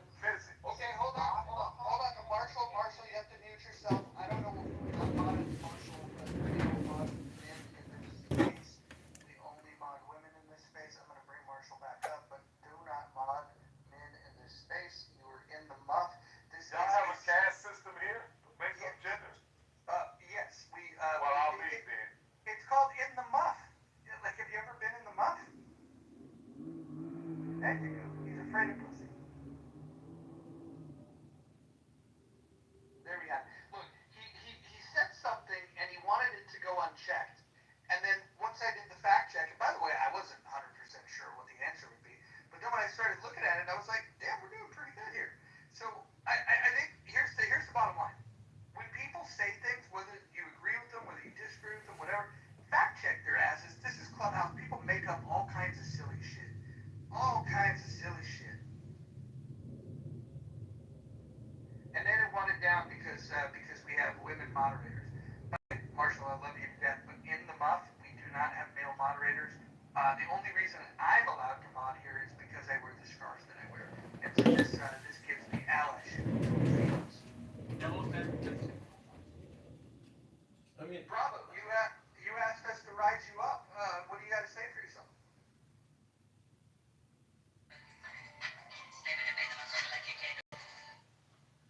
can I ask Gildas a question? That was the best that he had. He wanted to come up and then he wanted to play a song and use a GIF of a dance. Like, do better, people. Can I ask a question to Gildas? Gildas, it's a theory of mine that all communication is projection and politic. Maybe at the same time, but not always necessarily. I'm just wondering, in the black community, is racial identity politics a projection, or is that politics?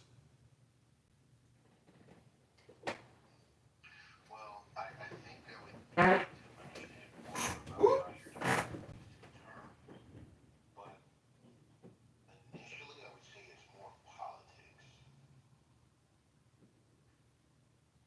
So, I mean, if somebody comes up here and claims that America is white supremacist structure, white structural racism, and the past two speakers I would say are of that sentiment, isn't that just their politic? And to get upset over their politic it would be ridiculous as a listener to get upset with their version or their form of trying to do politic. Yes, okay, so yeah, then I think we're on the same page here about what we think is politics. And ultimately, they want reparations. Like give me the reparations, and then we'll see how we move forward. There's no promise that reparations will be like, all right, it's even now, even if you paid us $250 billion. There's no guarantee that it's like, all right, you got paid, capped up, we straight. Even after that, it would still be politics. It would still be, well, you didn't pay it out the right way, or you paid the wrong people more, and you paid the other people less. And it just go on and on. So really, it's not politics. It's an existential problem.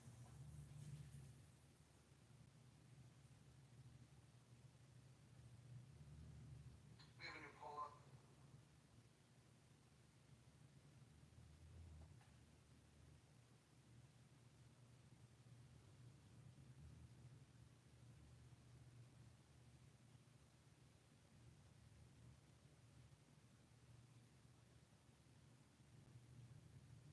It looks like Tony Moore is winning. John Kitover, do you want to tell them about the book club?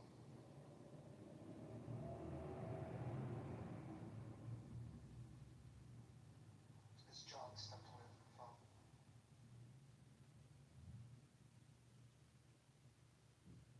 He'll be back.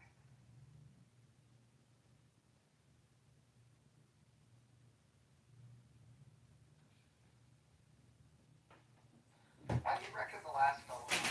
Do you think it was because he didn't want to be in a room where there was people involved, or do you think it was because his argument was based on lies? What do you think is more likely? There's no argument so far.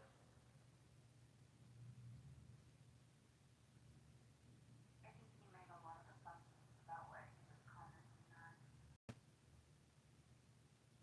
Yeah, I mean, that's how it usually goes. If you hold their feet to the fire, they don't know what the hell they're talking about. They don't know where they got the idea. It just is what it is. Yeah, the louder he got, the more he spoke over Marshall. I just knew it was a wrap.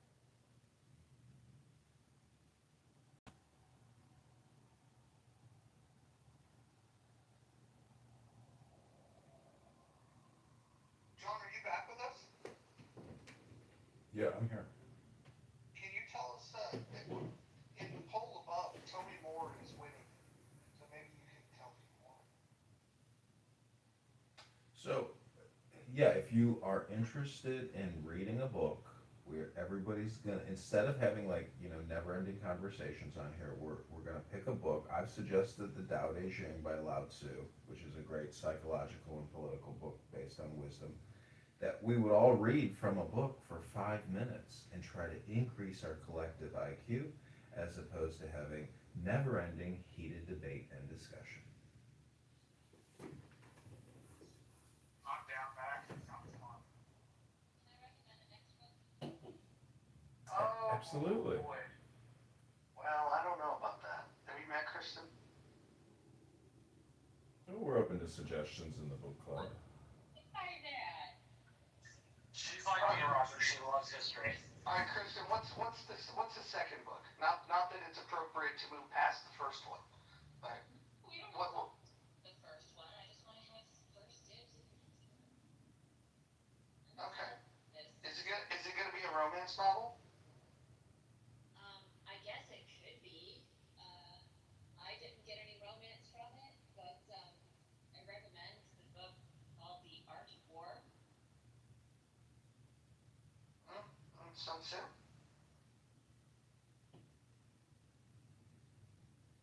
All right, looks like we've got the first two on deck. John, we'll have to figure out when's the appropriate time to do this, but I think the reading will be, we need to get people on Clubhouse to read more. Is anybody in disagreement that we need to read more?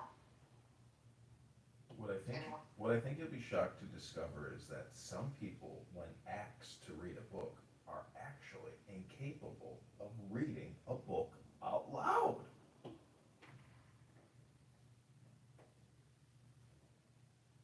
It's kind of like a job interview. Somebody comes into the office and you're like, you know what? Just read me 2 pages from this book. And it turns out that they can't actually read to you the 2 pages without, reading it in broken English nonstop.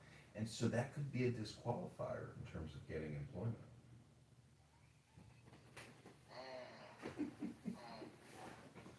Your voice has to be clear to transmit the information.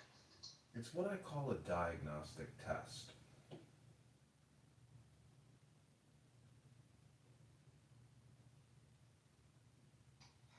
Who all in this room was in healthy debates earlier when they came after the queen of all of Clubhouse? Who all was present for that?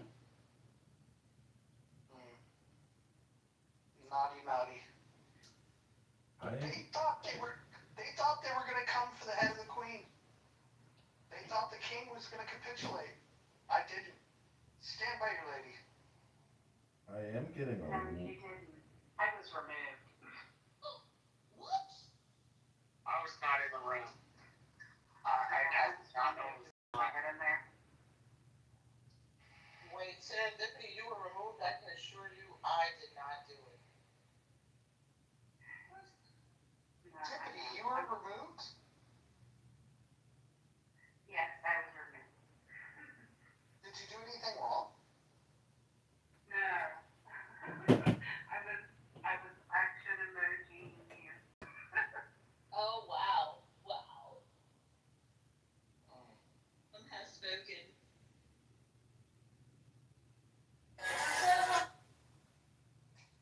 Yeah, it was an interesting room.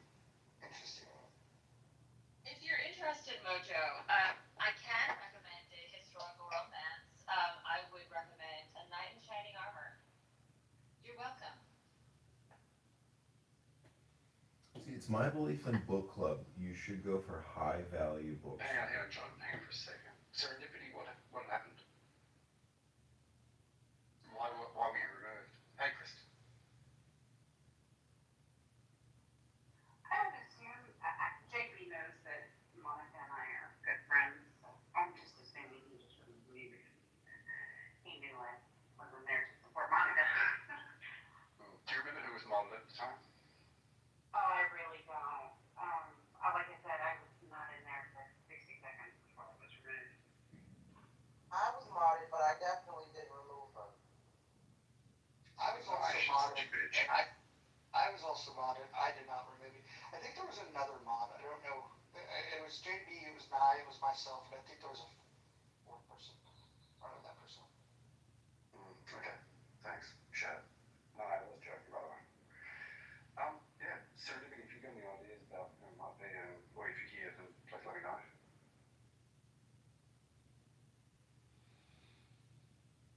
It was interesting. I learned that people were uncomfortable because I open rooms and I invite Monica and I give Monica a mod badge. I don't know if you guys noticed, but I'm not the only mod in this room. We have Kristen, we have Miss Dawn, who's been asleep for the last 3 hours. We have Dippity, and we have Nye. I mod the ladies. This is kind of like, it's in the muff. You have to have female mods if you're in the muff. It's kind of in the title. And Hero, she's gonna get modded because she's a woman. And this is no disrespect to any of the men that are in the room. It's just the way it is in the muff. But I learned that there are people that are uncomfortable because I'm friends with Monica. That's very interesting. I don't know why they're threatened. Maybe the women, maybe it's jealousy. Maybe they thought that they were going to win me over. And, I only have eyes for Monica. That's it.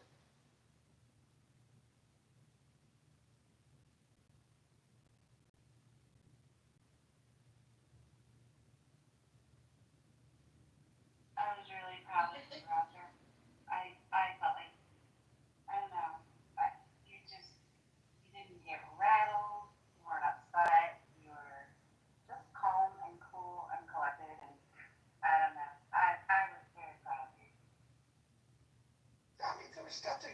nothing to see. It's like we open rooms and there's people that are confused on why Mojo would do rooms with Monica. I would say go listen to the recordings of the rooms that Monica's done. I would argue that the room that she did on Roland Fryer is one of the best rooms that you're going to listen to on all of Clubhouse. And if you miss these rooms live, you can always go to YouTube and you can watch the live stream. John Kitover, can you tell them how to find that when they're on YouTube? Sure, just go to my profile or go to the chat. I will put the link to one of my primary YouTube channels, and you can see all Clown House rooms streamed live on YouTube. And some of you are most likely in my YouTube videos. Some of you may already be watching my YouTube to find out, if you were in that scene or if, how I reacted. Additionally, there are people who may be blocked from this room and other rooms who also watch the live stream and text me nonstop or even call me nonstop to talk about what they're watching on the YouTube live.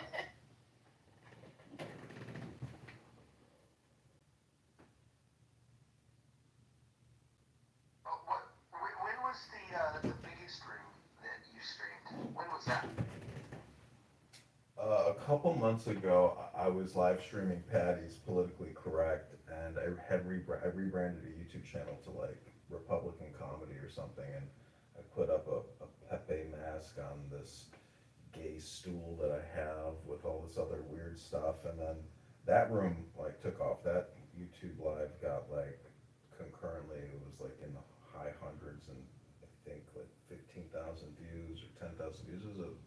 It seems like the algorithm, it's very hard to get views, but there are days or times. How did yesterday's room do? It did really well. That live stream on that YouTube, I can put the link, got, I don't know, 1,500 views, I think, and about 70, 80 concurrent live streams, because the average view is only just a couple seconds. So that's the most disappointing part about it. You think oh, I got 1,700 views. No, you get 1,700 people who on average watched your live stream for 3 seconds. So it's all just fluff.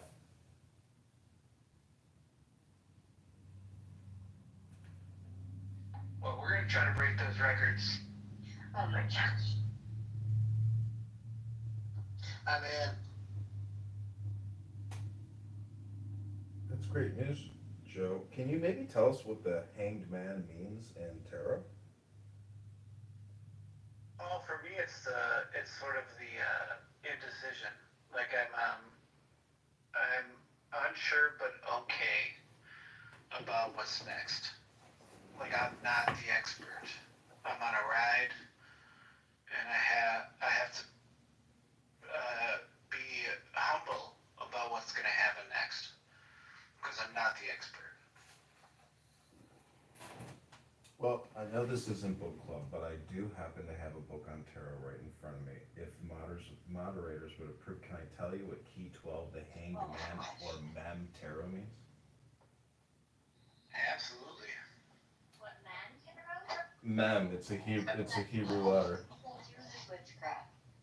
It's not witchcraft, it's called a book, and maybe you should pick one up once in a while. It's called Mem, value 40. Value as the final letter in a word 600. This is the second of the 3 mother letters of the Hebrew alphabet. Its name means literally seas, but like many plurals in Hebrew, it designates a general idea, in this instance, water. In this connection, we may note that alchemists call water the mother, seed, and root of all minerals. In ancient books, neither direction nor planet is assigned to this letter.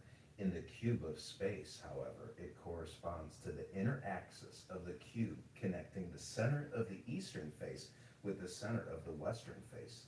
Moreover, the final form of the letter Mem shares with the letter Tav the attribution to the innermost center of the cube of space, and to this attribution part of the symbolism of Key 12 refers. In modern astrology, however, Neptune corresponds to Mem. The color assigned to this planet is pale blue, and the corresponding musical tone is G sharp or A flat. Water, the element represented by Mem, is the first mirror. water reflects images upside down, and this idea is carried out by the symbolism and title of Key 12, which is a symbol of reflected life, a life in image of life in the forms taken by the occult water or cosmic substance. Hanged man, the title means occultly suspended mind, because the man and mind are from the same Sanskrit root, and this fact was known to the occultists who invented tarot. The title refers also to the utter dependence of human personality upon the cosmic life. In the Rider Pack, the youth hangs from a T-cross. Okay, that's all I'll read for now, but that's called reading a book.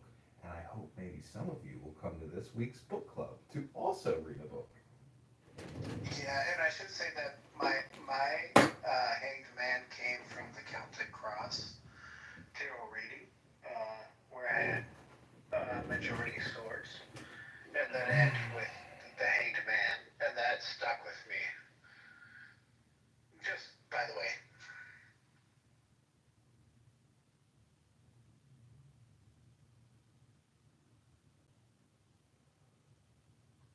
Will I support the reading of books as a group?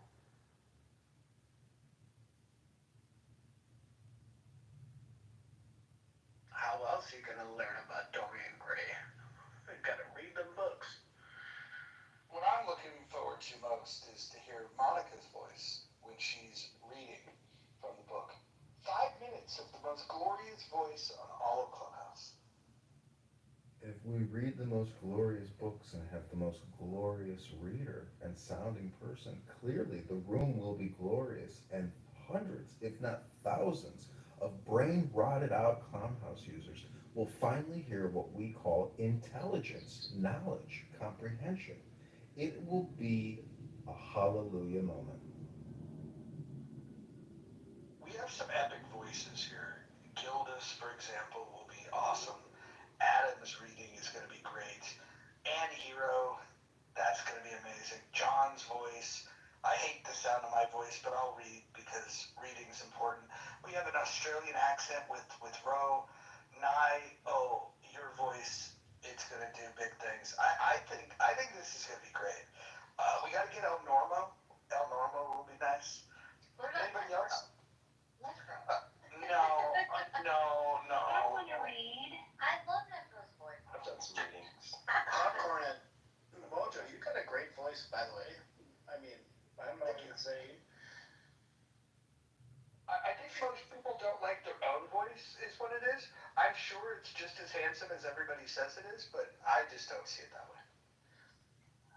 Yeah, that's your inner ear. That's your inner ear. You're hearing it from your perspective, not ours. Right? You got a great voice. Well, thank you. I'll accept that. Have you heard Monica's voice? I have not, and I'm afraid to, because I think it'll change me after this room. After what I've heard, I think it'll change me. It definitely will. It's the voice of an angel. Like, if you picture, like, what would it sound like if the Lord was speaking to you in a feminine tone and like Selma Hayek? My word. Can we get Dr. Jordan up here? Dr. Jordan? We gotta get Dr. Jordan. I just love this clubhouse romance that has blossomed. Well, it's not a romance. It's I have a crush on her. She's not returned any of these signals. There's no signals coming back my way. No romance though, it's so cute. It's like unrequited love. I'm like John Cusack, lonely with the radio over my head and say anything. Exactly. Exaltation. Nothing wrong with that. Can we make sure that Dawn does not read in our club? Dawn and Necro are forbidden from reading. No, I just want to ask, I understand why. Working the voice inflection, please. I don't understand why Dawn would get pleasant. I think she has a very pleasant voice. She sounds like John Fetterman, like hours after his stroke. You like that? Crazy. I said, you like that? Yeah. How many hours? Fuck it up. How many hours I'm back channeling it to every fucking body that I know will get pissed off over it. You know, I'd like Back channel to like 30 people already. Yesterday, I voted. It's hard to know the context of some of these. Don, I'm totally Oh, it's her crashing out on black people because they're arguing with her. people that I like. Hopefully. Yeah, I can get the whole screenshots, like the whole one. You should put these on YouTube. I voted. But what ends up happening is during the chillism conversations and debates and stuff, some of these people will be in the back channel dropping shit towards each other. So like, Louis will be like, shut the fuck up, Monica. And then Monica's like, fuck you, you nigger, or something like that. And say that word directed towards him in the back channel. Because they know that Monica doesn't want to say it in the chat, because then other people inside of Clubhouse will see it, like Roger, and be like, oh my god, Monica's a fucking racist piece of shit. Mm-hmm. And I don't mind if Monica says the word, because I'm a free speech absolutist. And like, if a person says, like when Pepe says it, nobody gives a shit because everybody knows that Pepe uses that word. But when Monica then turns around and says, oh, I don't ever use that word, and then it's like, well, I got like fucking 20 screenshots of you using the word. Mm-hmm. Like, it's a two-faced fucking behavior that just pisses me off. But yeah, it's just nice everybody's seeing it though. I think you may be overestimating how much people actually care about any of this. Just FYI. Well, no, I know what's going on. I mean, Roger said that. I mean, were you there the day that Roger said that he doesn't actually like Monica? He doesn't think she's like, somebody of substance. But he said he's doing this like pretending like he likes Monica and making her believe that like he has a crush on her, and like he's telling her, "Oh, my sweetheart, my lovely darling, my queen." And what he's doing is he's trying to piss off Nathan, and then Nathan's like running his mouth, and then Roger goes and then makes the 10 rules, which is like chillism's 5 rules, and then he goes over to JB's room, and then when JB invites him in, then he tries to plug his room, then JB tries to misdirect away, like, "Oh, hey, Cindy down in the audience," and then Roger's like, "Hey," Roger redirects it back again by saying, "Hey, if anybody wants to like have an issue and shit, they can come over to In the Muff, or talk to me directly." Mm-hmm. And yeah, it's just a cash grab. That's all they're doing. Yeah. Roger, see, the thing is, if you're the green bean, it gives you that control, and like Roger likes to have the sole control because I think it's probably more personality disorder. Probably, but it's also, it makes it easier if you're the sole mod, you control the whole experience. It's that much more. Yep. Well, what's funny is David hit the nail on the head in the JV room. He said that for Roger, this is like WWF or WWE, and Roger is fucking Vince McMahon, and he's like orchestrating all this drama and shit. It's true. That's smart. It's fucking true. And I just think it's fun. But you know what? I'm gonna contribute, and I'm gonna add to the drama in the Muff. Yeah. Even if I'm not in there, and just fuck around and have fun. Because that's all Clubhouse is. It's a fucking psyop, right, John? I mean, it's not it's like hypnosis. Yeah, but it's like just individuals doing it to each other. No, I know. But it's all hypnosis, John. And projection. Okay, have a good night. Talk to you soon. Later, John. Okay, bye. What if I did it with Joe? Like if Joey getting with the necro, then where do you go? Where do you go? Like for example, I always have a backup plan. Right now, like I've got my heart set, all my thoughts, all my prayers, like my everything, my little prayer box, it's all dedicated to Monica right now. However, if the universe shifts and it moves in a different direction, I already know who my backup plan is. I just can't share it with you. Because if I share it with you, it'll make it seem like I don't have enough focus on my number one. Yeah, sorry. It's Marshall. I don't know if you think that I should experience others, but no.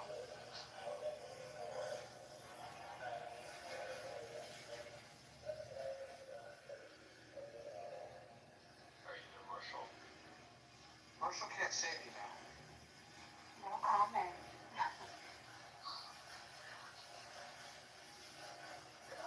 Oh.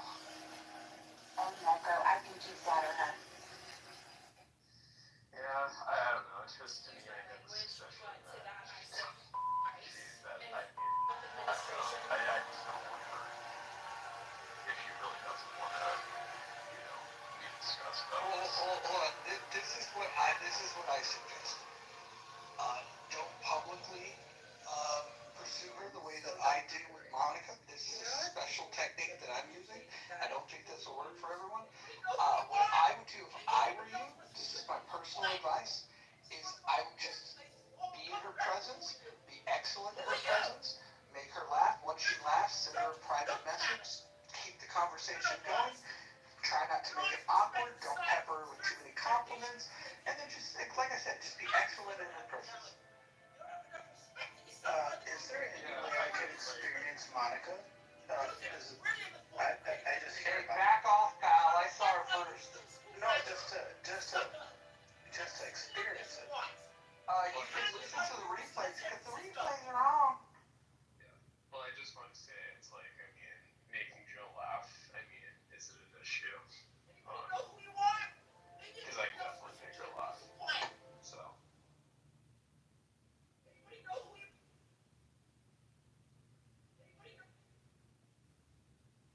Alright, whoever's friends with Joe B, just get word, you know how it works. Just gotta just be like, hey, what do you think of this necro guy? You know, put in a good word.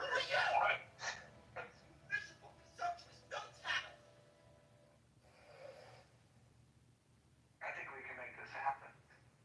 Yeah, Joe, I'm sorry, I'm just so bad. I'm like the worst person you could ever be. I'm just hearing all this about Monica and not experiencing any of it. Is this Matt cool?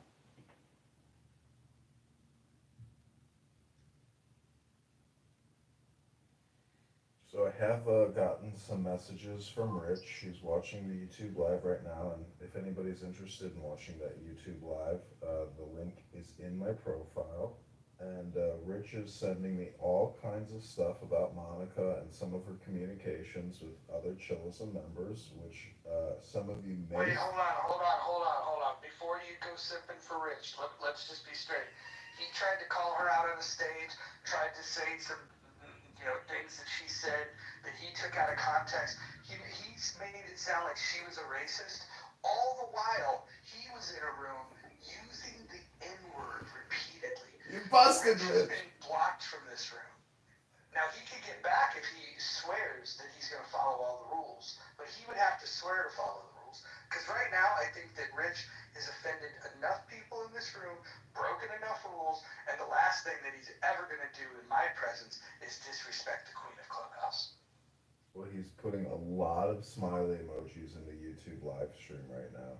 And he wrote, well, I don't want to read all the stuff he wrote, but he heard you loud and clear. So if you unblock him and he apologizes, makes atonement, and agrees to abide by the rules, I'm trying to play the mediator. I might have to put together a 9-person tribunal to oversee this. Yeah. No, Rich thinks everything's my fault. I'm like so excited, by the way, as a newcomer. Who is Monica? And what is this trend? I'm just happy to be here.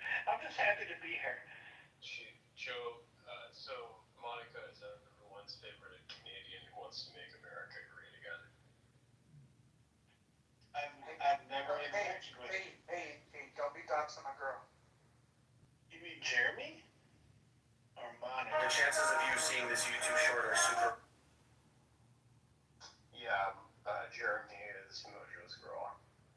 What are we talking about? I'm just happy to be here. Is it my imagination, or does Joe sound dead ass like Matt Cool? I am not Matt Cool. I promise you that. Where's Matt Cool at? I think it's the Aristotle icon. He's currently in the Pepe room. Yeah. No, he's right down below. He has the Aristotle icon. Oh yeah, I see him. Wait, what did he vote? What's the blue? I will pass. Of course Matt Cole passed on a book reading room.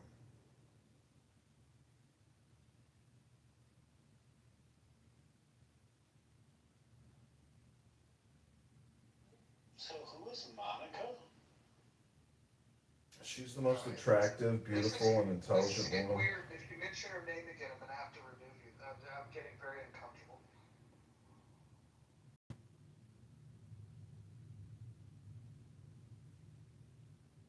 Fair. Joe, I Joe, you haven't answered the survey question yet. Are you interested in joining our book club?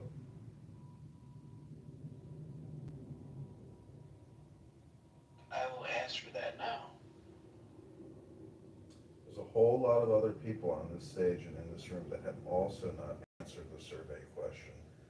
Do you want to join John Kitover's book club? Yes, I do. I will pass, or tell me more. I said yes, as long as we read Dorian Gray. Are you guys confident in your reading voice, like in front of other people? I'm Yes. confident. I can read rock. Hopefully it doesn't have big words. I do better with smaller words. Yeah, in the Dow, less is That's a whole more. other thing. You got to be able to read confidently to make it, There's Dr. Seuss in there. The most important word in the Constitution is erection.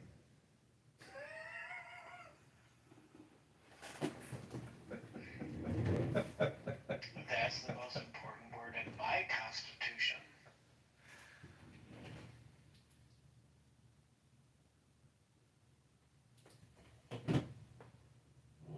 Roger, Talk to me. What's up?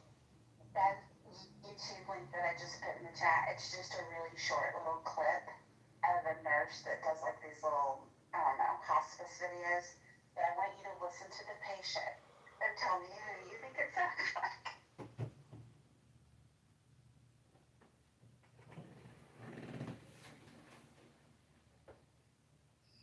Yeah, I don't know what you mean by saying that Joe he doesn't sound like that cool to me.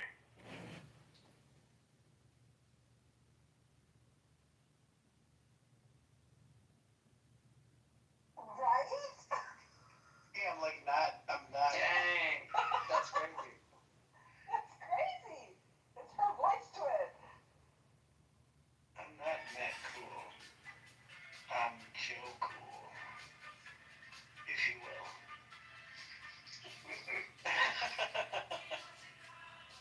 Joe Cool. Back in school. That was weird. That guy was weird. Do you think that we'll get C profile come back in the room? Think he'll be back anytime soon?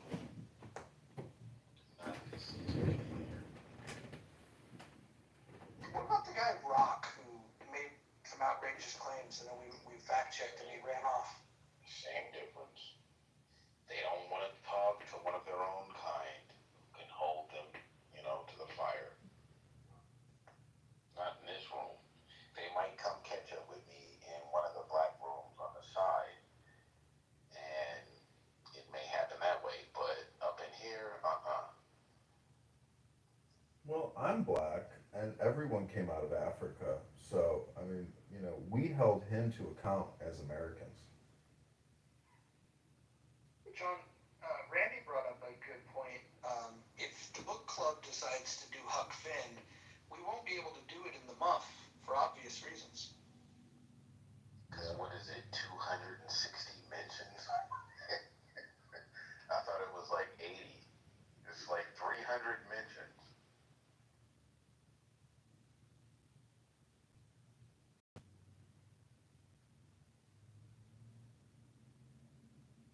Surprisingly, I think it's only African Americans that I have heard use the N-word in the muff.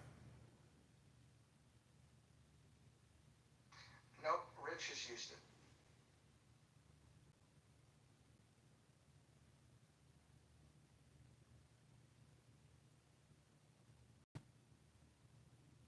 I've heard Adams use it, I've heard Gildas use it, I've heard Sig use it.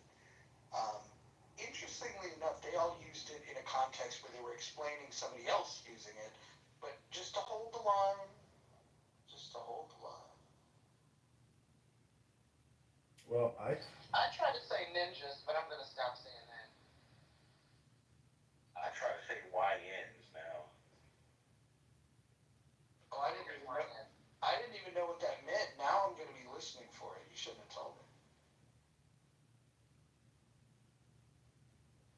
I generally say Nostradamus. You can say Kangs. No, when I talk about the N word and people say he's too much of a pussy to use the N word, I say Nostradamus.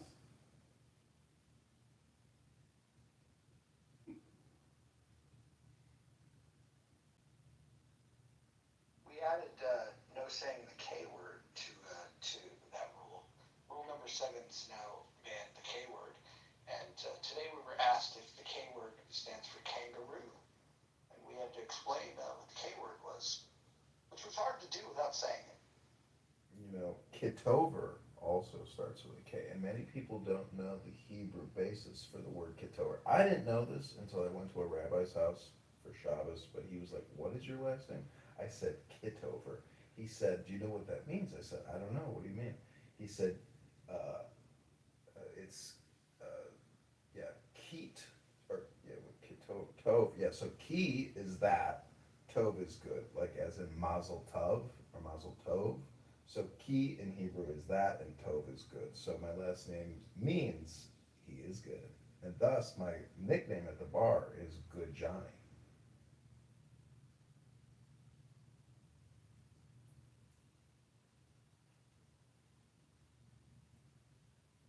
But it's from the book of Genesis. After Hashem, Rabbanu Shalom, Yahweh created the universe and the world, he said, "Get over." How did Necro get his username? It was just a play on with, originally on Discord I go by Necro Cancer, so What is that? it was just a play on Necromancer, Necro Cancer. 99. That was the year I was born, so. Nicker, do you think Clown House has been good for your collegiate career or a negative drain on your collegiate career? Clown House. Yeah, I'm just saying, like, has it actually improved your life?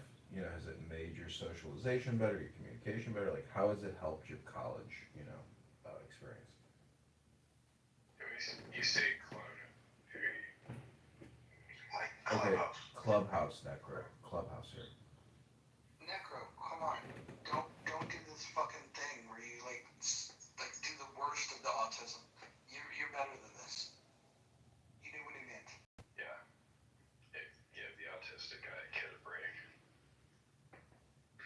Can the autistic kid give us a fucking break? If my autism will allow it.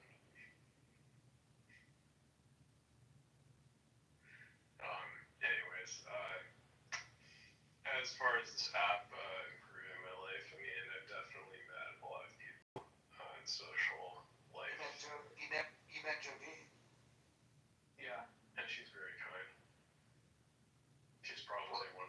What is it about Joe B that you find yourself drawn to? Just her caring personality, I'd say. This is very sweet. I think there's potential. Can I come to the wedding if it does work out between the two of you? If Joe B will allow that. I think she's a fan. Just rent Harold and Maude and save the plane ticket. Yeah, it's okay with me. As long as Joe B is okay with that. Rent Harold and Maude.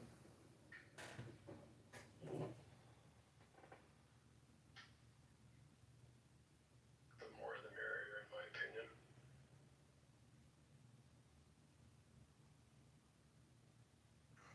Am I the only one that doesn't like Monica changing her name to Scarlet?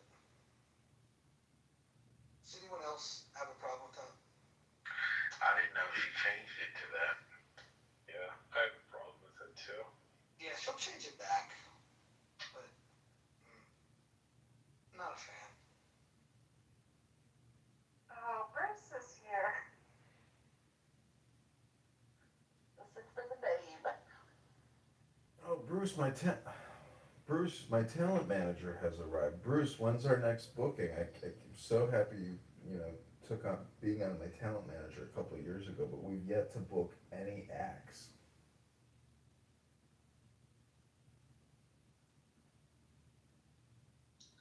I love that Serenity's on here. Where's she at? Her name is not Serenity, you retard. Hey, Bruce. Oh. Oh, okay, I'm a retard. Okay. Correct. Her name is Sorority. Whatever. Serenity. So I'm a retard because I said correctly to white people, right? Oh God, we got another one. Are you a clone? Yeah. Why do you do this to me? It's because I'm white. Right. That's people just going. Do you know C profile, Bruce? Bruce, tell us about your favorite white person. I have people that are my favorite. White, black, purple, it doesn't matter. So you can say what you want to say, but I'm not going to agree with it because you should know me. So if you don't, it's on you. Man, those were bars, as the young folks say. I mean, you know, you guys can say something that's kind of racist, and then I'll be like, you know, that's kind of racist, and then. Wait, hold on. You think you're in a room full of racists? See, no, I didn't say that. It's the least racist room on all of Clubhouse. No, because I see a couple of motherfuckers that like. Name one. Kiss my. Serenity is not. You mean serendipity? Well, whatever. You want to, you know. You're not very good at reading, are you? See, you're racist. Because you can't read, I'm a racist? No, you're racist because you said some ignorant ass shit. No, you mispronounced the name. All you had to do is sound it out, my guy. So who you, dude? The blackest man on all of Clubhouse. No, you're not black. You're Hispanic. Ooh, now I object to that. My ancestors are the Moors. I don't know if you know your history, but I am eggplant. No, you're not. Period. Like, it doesn't even matter, dude. When I want to deal with. I'm blacker than you are, son. If I want to deal with somebody like. Listen, son, I'm blacker than you. I see in the entertainment industry, I deal with that. Just like all of them do. White people deal with fucking black people all the damn time. In the entertainment industry. But I'm not dealing with you as. With you? You're just. I ain't fucking with you. No. You're just gonna be. Did Bruce just call me a racist? Oh, Don's awake. I don't think what I said earlier. Jesus Christ. I love Yeah. and shit. So, no. You just called me a racist, Bruce. Don, when you were...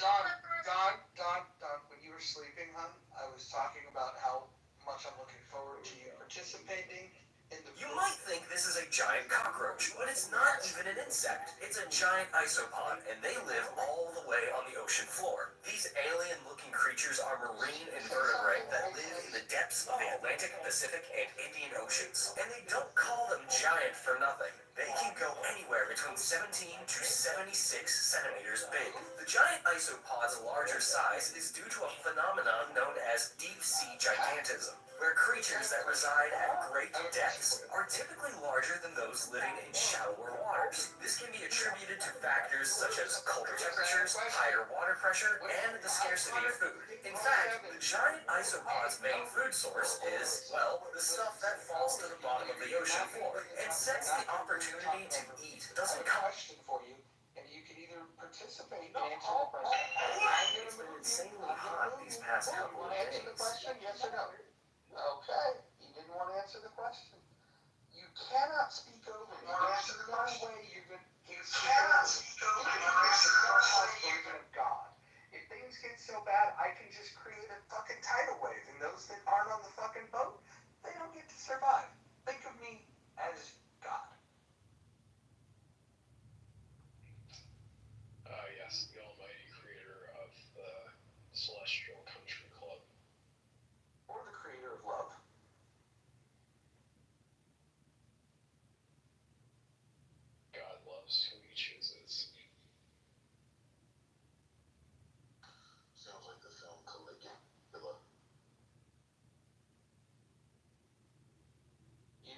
was if you had a black exploitation film in the 70s about Caligula, you could do a little play on the word, and it might be really fun. It might be an interesting concept to pursue.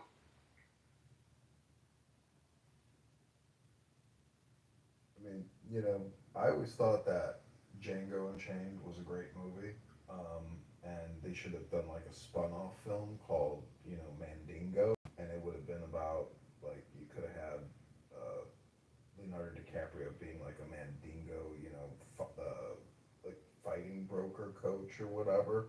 It would have been, you know, horrifically racist, but nonetheless, there's something about Mandingo fighting. If it's true, I've never actually researched it, but like, did Americans actually have organized fighting rings with African slaves? I don't know the answer to that question, but I think so. They've written about it enough to make it seem like it happened, but there's probably no historical record. Have you ever seen the Italian film Goodbye, Uncle Tom? mm-mm. I like the movie title. Adios, Uncle Tom. It's like, in Italian, it's like Adioso, Uncle Tom, or some shit like that. But in English, it's Goodbye, Uncle Tom. You'll find it on YouTube. Gildas, I got called an Uncle Tom today. Yeah, well, it's a badge of honor because most people haven't read the book and found out what Uncle Tom did at the end of the book to make him a hero. You know, he did not snitch. He chose to, like, I think, burned alive before he told on Eliza and her husband to escape slaves. And Sam Legri was like, if you don't tell me where them black people are, see, I'll understand the rules. If you don't tell me where those black people are, I'm gonna burn you alive. And Uncle Tom was Did like, he use a different word besides black people? yeah, he used the word, the N-word, strong. You don't tell me where He used the word that Rich likes to use. Yeah, he was like, if you don't tell me where N-word X and N-word Y are, I'm gonna burn you alive. And Uncle Tom said, fine, you can burn me alive. And he burned alive at the end of the book to save two escaped slaves. So when you call somebody an Uncle Tom, because, excuse me, ninjas don't read, they think they're insulting you.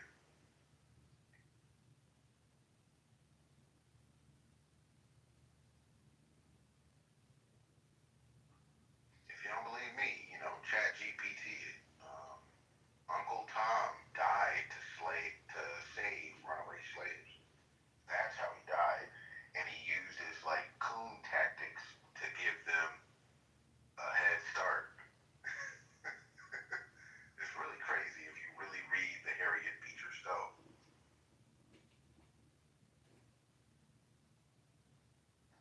What is that? What is what? I'm sorry, what is that, the tactics you're talking about? Where you're like, oh, I don't know, it ain't nothing in here but us chickens, master. I don't know where them fools that ran off to. I guess I must have slipped and forgot where everything was. And, you know, he played that role to allow them some time to cross into Canada. Thank you. you've never heard a former American slave, now Canadian resident, come on this app and talk about like their lineage or history or how they made it to Canada. Oh man, if we could hear from the Halifax black population, the Newfoundland and Labrador black population, what their stories must be, how their grandparents got up there. I mean, please, escaping north.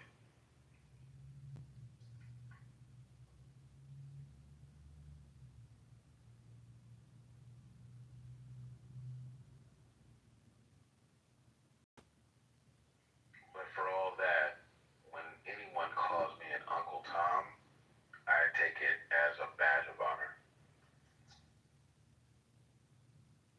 Do you think there was ever like an angry slave on the run who hated white people so much that they naturally assumed that going north was a lie, and therefore they decided to go south because they didn't want to believe the lie about freedom. I mean, potentially. Yeah, but I think at the time, like, most people understood that if you wanted to get free, you gotta go north. Does he think it's a serious question? There was no reason, and it was too difficult to escape into Mexico. So, yeah, man, you cross that Ohio River and keep going north, as far north as you can get.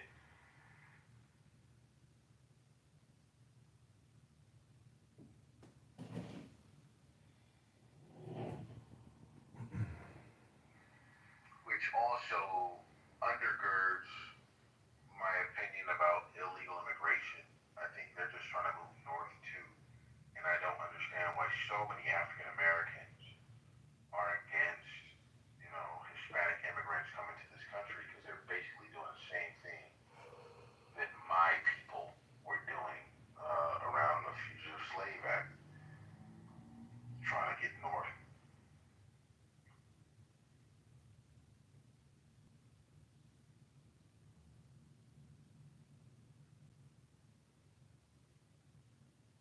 Well, what do you think about Trump, supposedly telling ICE to arrest Hispanics, especially if they're speaking Spanish? Well, I'm not the most, I'm not, like, I didn't vote for Trump. I didn't support the tariff plan or any of that. And when it comes to immigration, I also disagree. I think the people who are here who are working should be allowed to stay. And whether you give them amnesty or whatever, figure that out and let them stay. But roundups and ICE raids and things like that, I'm not, I don't like it. And I know that there are like Hispanic criminals from the cartels and shit up here, and they are contributing, to diminishing of what I know, like Southern California to be. Like, they commit crimes, they tag up shit, they do all kind of fucked up shit, human trafficking, you name it. And they should be, caught and deported or imprisoned or some combination.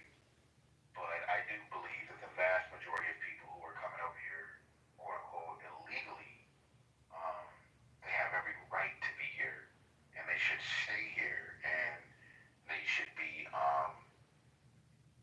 like, vindicated. Like, yeah, thank you for showing that people are willing to endure all kind of crazy nonsense to get here, and let them stay. I don't know how much it costs to go through each and every case, but ultimately, yeah, they should stay here. They're cool people.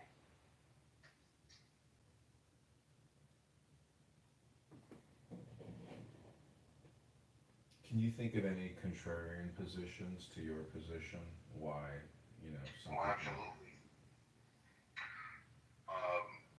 As my cousins in LA tell me, they pole vaulted over here, and it just looks like they busted a pinata all over Los Angeles. They don't get in line with the customs of the country. They play their music too loud. They're the reason why there are long lines at the hospitals, because the private hospitals are taking Medicare money and Medi-Cal money, and they have to service them in front of me, who's just paying it out of my paycheck. So when my daughter has a fever, I have to wait in line behind 25 illegals who have Obamacare or whatever iteration thereof with California, its way of offering medical assistance to them. They're clogging up the freeways. They're clogging up the grocery store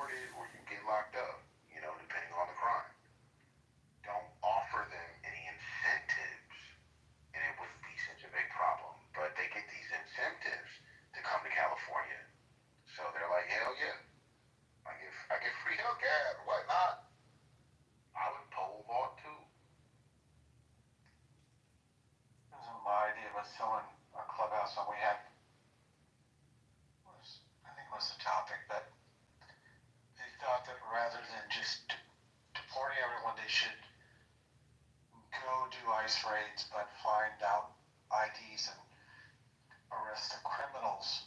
But those that have been living here legally, find a way to give them a path to citizenship.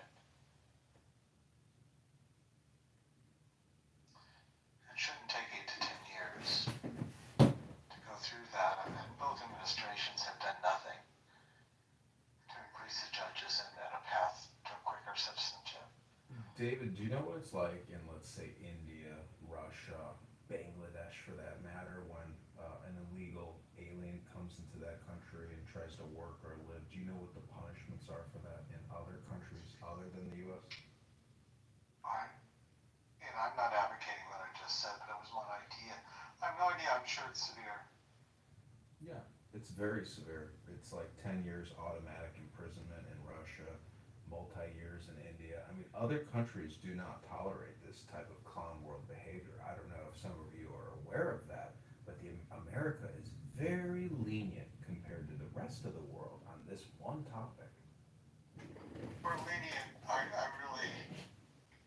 I guess I don't understand sending them to a foreign country other than their own. I don't know why everyone goes to El Salvador or somewhere talking about Africa. I don't understand that part. And frankly, if the figure is right, that 25% of the people they round up are not undocumented, but they might not have their papers on them, or they get caught up in this mess that is, sorry, it's late, the immigration system, without due process. I mean, the due process part really upsets me. Lack of due process. Yeah, well, if you believe. Wait, hold on, Gildas. That's a constitutional right for citizens of America.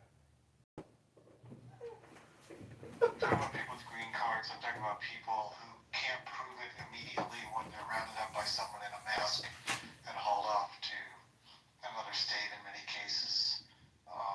It just seems like that part of the system that my government is doing is Well, I believe in the old-fashioned idea that America is unique. It is the shining city on the hill. And no matter where you are on the planet, if you're suffering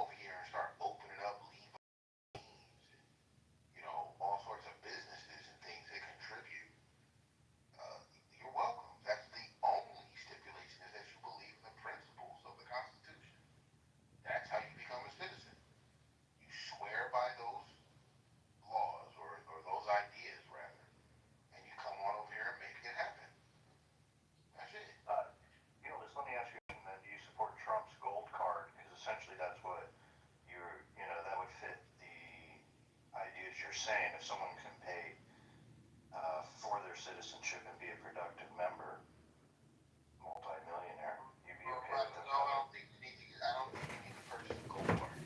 You just need to be able to come over here and be willing to fit into the economy where you start and go from there. You don't need a Do you support the gold card? No, are you aware of gold card? No, I don't support any of that. That's contradictory of the statement you just said.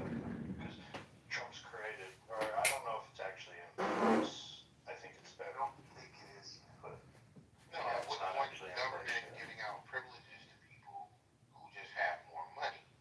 No, that's not what it's about. It's, will you come over here? It's a very old-fashioned idea from like the 1880s and even before that. Will you say that you believe in individual rights in a free market? Will you put your thumbprint, whatever the fuck, some bio data out your cheek? I don't know. Will you say that that's what you believe? And if you say yes, you got 5 years to prove it, 2 years to prove it. If you come over here and become a criminal or some other shit, you're deported. If you come over here and start a business, a kiosk in a mall, and it grows, well, you get to stay, you're a citizen. Now, Vancouver, I think, when did Hong Kong change? 94, 95? When they 1997. 97, thank you. So if you had $500,000, I believe, and you brought it into this country with you, you could get citizenship. Or at least Is that a realistic way to enforce immigration, though, Gillis? I mean, you're gonna have the federal government go check to see if they're following up to what they've swore to? I mean, well, that's what they're doing now, and it's not necessarily working the best way. They're finding people who may or may not be criminals, and they're just using the largesse that they have to seek and destroy. All right, well, stop wasting all that money. Wait until a person actually commits an egregious crime, and if they do that, then, deport them. I'm fine with deporting people. Like, I'm not just trying to overfill the country with refugees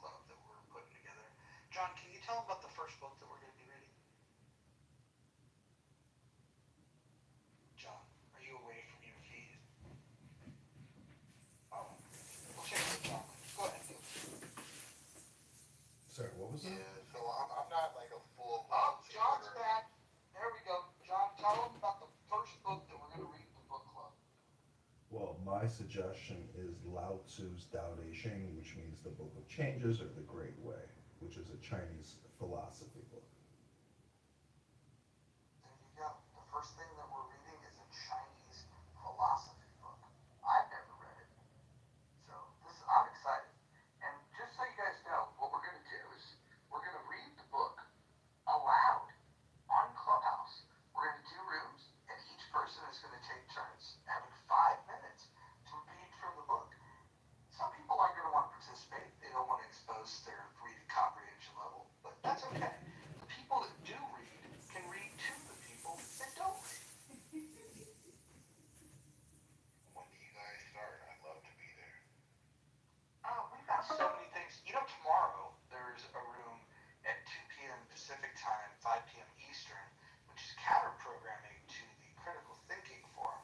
It's called the Rational Discussion Group, which I chat GPT'd as an alternative to the title Critical Thinking Forum.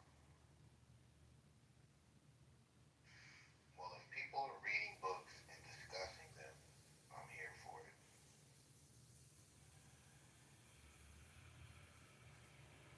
Are you going to be here tomorrow, Gildas, or do you have things to do? I'm pretty much open until the 25th. I got 3 kids, so I can't always get on during the day. But, I can come in around this time and maybe 2 hours before it. That's what I can do. Oh, so you on the banker hours. So you come up to Clubhouse on the swing shift.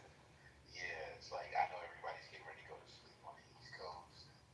People who've been holding rooms for 8 hours on the West Coast is like, so I think the readings that we'll do will be later in the evening, but the hour and a half room that we do in the Rational Discussion Group is really just a room to provide an alternative to people that don't like the shit that Gary Bumgarner's been doing. He doesn't allow the chat to stay open, and he created a Facebook group for the boomers to participate and chat on Facebook. And so Anson Burlingame, one of the greatest people ever on this app, he helps lead these discussions. And I thought the first room was great. So we don't know what the title's going to be tomorrow. What we do know is it's going to be a good time. So tune in tomorrow for Rational Discussion Group. Big shout out. I just put a list of some of the books that I've read so far that come to mind this year. I have some suggestions. That's fine. I think you guys are the only ones that have questions. No, everybody will. Listen, John picked one. This is what we think we're gonna do. John's picked a book. We're gonna go with that. And then Art of War is what Kristen proposed as the second book.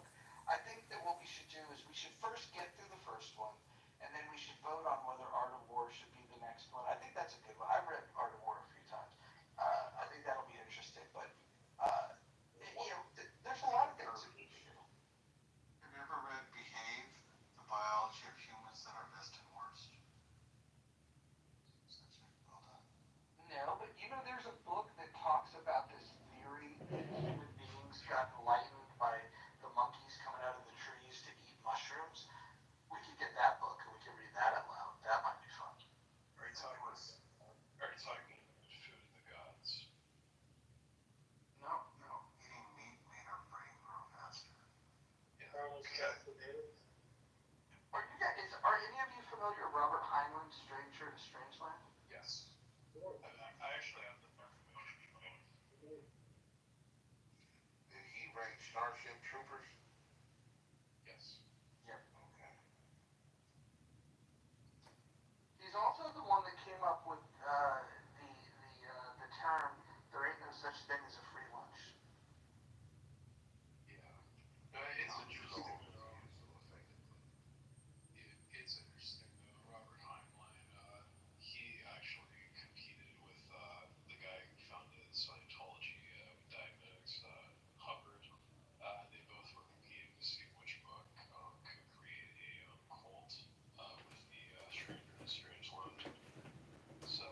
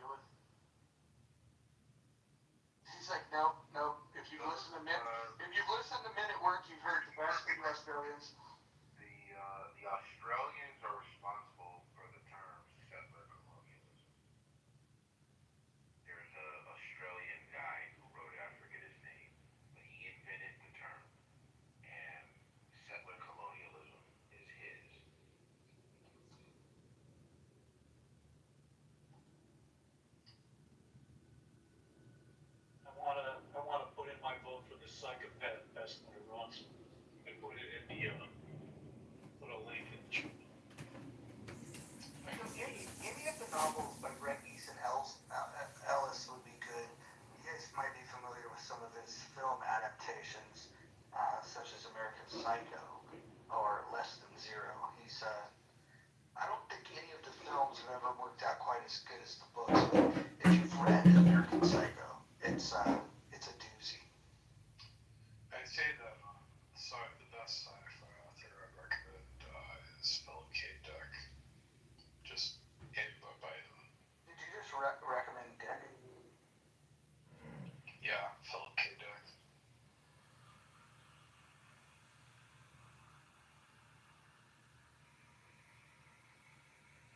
Mitch, what was the book again? Mind the Psychopath best by Ronson. You know, if we ever want to really lose people and just read from something super boring, we can get Cricket Lou's book, DNS and Bind. He is the one that wrote the book on DNS, if you're familiar with domain name systems. Well, yeah. I actually left a quote by Dick in my bio. So. What do you guys think of the quote that's in my bio? Let me check it out.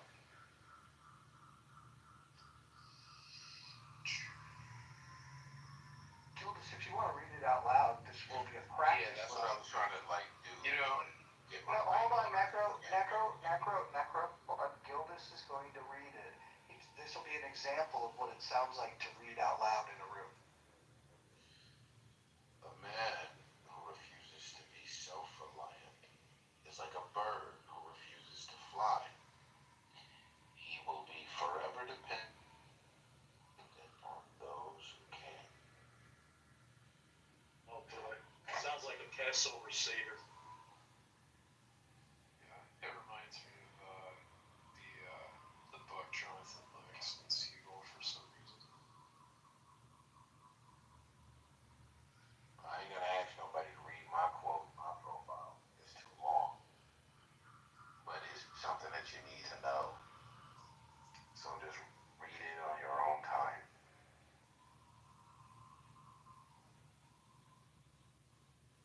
And it's also a bad translation from the German, so it's conky.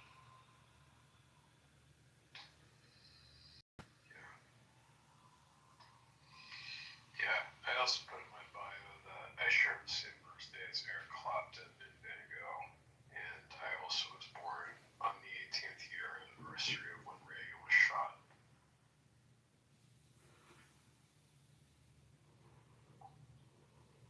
Did you read other German philosophers, Gildas? Or is that what your favorite one? To keep it real with you guys, I've read a lot of philosophy, period, from the pre-Socratics through what I want to get through this fall is Heidegger. I haven't read Heidegger. Rilke? Any Rilke? Rilke. Okay.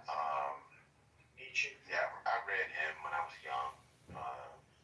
It's just a few little poetic verses that inspire the artist, but there's nothing really profound in Rilke. Yeah, you gotta go back to Nietzsche. You gotta go back to Nietzsche. And if you read your Nietzsche, which I'm also, I read that deeply, man. I thought I was a Nietzschean when I was like 19. I loved it because his prose is so beautiful. He's an elegant writer.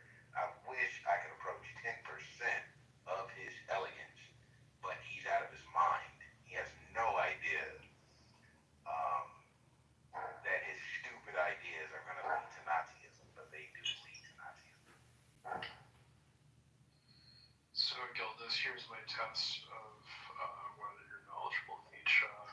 What did he mean when he said, God is dead?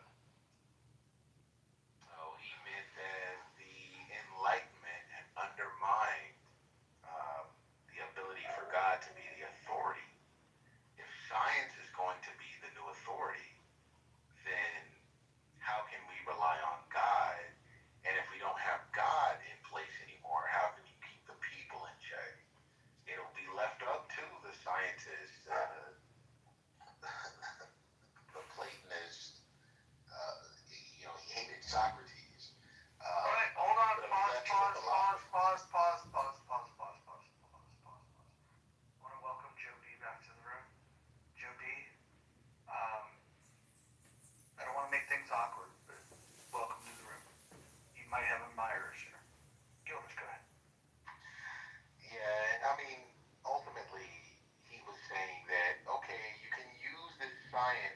discover everything about reality, but humankind has relied upon religion for so long that the only people who can guide society after that are going to be like the Ubermensch, the Supermen, and what have you.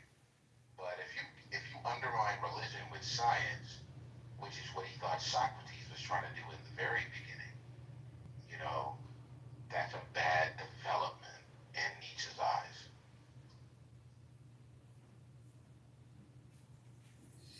Yeah, that's a pretty good way to describe it. So, what did he mean when he said time is a flat circle?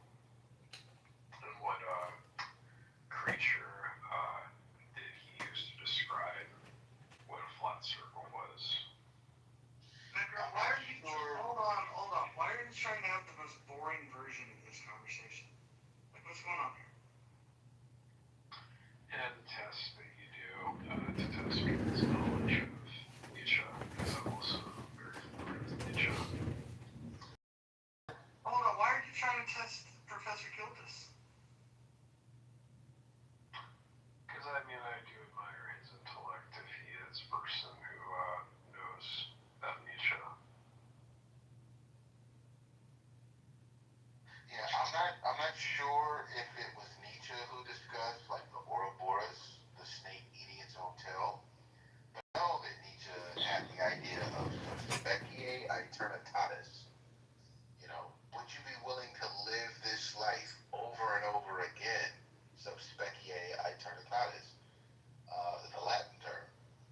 I mean, I'm very familiar with Nietzsche, man. Like, I read all this shit. I read all his shit alone, too. I didn't have no black friends, like, helping me out.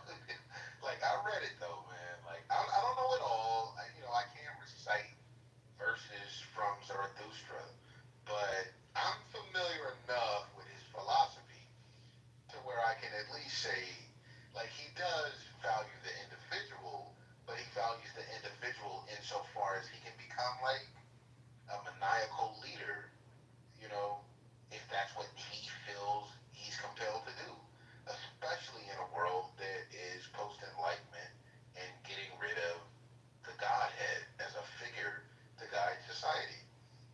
That's the gist of it. I don't know German. I can't read German, so, I'm not that dope in it, but I understood Nietzsche. And it's inspirational when you're young, but as you grow older, it's like, nah, I can't rock with that. Yeah, that's fair. I mean, you seem to have pretty good knowledge of Nietzsche, so let me just ask you this, my final question to wrap everything up. And to make things less boring, what would be your favorite quote by Nietzsche? It's a quote in the Zarathustra that Brecht used to make the song Mac the Knife, that is a jazz standard in America, where he talks about the murderer just enjoying the bliss of the knife, and he's trying to account for, like, how could you be a murderer, and the bliss of the knife. I have an old, almost like King James Version style translation of it, and that's how they translated it. The bliss of the knife for the murderer. I forget the chapter in Thus Spake Zarathustra, but I know I could get it right now if I went into my library. But he talks about that, the bliss of the knife. That's there on Mac the Knife. Yeah, Mac the Knife kind of comes from that idea, but Brecht, translated that in the Three Penny Opera, and then Louis Armstrong picked it up and made it a jazz standard. Yeah, man, like, I've read my Nietzsche, dog. Like, I've been on it, and I'm black, and I'm African American too, and I know you don't come across African Americans who read that philosophy like that, but I've been on my shit. It's definitely something. If you want to know my fascination with Nietzsche, I actually have a quote by him in my bio. The other one that I love is from The Birth of Tragedy, where he says something Hey, we're gonna have to stop having the most Alright. conversation possible. Like, this is weird. Alright, my bad.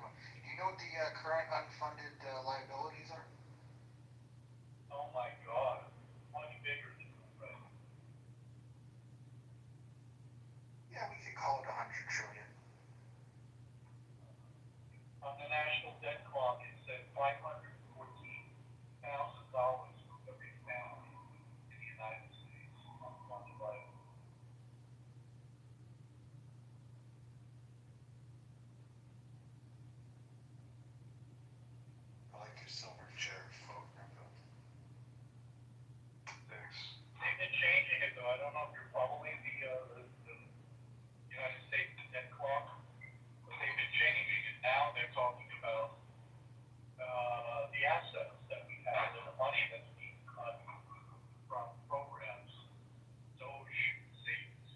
Those things were never there.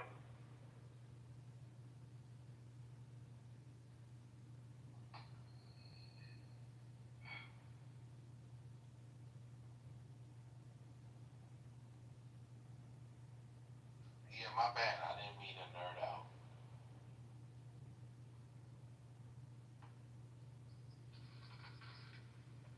No, you're very well read, man. I like listening. Yo, sometimes they be like, yo, Gillis, you ain't read that shit. What you talking about? I read that shit, and I fuck with it. But if you imagine reading a book like that, I read that shit, dog, and I fucked with it. Yeah, well, it's I can't even talk. I'm just a white guy. Like, it doesn't even sound right coming out of my mouth. Yeah, but I know what you mean. It is what it is. It's not a racial thing. It's just a lot of people, maybe they don't even have the time to read it and study it. I understand it. It does take a long time, but if you can squeeze it in, it's rich.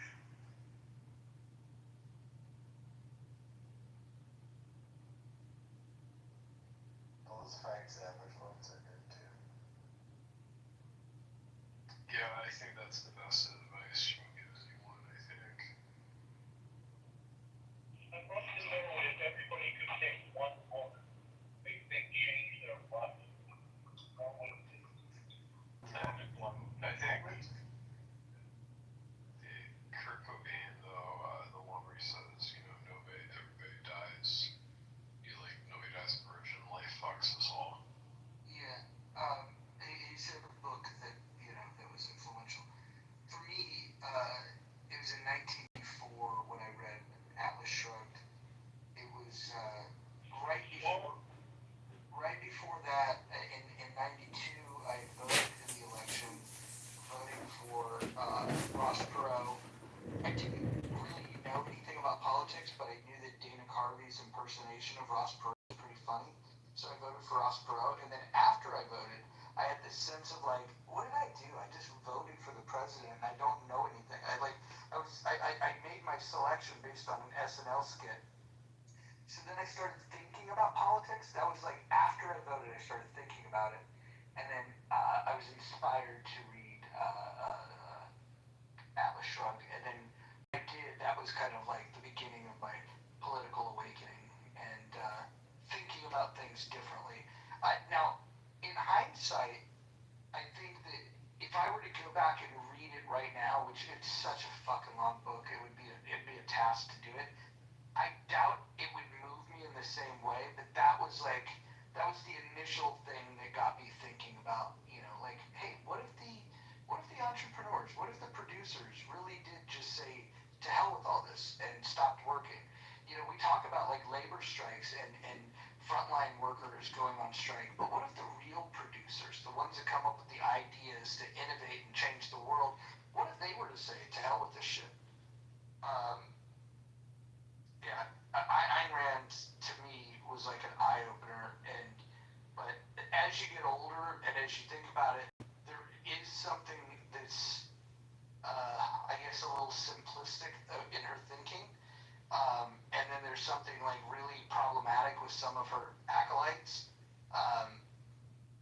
So it's weird. It's like I feel about the same way now about Ayn Rand the way I feel about like Hulk Hogan. Like Hulk Hogan was the thing that I watched to first get me into wrestling, but if you ask me my favorite wrestlers, his name wouldn't come up. So, but he has a special place. So he's like P. Diddy almost for you guys. That's just a joke, but yeah, like I read Ayn Rand early too, and I was like reading it, and I was like, this is dope. And then I think I checked out the Objectivist Lexicon out of the library in the college that I was in at that time when I was like 18.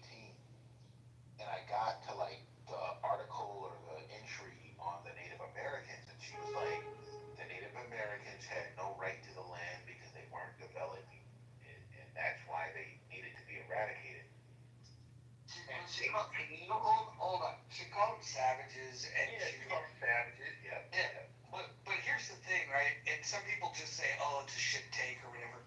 The bigger part is that she doesn't think of it as a genocide. She thinks of it as a war. And I think it's if you allow people to shape it for you, like from when we're young kids, they try to tell us that, like, oh yeah, the natives were here and they were slaughtered and this was a terrible thing. And if you think about it a little bit more, like, honestly, like, it was, you had people that were here and you had people that came here and they decided they wanted to fight over it. The natives Warring amongst themselves. yeah, and the natives lost, right? And like, if the natives win the war, I like, I don't know, it's just fucking weird. It's not genocide. Yeah, well, that's what made me like just turn on to her because I was like, how could you say you call them savages and I'll never read this white bitch again, you know? And I just chucked it aside. And then it wasn't until like I was like 23, I read a book called The Closing of the American Mind by Alan Bloom. And you know, he was like a gay conservative from like the Reagan era. But I didn't know that when I picked up the book. But he was just talking about like the discontents of the college student who goes to college and thinks they're going to be initiated into this great philosophical heritage, but they don't really come away with anything but maybe identity politics. And I was like, yo, that's exactly what I've just experienced. Who the fuck is this guy? Where is the University of Chicago? What the fuck is going on? And so I started, slowly reading more and more conservative authors, and I got into Milton Friedman, Tom Sowell, those kind of guys. But, I still felt like this isn't giving me everything, but they're speaking to the experience I went through going to college. Because I'm like, why the fuck is it like that when you go to college? And after that, I did my own, kind of reading. But it was Alan Bloom who kind of woke me up in like back as far as 2009, and I might have been 22 at that point.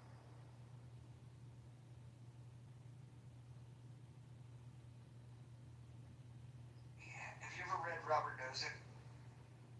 No, I have not read Nozick. I think he's one of the most overlooked philosophers. I've just so been meaning to read his book since you recommended it to me. Anarchy, State, and Utopia, it absolutely shits on both Rawls and Murray Rothbard in one book. It's like he just writes one book that just shuts both of those fuckers down. It was glorious. Yeah, see, I still have a lot of authors whom I need to read, but once I got out of graduate school, I was like, I want to know more about this, but I don't necessarily want to go and get a PhD. And because I was living in New York, in Brooklyn, you had like Hegel study groups. And so I signed up for one. And I mean, I'm telling you, man, we read everything from Kant through the young Hegelians, the right Hegelians. We read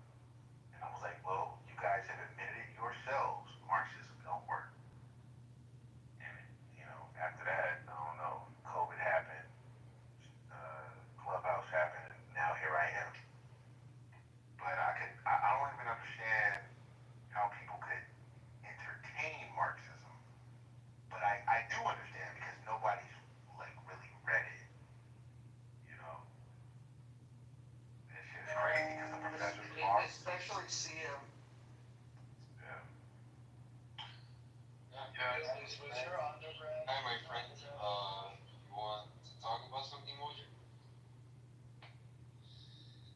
You have no idea who you're talking to. No, I know exactly who I'm talking to. You're the guy that gets removed from stages in the philosophy rooms because you don't know how to shut your mouth. You don't make good points, and all of the other philosophers kick you to the curb, and then they laugh. I'm not even. There's what philosophy? First of all, are you talking about? I'm mostly in science, physics, and mathematics. You don't know nothing about any of that. What do you know about that? I'm the only person probably on the stage with a PhD in mathematics. Alright? I don't even think you could spell PhD. How about, not only was that question retarded, but, because PhD is literally spelled PhD. Do you know what PhD stands for? Doctor of Philosophy. Next question. Congratulations. Do you have any philosophy, specifically a good one? Like, I mean, the hard sciences. I don't want to hear you have a PhD in fucking, in gender studies or sociology or some shit. We've You seen. have an engineering degree or biology. Well, hold on. Hold on. I'm telling you, in no universe are you more. Can I respond? And I'm May I respond? See, this is what I'm talking about. Go ahead. You get removed from stages because you don't know how to shut your mouth. So I've never seen you in my life. I haven't. Shut the fuck up and allow him to speak. He's got his little fucking ball on his head tied a little too fucking tight. So yeah, I have a CHD in economics. Do you want to discuss? The fuck is a siege? Doctor of Clubhouse? Exactly. You're one of these wannabe clubhouse philosophers. Have fun with them, bro. Okay. You claim to be educated, you still speak broken English. No. I'm from Miami. This is how I talk generally. Wait, you're from Miami and you speak broken English? Do I sound like I'm speaking broken English? Yes. Well, I don't know. You sound like Che Guevara right before he was gonna take his last breath.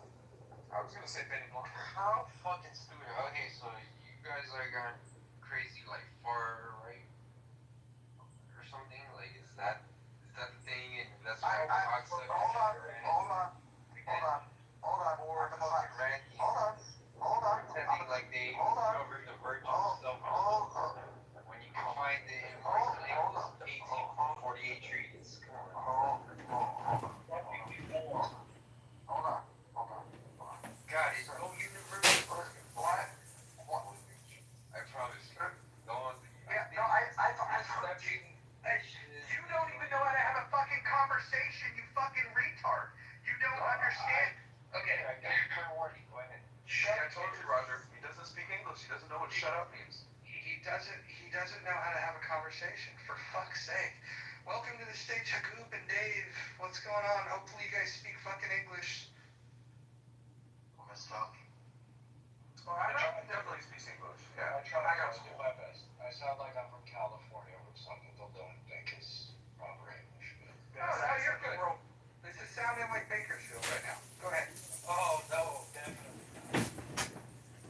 That was weird, kind of a narcissistic role.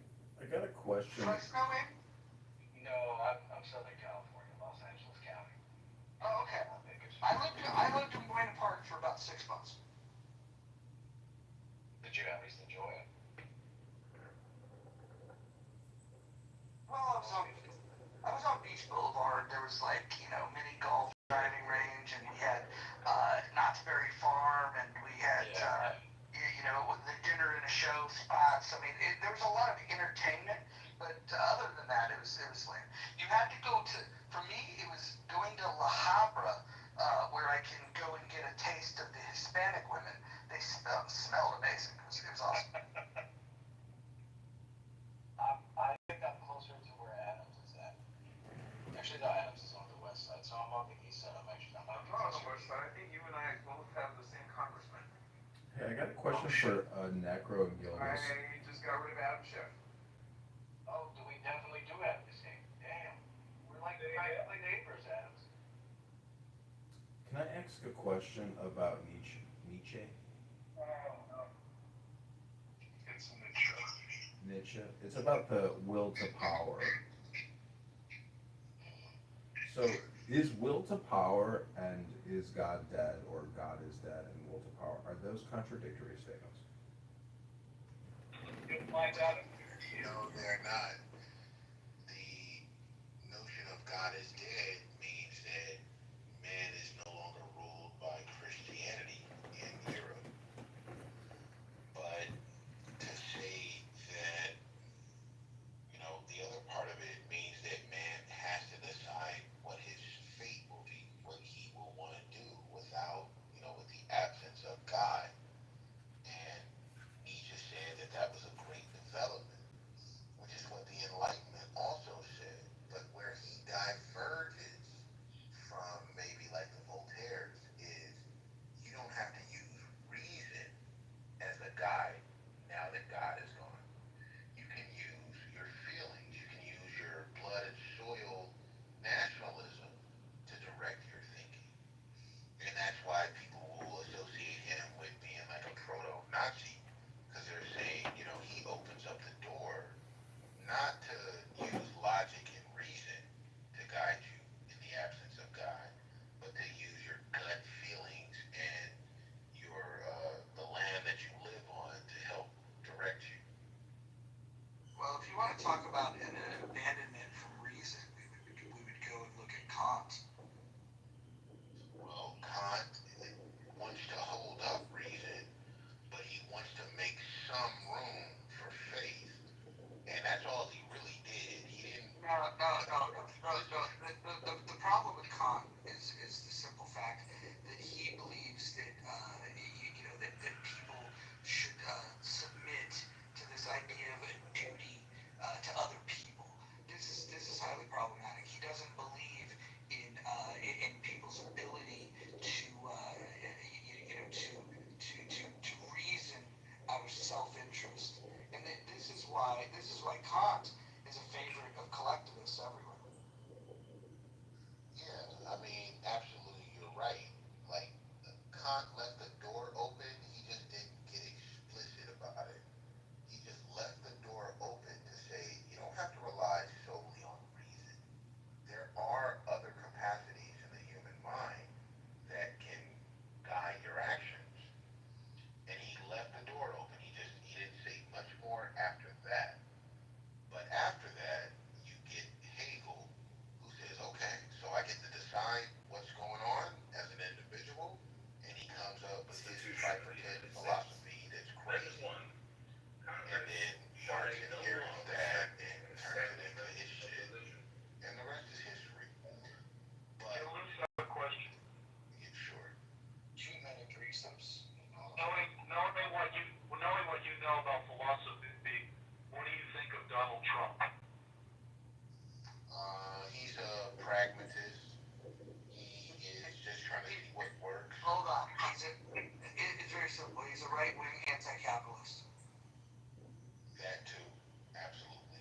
He's not a capitalist, even if he has a lot of money and you think he's a billionaire and he's not a representative of the capitalist class. He's a representative of the pragmatist class. No, he's an economic interventionist, is what he is. He's no different than the fucking socialists. He just wants to put his hand on the scale in a different way. I agree. He does not believe in the market and the individuals in the market making the economy stronger. He believes he can have a role in it. He wants to be the invisible hand.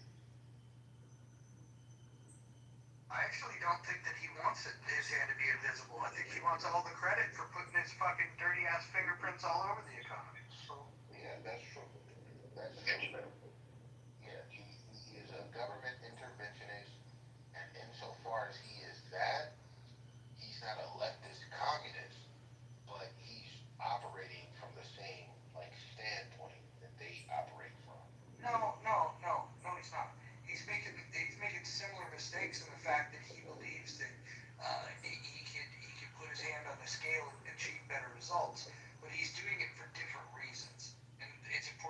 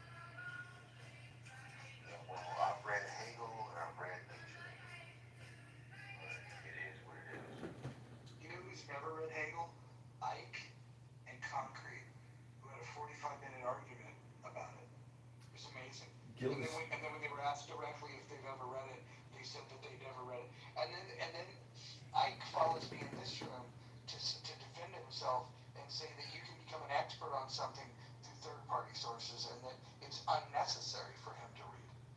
It's amazing. Gildas, have you read The Tao Te Ching by Lao Tzu?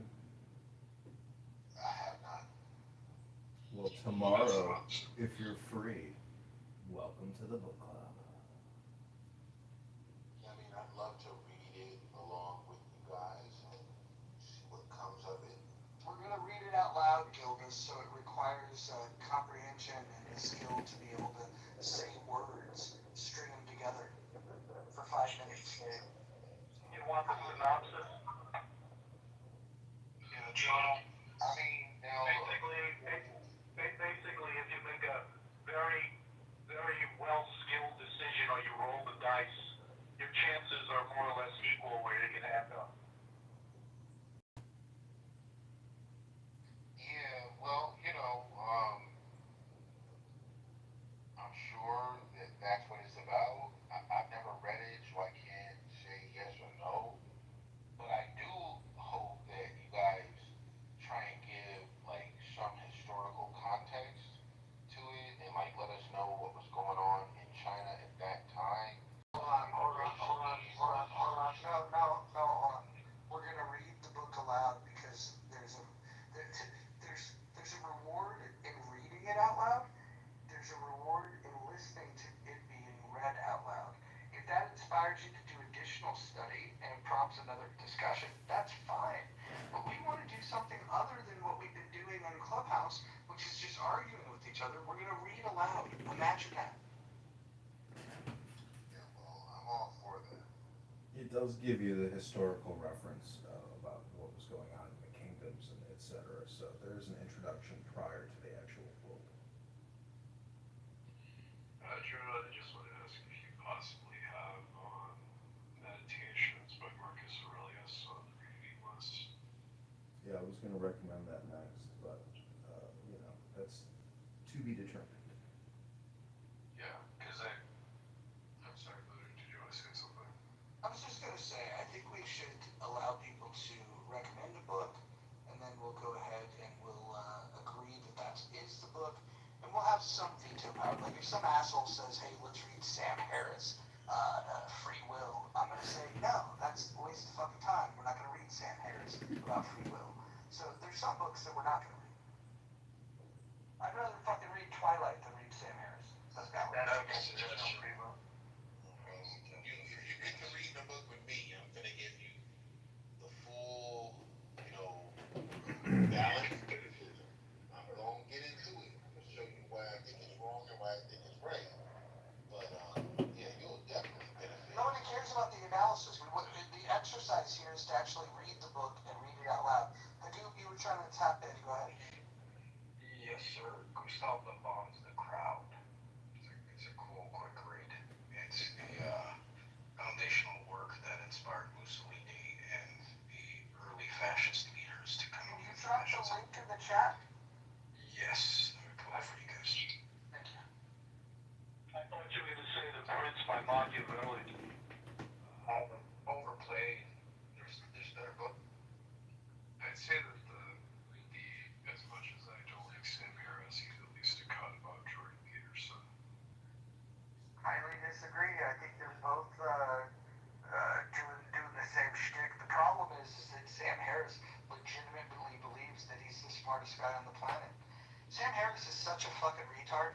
Like, if you take him in small doses, in the way that he speaks, you go, "Oh, he must be an intelligent guy. He sounds very educated." But then, when you read his book, he'll do things like, he does this little trick where he'll just be like, "Well, you have to assume that this is true." And then he starts building on it. But the part that he tells you that you just have to take his word for it that's true is the part that he can't justify. And so when you read his book, read it slowly and just ask yourself, why is he telling you you just have to accept it? It almost sounds like the Bible when they say that you just have to believe. Yeah, and that's the thing that really is the thing I can't stand about him is his pompous arrogance, as sensible as some of his points might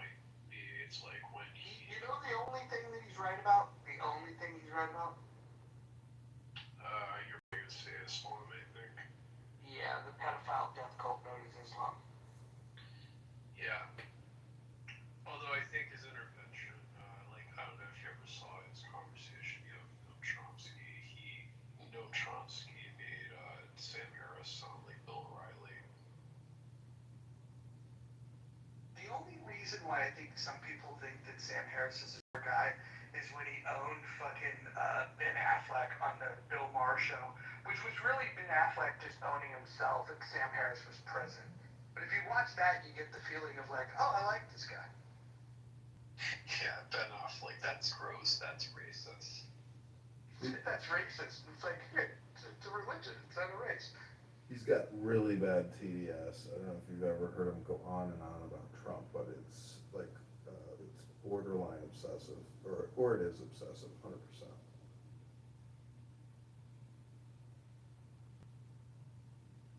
I mean, I will say, the other thing is that at least he's not like Dustin or Ben Shapiro who fast talk, which is the thing I really can't stand about any sort of person who debates.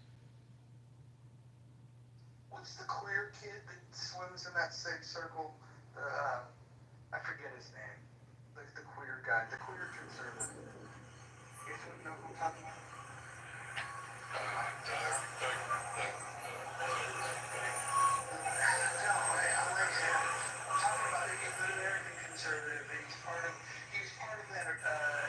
Intellectual dark web, but he's not very intellectual. I forget his fucking name. He's the one that sounds the stupidest, but he's gay, and so like you can't say he's stupid because he's gay, and if you call a gay person stupid, then that's homophobic.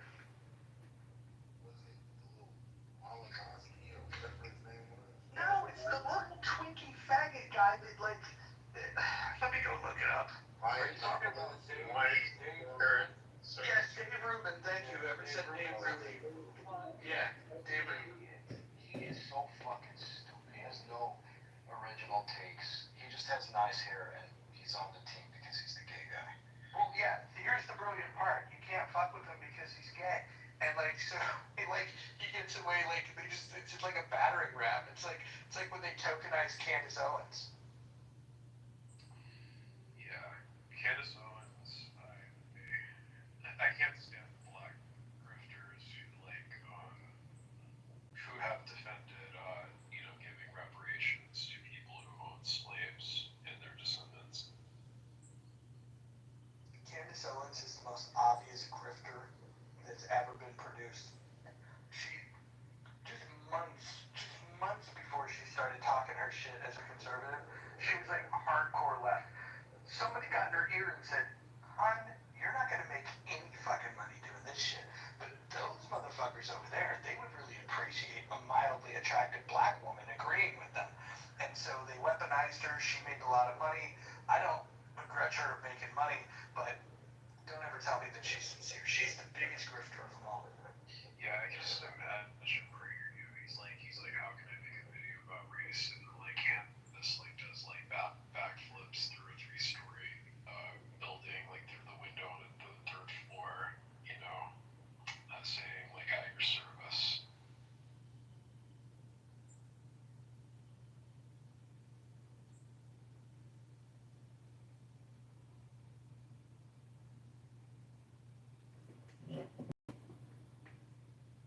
If you guys do like Jordan Peterson, I highly recommend you look at Maps of Meaning. Way better book than his 10 Rules. That guy can actually do some serious shit. And when he was breaking down the Bible, there's you can get all this stuff on YouTube. He breaks it down from a secularist perspective about why the Bible's good. And I think it's pretty interesting. It's when he starts doing the fucking getting involved in all the culture shit. I think people like when a professor jumps over the line and starts, he was a lefty, but now he's saying that wokies are the worst, and it's like the wokies are the worst, but we don't need a lefty to say it. I don't know. Some of you guys like to suck the wrong people's dicks. I think Jordan Peterson, in his 12 Rules for Life, the one thing I really agree with is that if you see a pet cat on the street, then to go and pet it. Yeah, and what's all this nonsense about we should organize like lobsters?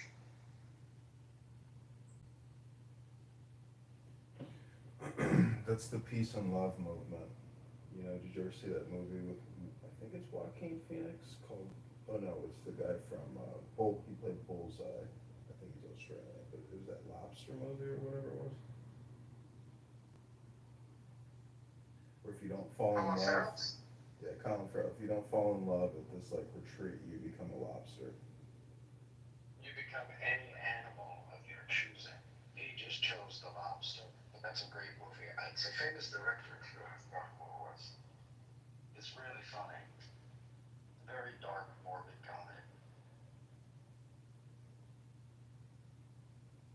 But Jordan Peterson's a shoe and a grifter.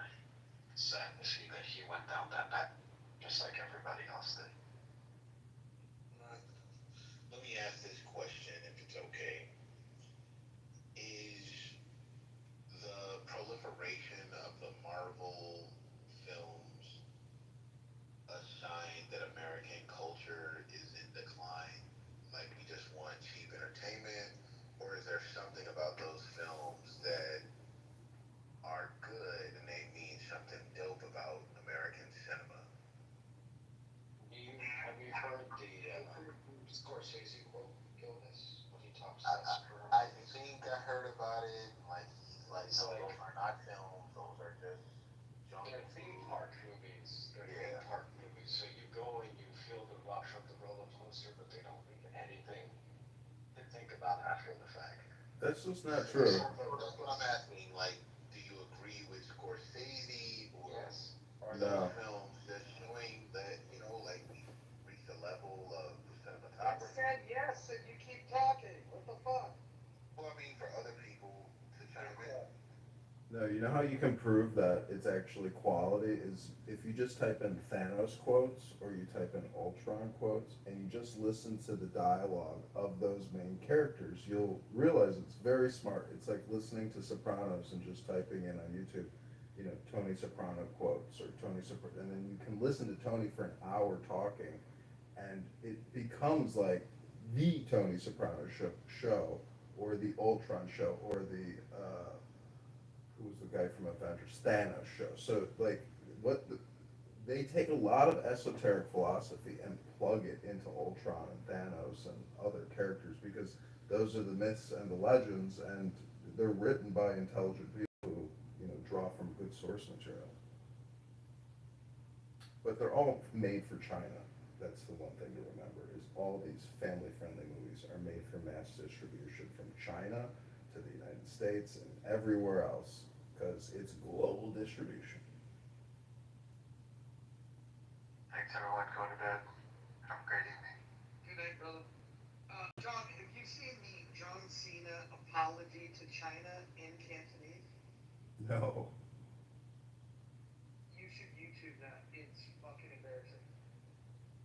John Cena apologizes to China? How gay is that? In Cantonese. It's not dubbed, right? No, you gotta go listen to it. It's fucking hilarious.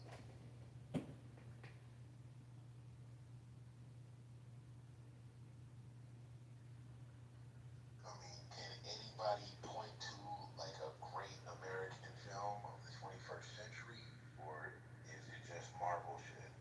No Country for Old Men and There Will Be Blood. Those are the top two. Yeah, I agree. Those are the top two. You can probably throw Gangs of New York in there somewhere. Battle Royale was good too. But the Marvel films are not like something Americans should celebrate as American cinema? Are they just cheap ass? I mean, they have mega budgets, man. Like, people love them. What do they say about American culture? Can I ask Mojo something about There Will Be Blood? See, Gildas, I mean, I think that you think that America, if you can say it, it is not true, meaning that, like, if you think America is on the decline because these movies are the decline, you just gotta look at it in terms of economics or basically business savvy. I mean, those movies are global distribution films, so they're huge, multi-billion-dollar, projects. And if you think that coordinated effort, indicates on the downfall. I think it's just the exact opposite. It's optimization, and efficiency, like, which is what's creating, these catalogs of these, you know, mythological Marvel movies. I mean, it's literally American myth manifest into the film screen. But I wanted to ask about There Will Be Blood, because I've seen it many, many times, and I love the soundtrack. Yeah, ask away, but I want to tell you that I pinned in the chat and above the John Cena. For some reason, I can't view the chat anymore. When I click it, I'll have to exit the room. But anyways, the question about There Will Be Blood. He uses that son, that bastard son, that he basically saves, I guess, because his coworker died in the pit. He raises that boy as his own, but he uses that child to establish credibility, in his speeches. Me and my son.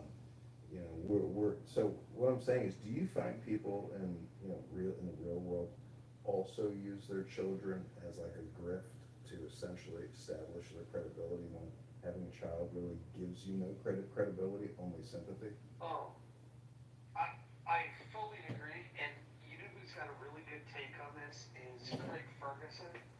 When he was doing his late night talk show, he was talking about people complaining that a little, like, you shouldn't talk shit about politicians' kids. And his take was, wait a minute, you can't parade your kids onto the stage, and then when they get criticized, say that they're not up for criticism. It's like at one moment, the kids need to stay out of politics, but the next moment, when it's expedient for you, you bring the children on there. And he was just calling both sides about how they're hypocritical in the way that they weaponize and use their children when it's convenient. That There Will Be Blood was showing you how the rational man had to contend with these motherfucking Christians. They were so basic, they were so irrational, that it took a guy like that, and they couldn't help but make him look like the bad guy at the end of the day. But what he actually represented was like progress in America. He moved everything forward, but you're supposed to sympathize with the Christian family that's trying to hold on to some invisible, project they have on their land. And at least they showed you how corrupt the Christian was at the end of the day. That film, There Will Be Blood, is absolutely the most capitalistic film that has been shot in the last 30 years. Yeah, I disagree with you. I think that it was a critique on both sides, the church and the capitalist expansion. They capitalism was crazy. Just so Thomas it's Anderson tends to balance two opposing views in the majority of his movies. Like if you watched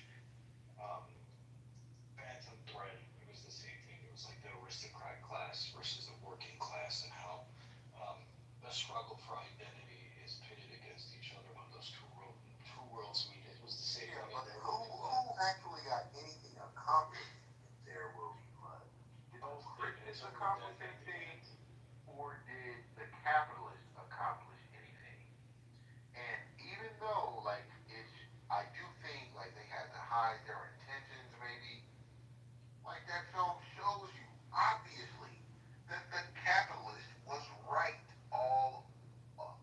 But they just made him into a drunken, crazy motherfucker just to kind of shit on capitalism. But ultimately, his vision was the better vision.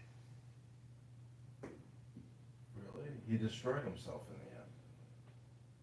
Yeah, he'll self-sacrifice because that's Making just a hero, making a hero out of somebody who wasn't. That was Dylan Pryor, wasn't it? The Very two. first scene. and he brought civilization to their Christian, whatever you call it, like I don't know, like outpost. They were just gonna live there and die there. They would have never done anything. And the twin that came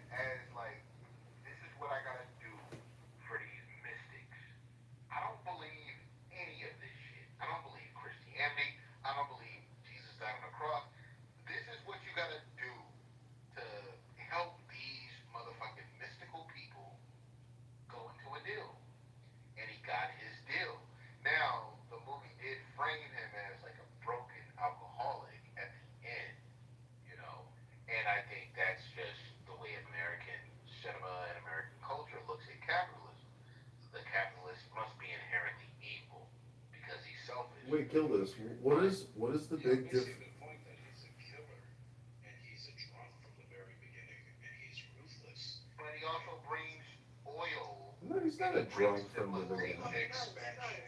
He brings civilization. Guys, hold on. Listen. Gildas, you're talking past people. You're saying, you're arguing against points that nobody's making. You're arguing with yourself, quite literally. The reality is that I think the movie explains the beauty of capitalism in many ways about, the grit that it takes, the vision that he had, and the fact that he was willing to risk it all. The problem is, it's not really a critique of capitalism at all. It's a critique of you can lose yourself even when you're doing big things. If you get detached from morality, you're going to have big problems. And that can happen with business or in religion. And I think that's the point. 100% agree. Yes, For the evils of both sides. they will not show which of the two ideologies actually brought wealth. And at the end of that film, it is the oil man who leveled everyone up. The Christians were not going to level anyone up. And that's the little point that I think gets overlooked. If you value money, then you believe that the capitalists leveled everybody up. If you value religion, you would believe that the preacher leveled everybody up. That's the point. It's trying to show you both using each other, right? Like you brought up the church scene where he gets on the stage and he screams and he yells and he breaks down emotionally. It's a fight for power. It's about American expansion. It's about manifest destiny. It's about the growing industry of the United States battling the religious foundation of the expansionist, westward expansionist peoples and groups. And they show the evils and pitfalls. They had to make the capitalist. He didn't. There's no reason why he. The villain of the movie is the preacher. You realize that, right? He's an anti-hero. Daniel Day-Lewis's character is the anti-hero, but the villain of the film is actually the preacher. Absolutely. So it's Which is great why I when would you consider it look at one it as evil. because I think they were pirouetting around fully celebrating the capitalists. They had to make the capitalists look bad, but they still ultimately It's not that they're making the capitalists look bad because of capitalism. They're making him look bad because he abandoned his own morality. That's the whole point of it. But they're saying that's what a capitalist has to do. No, that's your interpretation because you're fragile and you want to interpret it that way so you can get mad. Gildas, let me ask you a question. What's the major difference between Daniel Day-Lewis or Mr. Plainview and the preacher? What is the major difference between those two, characters? Well, because the preacher wants to keep them in a particular culture and leave it frozen there. And Daniel Day-Lewis is looking toward the future. He's looking toward what will possibly become of his investment and work in that oil field. And they try and reduce it to make it seem like, well, they're both wrong and they're both right.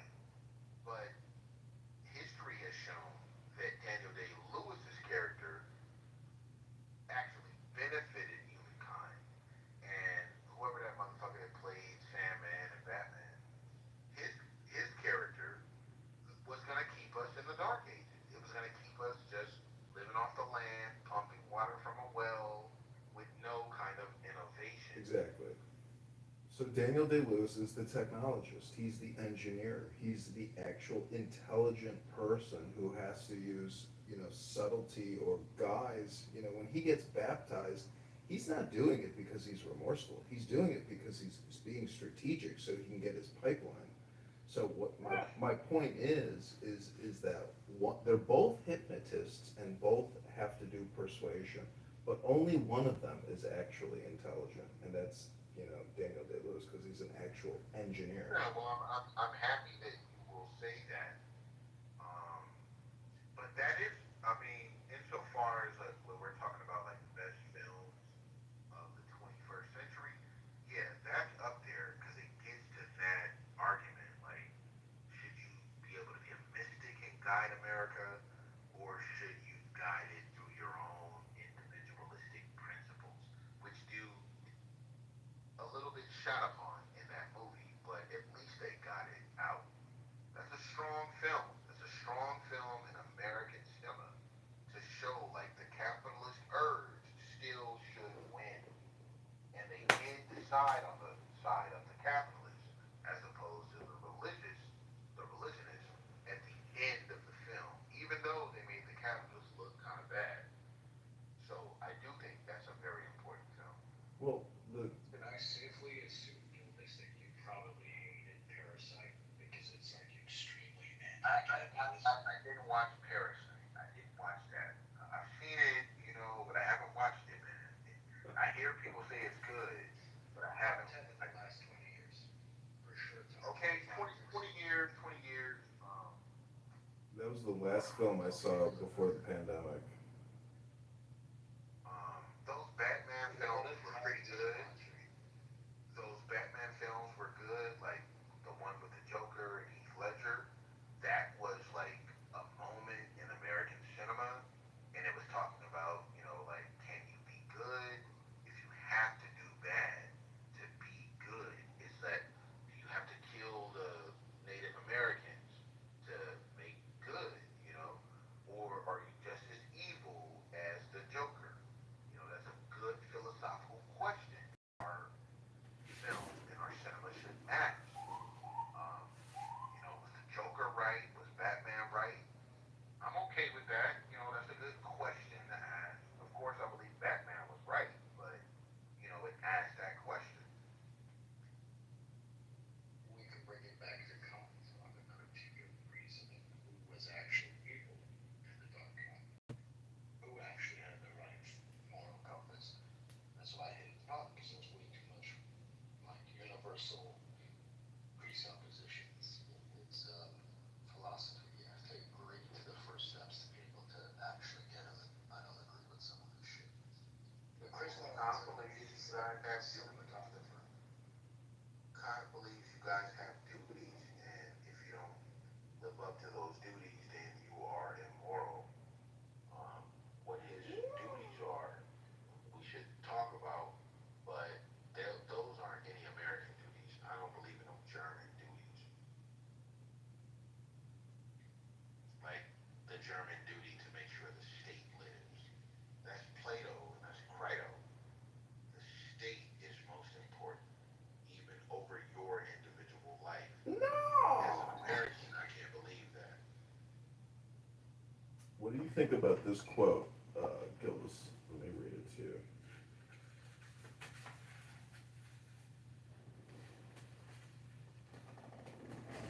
One second here. What do you think about this quote? The absolute rule of the state shall be a function of the absolute liberty of each individual will.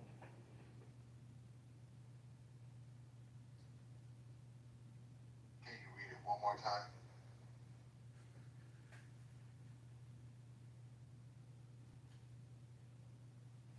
Can you read it one more time? Yeah, sorry, I just turned off the page.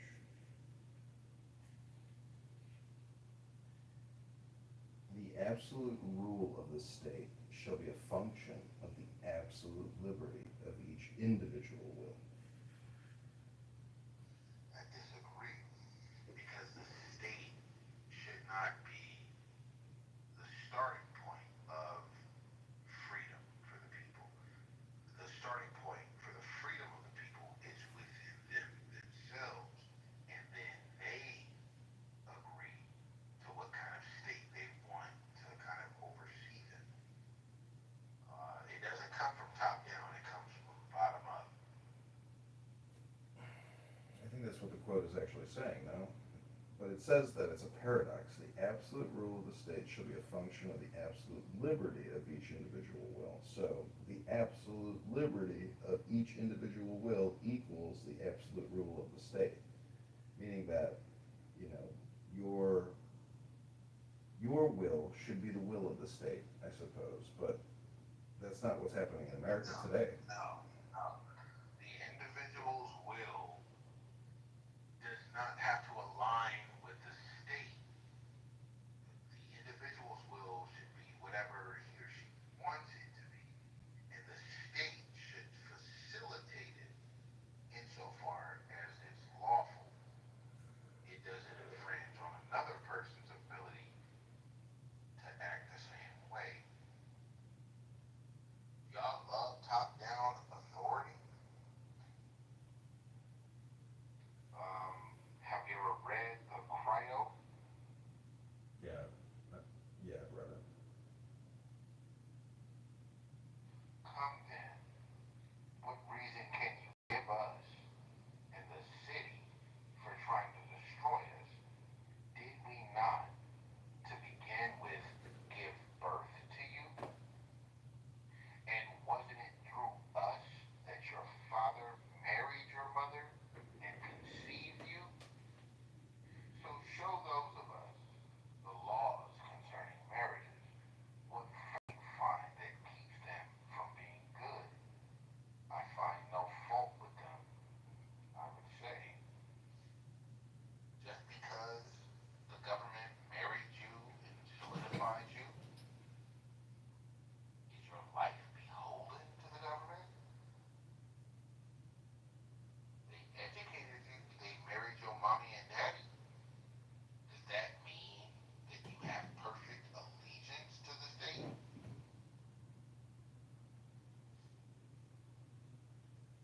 That's what Crito, the dialogue Crito is saying. That's what Plato was saying. I don't believe that shit. Well, what is, You know, what liberties, sorry. what liberties do you have? To purchase property where I want, to live where I want, to eat what I want, to move how I want to marry who I want to dress how I want to eat what I want. I have So you govern so yourself. many, yeah, yeah, I have so many liberties. So I'm just asking, you know, if our individual liberties should equal the absolute rule of the state. I mean, why is there this major disconnect between, you know, what the U.S. government is doing and what the will of the people is? Well, that might be a question that I'm not able to answer. But I Well, just it's know pretty that easy. It's called, you know, in Hebrew, the Yetzer Hara, or the evil inclination. So I would say all those Congress people, all those senators, maybe a lot of bureaucrats in the military, etc., do not want to see the budgets change. They want that 7 trillion a year. maybe so, but you gotta convince me. And you gotta convince a lot of my friends to believe that.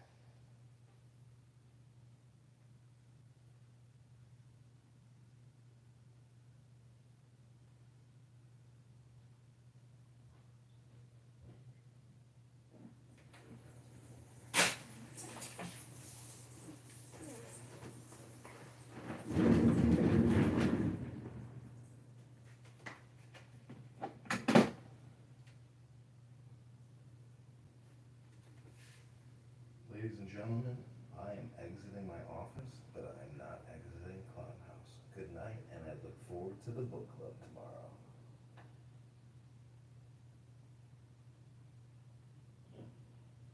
All good.